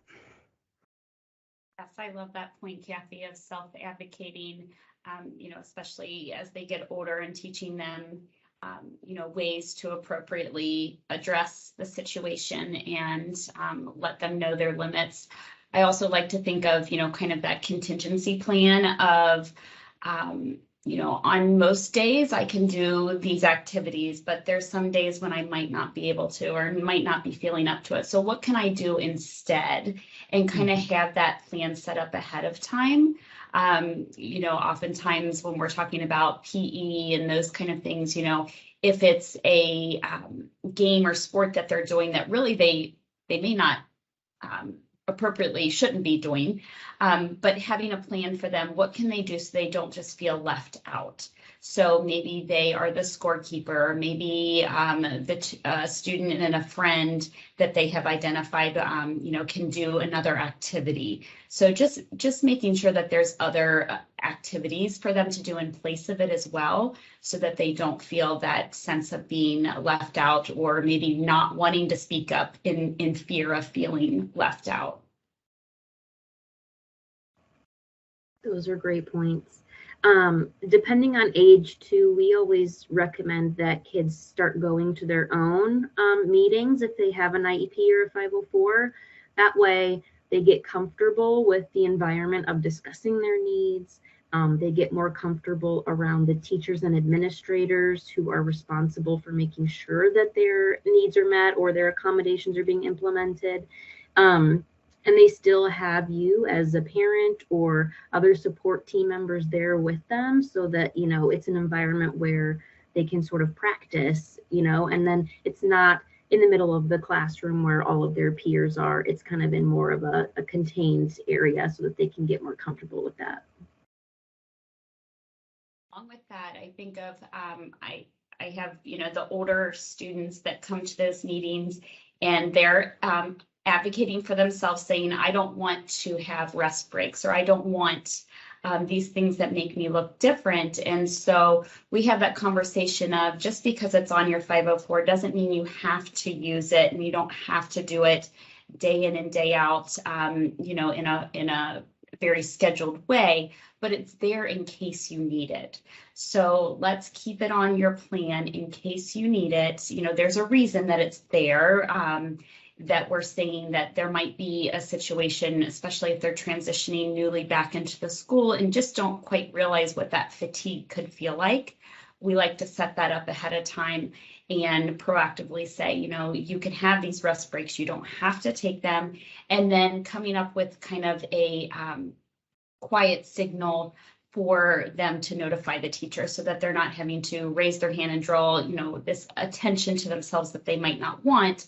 But what can we put on the corner of my desk, just a small little piece of paper or something that shows I need a rest break, or I need this accommodation at this time. I love all those. I think even in the chat, someone said definitely letting them sit out with a friend so that they're not just on their own. And I think you guys hit that as well, is creating those opportunities. And I think it all comes back to, if the staff is aware, you know what I mean, then they can kind of also help pre-plan. I also like that you guys are mentioning having the children and the teens and young adults start literally attending their own IEP meetings or 504s and really sharing what they want, or even when they're sitting down with you, Lenora, trying to figure out, what they do and do not want. And there are some things that need to go in because of those special circumstances, and it's best to have those in place. But then there are other things that, I think the child, as they get older, can probably also weigh in on and provide insight, because they're the ones that are in the classroom. I know recently we've had a big push for really trying to empower students. And so one of the things that we recommend doing is including those kiddos in, even when they're itty bitty, in the IEP meeting at the very beginning, and letting them just show pictures. So this is me, at the hospital, or this is me, using my gait trainer, or this is me, giving myself my diabetes shot, whatever it is that there's their special healthcare need. Really kind of bringing them in and letting them have and be a part of those meetings, at least at the beginning, and then they can go back to the classroom or this and that. And so we always recommend for families to also kind of, if they're comfortable with it, share some of that insight, because you're right. As you said earlier, not every educator has been fully debriefed in all of the medical side effects of cancer or diabetes or any of these things. There's just not the time, and there's so many different conditions. So it's really up to the family to help educate that teacher as well. And another thing I would add to that is having older students, particularly like 11th and 12th grade, if they have a 504 and they're saying, oh, I don't need to go out and take my test in small groups, but if that quiet space helps them do better and they want to take that accommodation to college, they should leave it on there, because they might want to take their tests when they get to college at the testing center where they can have a quiet space. And if it's not included in their high school 504, it's harder to get it added back to it when they get to college. So for those older kids, for them to start thinking about and identifying what strategies, what supports work, what do I need, what do I only sometime use, but to keep track of those so they know what they need to ask for when they get to college. I love that. That's something that I, as a parent, would not even think about. So thank you for bringing that point up. There are just all these things that I think, you don't know what you don't know. So I cannot stress the importance of finding good people to kind of help you navigate. I mean, this shouldn't all come down on parents. So I'm so glad that within your roles, you guys are there. And I hope people definitely reach out to you and work with you. We do just have a few more minutes, so we'll just go ahead and get one last question in. And the last question is, people often think I'm a helicopter parent, always worried about my child's health or them falling behind. Yet we have just been through so much. How do I explain this to my child's school? And I would like to give you some background. A lot of times, and this has happened to me myself personally, is when meeting in a conference, even during the middle of school, I shared that because of my child's illness, they were unable to do preschool, they were unable to do kindergarten, and now we're in first grade. And the educator stopped me and said, well, that's water under the bridge. We're looking at the future now. And I just instantly started crying, because I think in order to fully understand the child, you have to look at their past and their present, and their future, of course.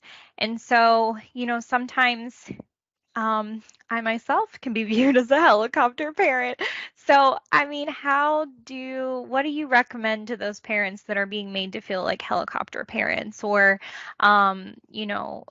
made to feel like they're asking for too much? And maybe there's not a great answer there, but how do you guys navigate that when parents come and express that to you?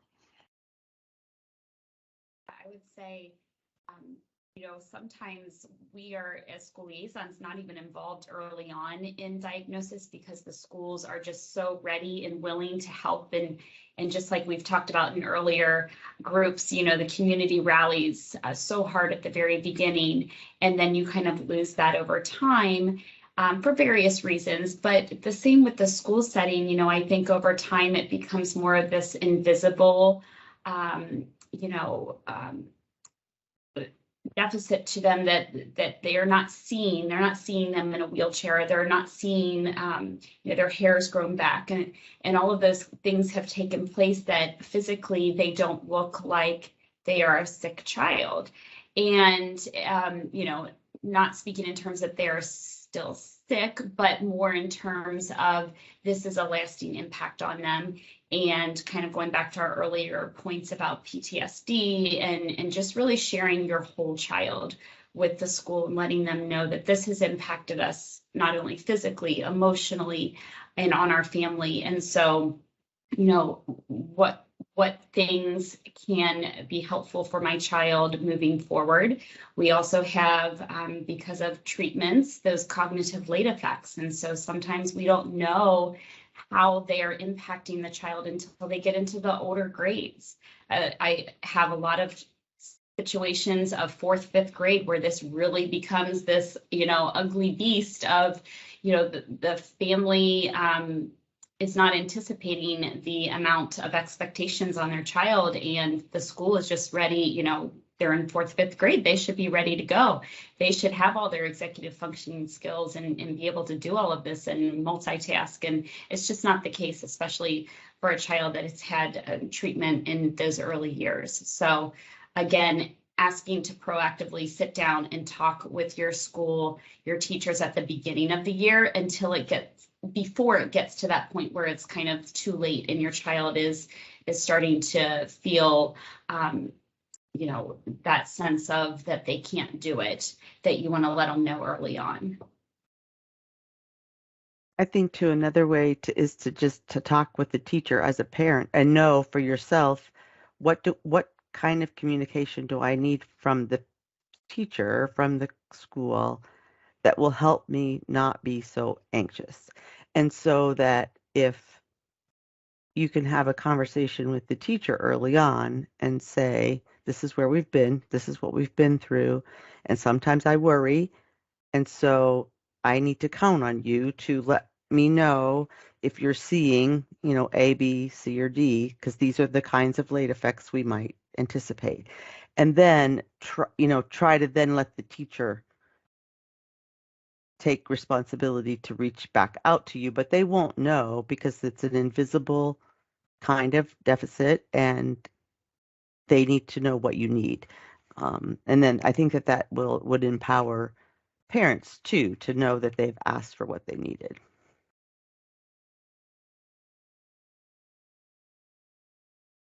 Wonderful. No, and I think that's a great point. And just to wrap us up to say, I used to be an educator pre-K 3. And so, I have both lenses of being an educator and also being, now a mom to a child with special health care needs. And you don't know what you don't know. And you know what I mean? I, as an educator, loved my students, wanted the very best for them, loved speaking with the families, but I didn't know anything about certain health conditions that they had. And even when I would try to kind of Google or try to pick up on some things, it's still not as much as, when your mom or dad or grandma or aunt and uncle, foster mom, living with it day to day. You only get a small glimpse. But teachers are such a big world for the kids. They spend so much time with them. And it's really like you are giving your baby over and sharing, with another parent. So I thank you guys so much for being with us today and really speaking on behalf of families and educators and how families can really create good partnerships. If I don't see any other questions in the chat, but I do see some people saying it was great information. So thank you, ladies, so very much, and everything that you do for the community and all families that have kiddos with special health care needs. We appreciate it. Thanks for having us. Thank you. Okay, so we have some next. We have our nonprofit showcase. And so we are going to share some of, we have 3 wonderful nonprofits that are here in the state of Ohio, but also some of them have some national components too. So they're not just here, but Ohio does have them as well. And I'm just going to double check and see if we have our Susan on with us today. To kick us off, Susan is actually the USA Regional Director for Camp Quality, and she's going to be presenting on Camp Quality Ohio today. For those of you that are not familiar with Camp Quality, it was a new nonprofit for me too, so I was very excited to kind of learn more about them and everything that they offer. And so give me just a second. I'm going to see if she is here with us, and we will get started.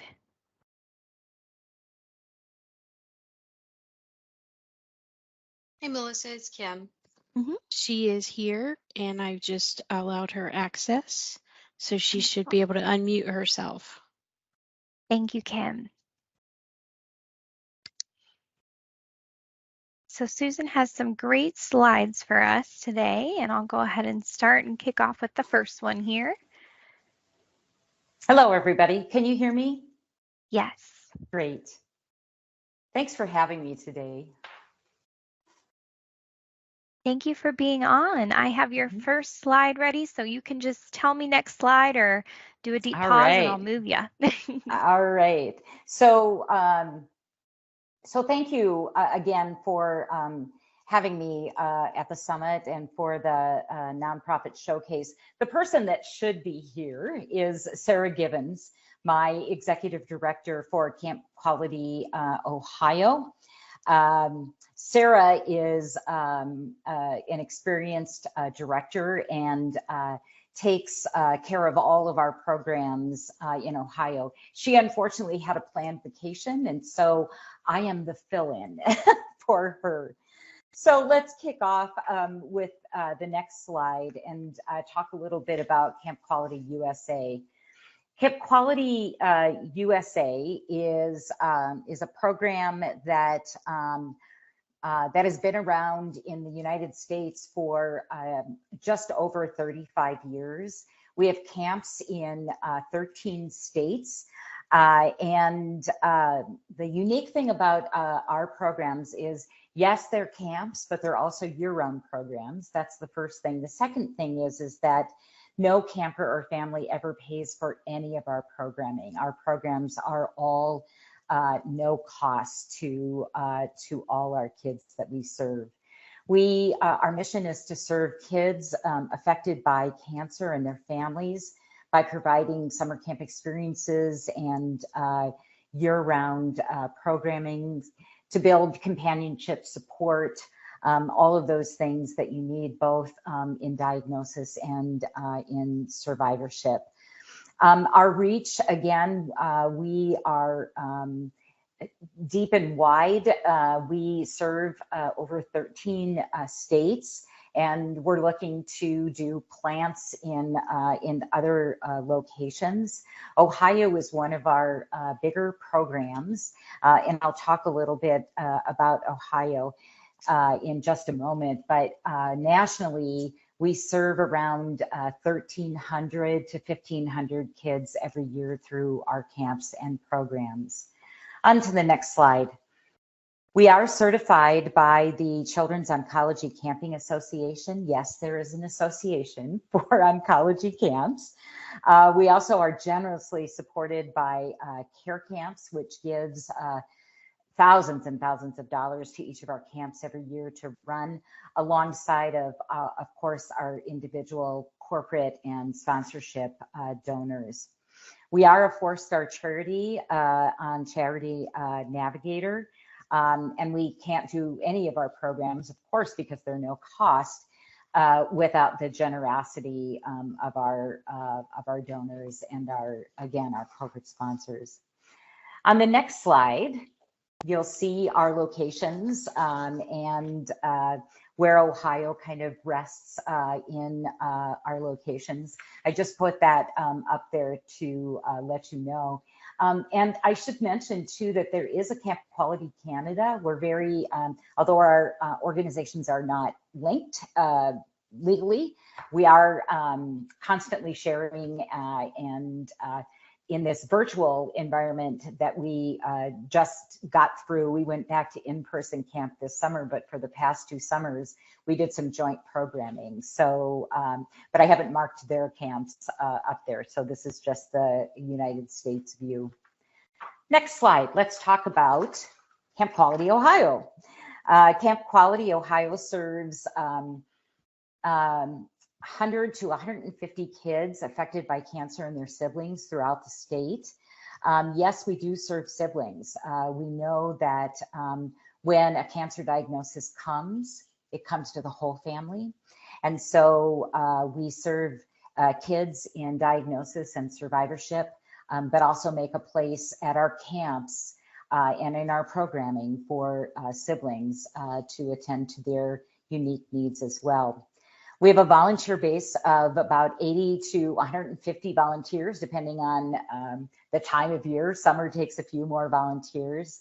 And featured in those, of course, are volunteer medical teams. All of our staff are background checked and trained by Camp Quality.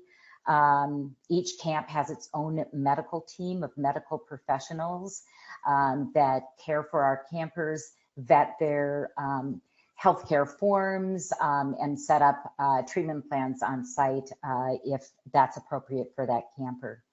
A unique part of our program is that we have volunteer companions, and because of the special needs of the campers that we serve, we match each camper up with a volunteer companion that attends to their needs throughout the camp week. And many of those volunteer companions are matched up year after year. And some even go until the child graduates from high school out of our program. So it's a lovely thing that our program can do, and we never have to worry about adult-to-child ratios because of that unique component of our program. Next slide. Just to give you a little view about the primary programs that Camp Quality Ohio does. We have our summer camp. Our campsite this summer was Inspiration Hills in Burbank, Ohio. And beyond all of the activities, fishing, swimming, all of those things that you do at camp, we have a unique and very central focus in psychosocial. And that's a focus of our programs and even some of the games that we do. It's central in our programs to help kids build tools and to navigate, again, both diagnosis and survivorship. And that program can express itself in a lot of different ways, but that program is generally run by social workers, volunteer social workers that come in to do that program. On to the next slide. One of our other programs is Family Camp, and Family Camp is going to be happening October 7th through 9th. It happens in Ohio through the generous donation of Sun Resorts. They loan us all of their cabins at Geneva on the Lake, and we can provide a fun family weekend for our campers and their families through that generous donation. And they also donate many of the activities and meals that happen during that week as well. Next slide. We also have a teen winter weekend. We know that teens come to us sometimes as young campers, sometimes just as teens, and that they have unique needs. And so we have a teen winter weekend, and we build them into our summer program by creating a teen squad to help them build leadership skills and hopefully to retain them as they graduate out of our program into companions, which many of them come back and serve as. Next slide. So what Camp Quality Ohio is up to right now. We're developing outcome-based programs. We have some partnerships that we're looking at to help us with that. We're expanding our year-round programming overall. We're getting more call for that. We're more savvy in virtual programming coming out of these 2 years of COVID where we couldn't safely hold camp. And we want to be serving more siblings with intentional programs that fit their needs. So that is our 3 sort of core focuses coming into programming for 2023. And that's it. That's the spiel. I hope I didn't go over time, Melissa. But if there are any questions in the chat or any questions that you have now, maybe we'll have time for those. But I wanted to give you some contact information. So if you're interested in learning more about our programs, you want to volunteer, or just simply ask a question about a kiddo in your family or in a family next door to you or in your circle, that you have some contact. And so the contact and our website are on the final slide. Thank you so much. That is wonderful. I'm so excited to look into camp quality more for my own little one. So we appreciate you being here today. We are going to move to Lynn, but if anybody has any questions, you are more than welcome to put them in the chat. And I'm sure Sue might be able to stick around for a minute or two and answer any of those. Thank you, Sue. You're welcome. All right, I would like to introduce Lynn Fogel. Lynn is a family support specialist at Ohio Family to Family, and she is also a wonderful member on our pediatric cancer work group. So Lynn, welcome, and we're so excited to have you.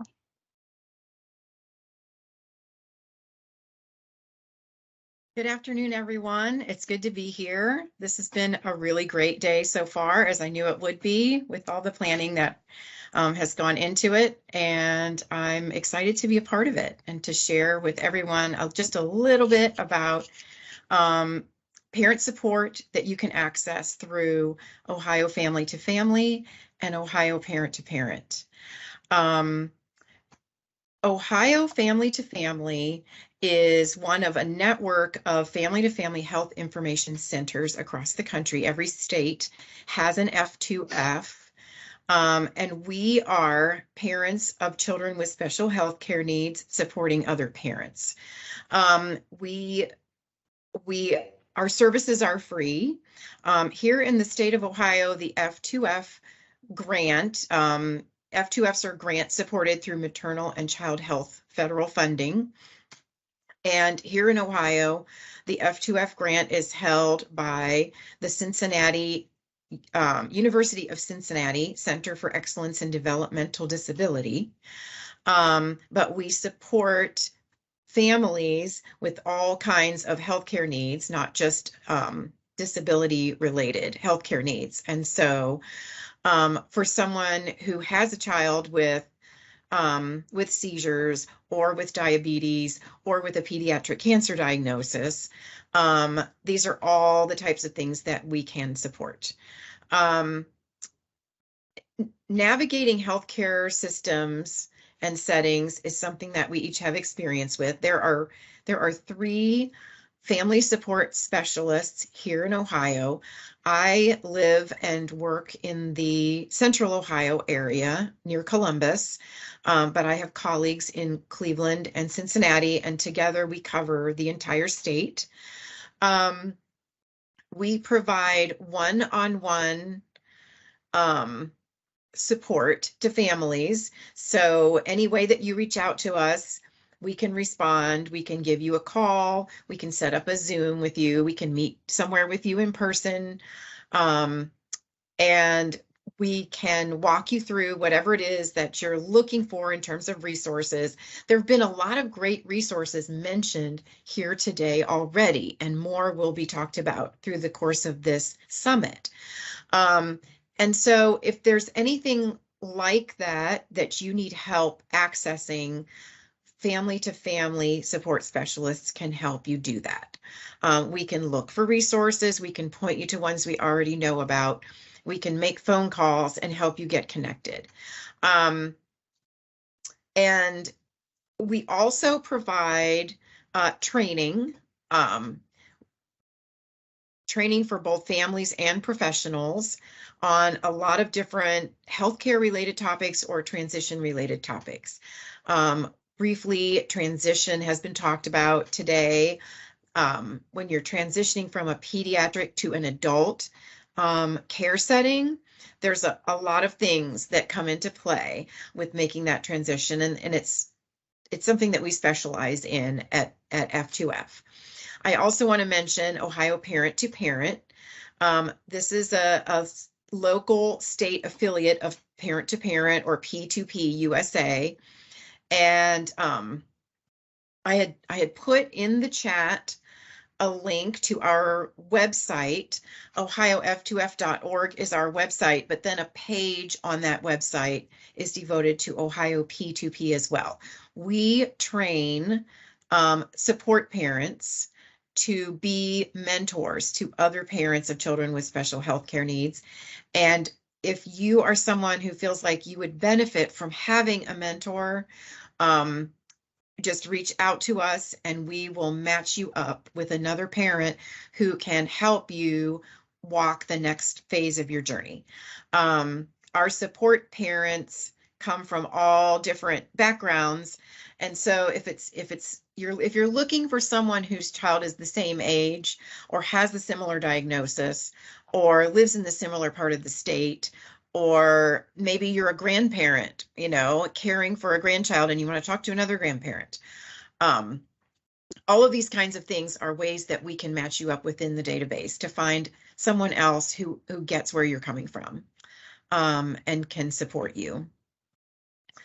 And if you are someone who would like to give back and become a supporting parent or a mentor, please reach out. My email is also in the chat, and I can get you connected with the P2P folks down in Cincinnati who are doing the training, and we can get you all set up to become a parent mentor through the P2P program.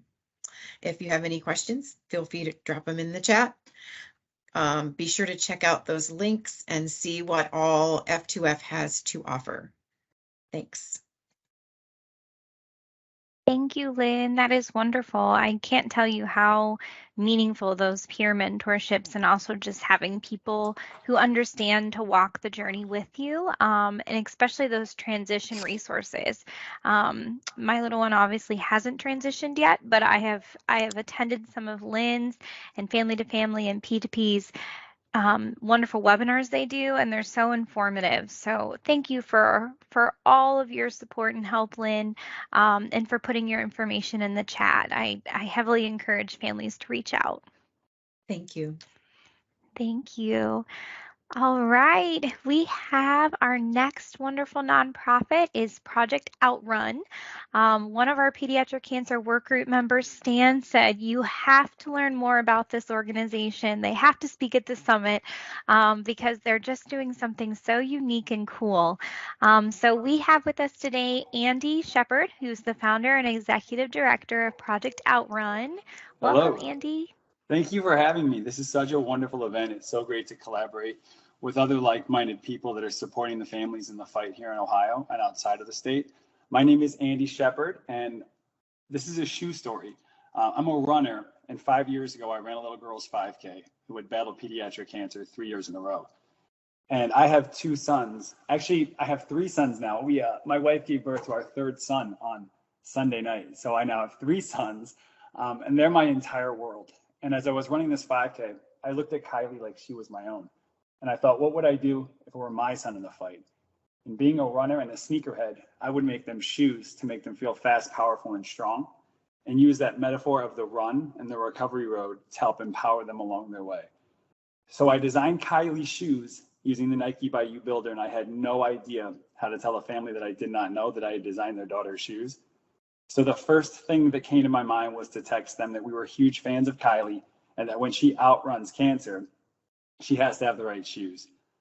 And their response to that gift was so moving that my wife and I took our Christmas cash up to our local Akron Children's Hospital and started this thing called Project Outrun, letting kids design their shoes, their colors, their messages, whatever empowers them to outrun whatever they feel like is chasing them. Since that day, 5 years later, we've designed shoes with thousands of kids across the country. I went out to Nike 5 years ago and sat across the table with them and told them that I have a dream of joining families in the fight, providing new shoe smiles, medal moments, and finish line feelings to our outrun athletes that deserve it the most. And since then, we've been building all sorts of really cool things that stem right here in Ohio and go all across the country. So when we go into hospitals and we create really cool design events, or right now as we do our satellite designs, it's not just the shoes that we're gifting these kids. We're gifting them team membership. You come on board, come into this super fast family, as we call it. We sit with them and we let them design their really cool custom shoes with their messages on them. And then we give them all a swag bag to continue that metaphor out. So all of our Outrun athletes get their Project Outrun bag. They get a green or pink one. They get a really cool Project Outrun shirt to wear to the hospital that says Project Outrun Athlete. And on the back, it says faster every day. And I'm not sick, but my shoes are.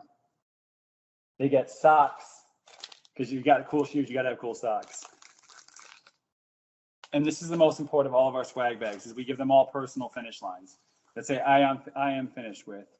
And we tell them they got to make a goal. Your shoes are free, but they cost a goal. And we don't care what the goal is. You ate your broccoli, you were nice to a sibling, you're done with the treatment, you're cancer free. But make a goal on that finish line, hang it up on your room. And when you reach that goal, put on those outruns and bust through that finish line. And when they do bust through that, they get this really cool medal to wear around their neck. Now, I tell them they can wear their medal before they cross their finish line, because most of our kids get their medals and put them directly on. I wanted to show you guys, this is Kylie Rose Jacobs, if you can see her. This is the little girl that I started it for now. And the best part of the entire story is that little girl 5 years ago, who was a stranger to me, is now like a daughter to me, and she's 5 years cancer free. So I know that we have representatives from all across the state of Ohio, all different hospital systems. We partner with a lot of different hospital systems. In our Northeast Ohio hospital partners, we have a really cool sibling fund, because we do believe that families fight together. And that's something that we're continually working towards, providing that availability for families across the country, because we understand what we do is we join teams. We're an empowerment, we're a support mechanism. But if we can offload the cost of shoes, and anyone that has kids knows you're always haircuts and shoes, you're always doing those too. So we can offload the cost of shoes. That actually enables some financial relief. All of our application, tons of materials. We've got hype videos, a documentary, all on our website, projectoutrun.org.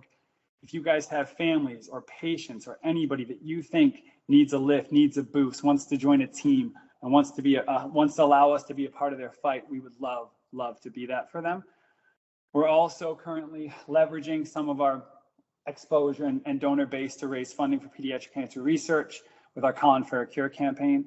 So that's exciting. We have a VR capability that we just released in August with Camp Norton, a virtual reality camp across the country, where we can actually host kids in the metaverse, take them to a really cool sneaker lab, let them create their shoe that really becomes an extension of their fight and their story.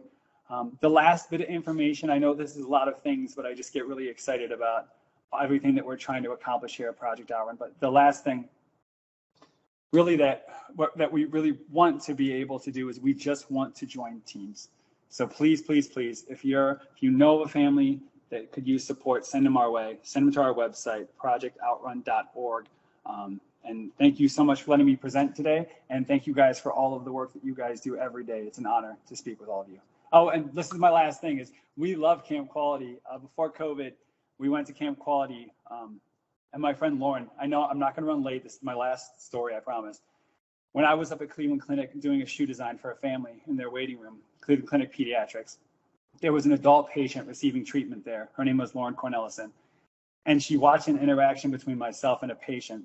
The patient introduced herself to me. And I said, it's nice to meet you. And her sister was right next to her. And I said, hello, what is your name? And her sister said, I am patient's sister. And I said, well, I know that you're patient's sister, but what's your name? And she's like, no, everybody just calls me patient's sister. I said, well, I'm not going to do that. Like, I'm going to need to know your name. So after about 5 rounds of my stubbornness, she finally told me her name. And Lauren, unbeknownst to me, was paying attention to this entire interaction. So when she went back to her room, we actually went back and saw her, and I spoke with her, and she said, would it be okay if I talked about what you guys are doing here today? And I said, sure. So she went home that night, posted on her social media all about Project Outrun. And then she spoke of that interaction between myself and the sibling. And she thought about how siblings must feel so unseen. And she decided she was going to raise money to buy shoes for that sibling. So overnight, she raised like $10,000 to do shoes for siblings. So that's actually how our sibling fund came to be. And Lauren decided that first year of doing her sibling fund to take that to Camp Quality Ohio and provide shoes for all 100 campers and siblings at the camp. So we went and we set up and we swagged all the campers out, provided shoes for all the kiddos and the siblings, and the entire camp gave Lauren a standing ovation. It's important for me to tell you that because we lost Lauren in April of last year. And her legacy was to leave a sibling fund and to provide shoes and support for families all across the country. And so I just wanted to say that we love Camp Quality, that my friend Lauren's sibling fund was started at Camp Quality, and we love all of the cancer resources out there, but Camp Quality will always hold a special place in my heart. So thank you for letting me present, guys. Thank you so much, Andy. And thank you for those really personal, wonderful stories. I think those are the things that ground us and remind us why you're here. And the fact that you guys offer such a unique service, I didn't realize until I had my daughter how, like, you're right, you're constantly buying shoes and you just have, I mean, it's never ending, and they're expensive now, especially for nice quality shoes. And when I met with you, one of the things you told me was, these kids need quality shoes too. A lot of them have issues with walking and, their motor skills and everything. So making sure that they are in nice shoes so that, they can also have that physical and health benefit of having that. But then just having them be able to design these and be unique and put themselves in it. And your story about, the sibling fund, what an incredible girl, and to do all of that and for you guys to make that happen. So thank you, and we appreciated you being on with us today. You are welcome. Yes, I'm excited. We're going to definitely be pushing Project Outrun in my household too. My daughter's excited. Wonderful. Thank you for having me. Of course. All right, so now I would like to introduce is Stan Robbins. He is an amazing pediatric cancer work group member and a strong advocate for children with cancer. I think Stan is at the Hill advocating for the warriors more than anybody I know. So I would love to have him introduce our next presentation. Thank you for joining us today, Stan. Oh, thank you for letting me to speak. And it wasn't good for me to hear Andy right before that because I was a little bit crying, so, but glad to do this. Well, I'm more than delighted to introduce my good friend, Mandy Powell. Mandy is the managing director for the Coalition Against Childhood Cancer. It's a coalition of childhood cancer organizations and individuals advocating, representing 38 states and 8 countries. CAC2 organizes its work around the interest that the CAC2 members share, advocacy and awareness, research and treatment, family support, and survivorship. As managing director, Mandy works to promote coordinated action and broad-based collaboration among members, supporting the facilitation of opportunities for our community to learn from experts and from each other within each pillar. Prior to working with CAC2, Mandy served the executive director of the Columbus-based nonprofit NC4K, dedicated to making life a little bit easier for childhood families living in or being treated in Ohio by providing financial support, emotional support, and events for play. I couldn't be more honored to introduce my friend Mandy Powell. Oh, Stan, thank you so much for that amazing welcome. Melissa, to you, to the team, to everyone who's helped coordinate and make this summit happen. I am just truly touched. I've literally got goosebumps. Yes, Stan, I agree. Following Andy is so powerful. And As someone based here in Columbus and now serving with national and international organizations, I really am just thrilled to be here and speaking with you. And I know that I am the last session, so I will move on with it already. But as Dan mentioned, the Coalition Against Childhood Cancer, or CAC2 as we're known, really does focus on collaborative efforts across the childhood cancer community and all the areas that Stan shared. And Melissa, if you have my slides, you can go ahead and move them forward for me. I think she does. Fabulous. Yep, agenda is perfect. Thank you so much for that. And so today I really want to highlight 5 pieces of federal advocacy that are really important and are active right now. But I'm also going to talk about how we get to federal legislation and how other pieces of input resources help solidify and amplify our collaborative and collective works together. And so Melissa, if you'll jump me to the next slide, that would be perfect.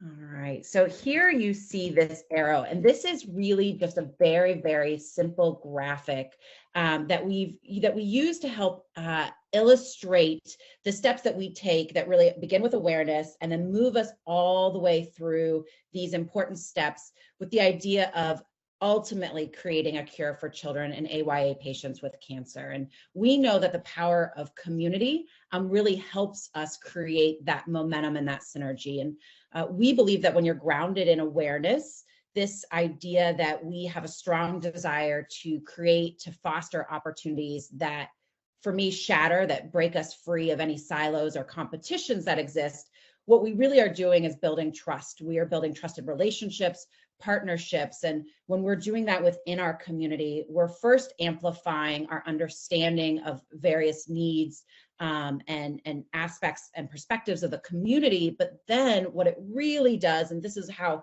this arrow really grows in scope and impact, it allows us to expand those trusted partnerships and impact, beyond those who are immediately inside of the childhood cancer community. And so for all of these reasons, the idea of collaboration and coordination become the key for us before, during, and really throughout these collective efforts. And so I do want to concretely highlight 2 opportunities of united messaging and information sharing that I think will help set the stage for federal advocacy. So, yep, fabulous, thank you. So these 3 images represent a multi-year effort by a variety of childhood cancer organizations and advocates that have been created to create common, widely used hashtags, social media graphics, and slogans that ultimately want to capture the attention of the broader community. So phrases like "Make Childhood Cancer a National Priority," "Gold Strong," and "Cancel Childhood Cancer" grow in their reach every single day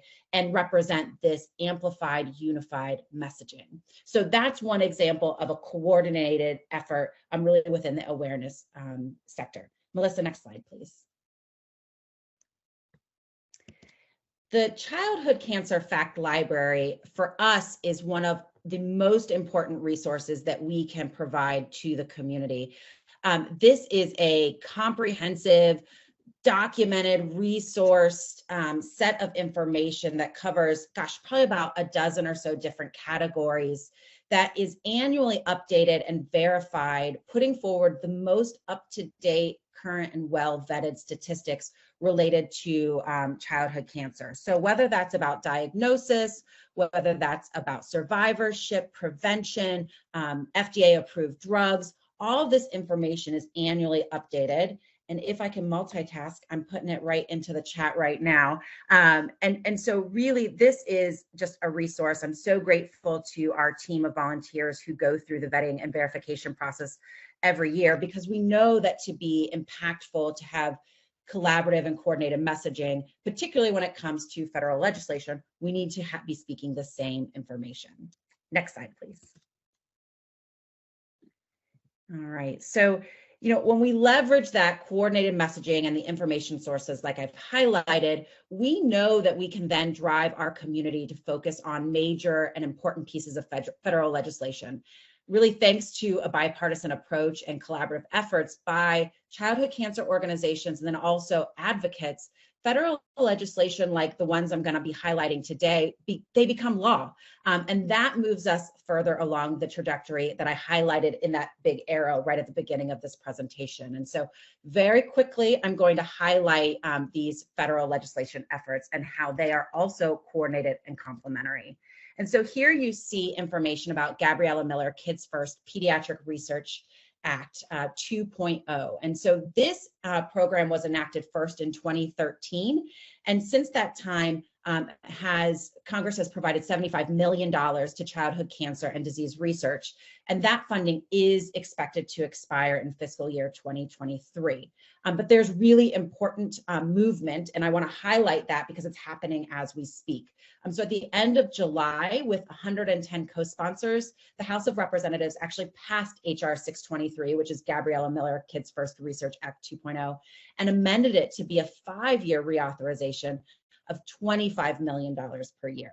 And so today, Senator Tim Kaine, who has authored the Senate version of this bill, he intends to adopt the House-passed language. And when I checked yesterday, there were 10 bipartisan senators who have co-sponsored this legislation, with over 300 foundations and organizations supporting it, and more than 1,600 advocates that cover every state in our nation, and they've all signed on in support of this legislation. And so that's really important to think about synergy and common language and common support.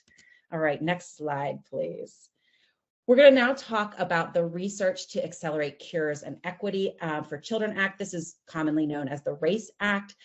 This act has been in place, it's been implemented and in place for about a year. And really what it's doing is opening the door to more innovative pediatric cancer studies. And so with the aim of this act being to improve and expand treatment options for pediatric cancer patients, it mandates that all new adult oncology drugs have to also be tested in children when there's that molecular targets that are relevant to a particular childhood cancer. So again, opening doors, creating innovation. And when we go to this next slide, you're going to see even more. The Give Kids a Chance Act, actually, I just heard an update from one of the organizers of this bill earlier this week, and it's probably going to be voted on by the House. Really, we expect any day now. But this just continues to make the drug development for kids fighting cancer even stronger, because it authorizes the FDA to direct companies to perform pediatric cancer studies for a combination of drugs if that company is seeking approval for a drug that treats adult cancers, and that drug has a molecular relevant pediatric indication. So again, we're opening doors. We're creating even more amplification and growth of all of these different efforts. Next slide, please. I have to talk about the Childhood Cancer STAR Act. This is certainly the most comprehensive childhood cancer bill that's ever been signed into law. You'll see there that the STAR Act stands for Survivorship, Treatment, Access, and Research, and it has been fully funded every year since its passage for a total of $150 million. And so to continue beyond 2023, it will need to go through a reauthorization process with Congress. And so on the next slide, I want to highlight the Childhood Cancer Data Initiative, CCDI, which like the STAR Act, has been fully funded and has to move through appropriations. And so every year for both the STAR Act and CCDI, advocates work together to encourage the appropriation of these bills. And so when we talk about all of these different parts, and so CCDI focusing on data collection, and in previous bills, we've talked about research and mandates and things like that, really when they all work together in this collaborative way, they're building on each other, and they are creating really significant and meaningful improvements for kids and teens who are fighting cancer. And again, Stan might have already put it in here. I'm going to put in a link here. If you are interested in learning more about federal legislation, we maintain at CAC2 a fact page about pending federal legislation. And so I just successfully multitasked and put that in the link in the chat for you as well. And so Melissa, if you would hop to my next slide for me, that would be wonderful. I believe really strongly in lots of resources So federal advocacy is certainly very important. It is a key element to the work that we're doing, but national and international resources that support us across the spectrum of needs for the childhood cancer community are also very important. And so here I've highlighted some of the efforts that are happening. Some of these are launched, some of these we've talked about today, and some of them are currently being developed. But I think it's really important to understand that from a national landscape, there are a number of efforts going on to help us, again, blast through those silos and competitive inclinations so that we're working more thoughtfully together. And so there's a lot of information here. That's a whole probably hour presentation. I'd be happy to share with anyone information about these pieces of resources or connect you with the content experts as well. And so, Melissa, if you would go to that last slide, which is my thank you slide. But what I really want to talk about on this thank you slide is something happening next Friday.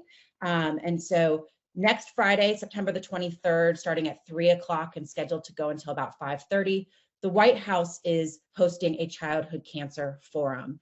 And this is a really big deal, as you would probably expect.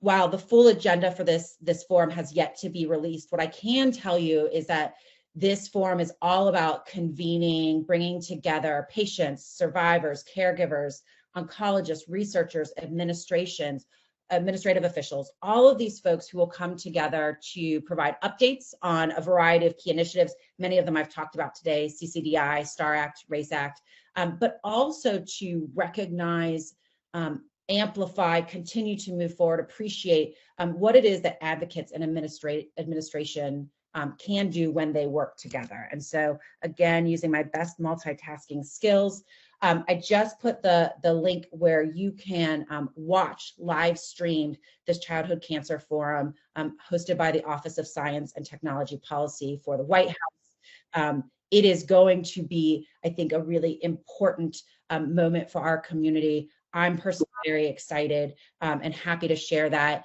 If you'd like more information, again, very happy to talk about that with all of you. So I tried to go as quick as possible, knowing we're at the end. It's a lot of really key information. I'll be happy to take a look at the chat, but I'll also pop my email in here and would be happy to talk about anything that's happening on a national landscape, and especially this value, this tone, this focus on being collaborative with one another. No, thank you so much, Mandy. I know you worked so hard to get us back on schedule and time, and so I know that was I know that was a lot to share in an even shorter amount of time. So thank you so much. As Mandy said, I know her personally. She was with NC4K for years, and all of our warriors just absolutely love her, and we're so happy now that she is doing national efforts and is so knowledgeable on all of these different pieces of legislation and policy. And so if you do want any more information, I highly suggest reaching out to Mandy or individuals at CAC2, because they just have a wealth of knowledge and can really get you the right content to share. I think Mandy mentioned it's really important that all of us in this community share the right data, the right figures, the right numbers, so that we don't confuse outside community members. Exactly. So thank you again, Mandy. I enjoy seeing you every time, and thank you for all that you're doing. And I am so jealous of everybody that's going into the White House forums and briefings in DC for the Cure Fest that is coming up next weekend. So I wish you all luck, and I will be watching live and taking it all in, okay? Please do watch live, and we'll be sharing as much on social media as we can. So follow along as well, and thank you. Thank you. Okay, so we are at our time. And so today, just to wrap us up, we do have one last question. Childhood cancer is the second leading cause of death among children ages 1 through 14 years in the United States, surpassed only by accidents. Is that true or false? And to finish us out today, we will really just recap while you guys are putting your answers in the chat, true or false, that it is the second leading cause of death, only surpassed by accidents. And I just want to say tomorrow we start once again at 10 a.m. and we're so excited to have you. It'll be a shorter day because it's Friday and we know everybody will want to jump into the weekend a little bit sooner. But we are so happy that you were here with us today. Again, I want to thank the wonderful team of people that helped get this event together. And that have been literally a wonderful support year round on trying to make all of the pediatric cancer strategies happen. And I see we have a few different answers in the chat, but that is actually true. So it is the second leading cause of death among children ages 1 to 14. So again, as we close out today, I'm just going to show you our wonderful work group members again. I cannot thank them enough. And I also want to thank all of our speakers and all of you that attended today. We appreciate you so very much. Feel free to share things on social media and use that hashtag that Kim and other individuals placed in. We love seeing that engagement, and honestly, awareness is key, as well as letting people know that we're here and we're not leaving and we're here to fight. So the more people see, the better. And thank you all for joining. I and some of my team members will stay on a little bit to see if there's any questions, but if not, we look forward to seeing you tomorrow. Have a good day.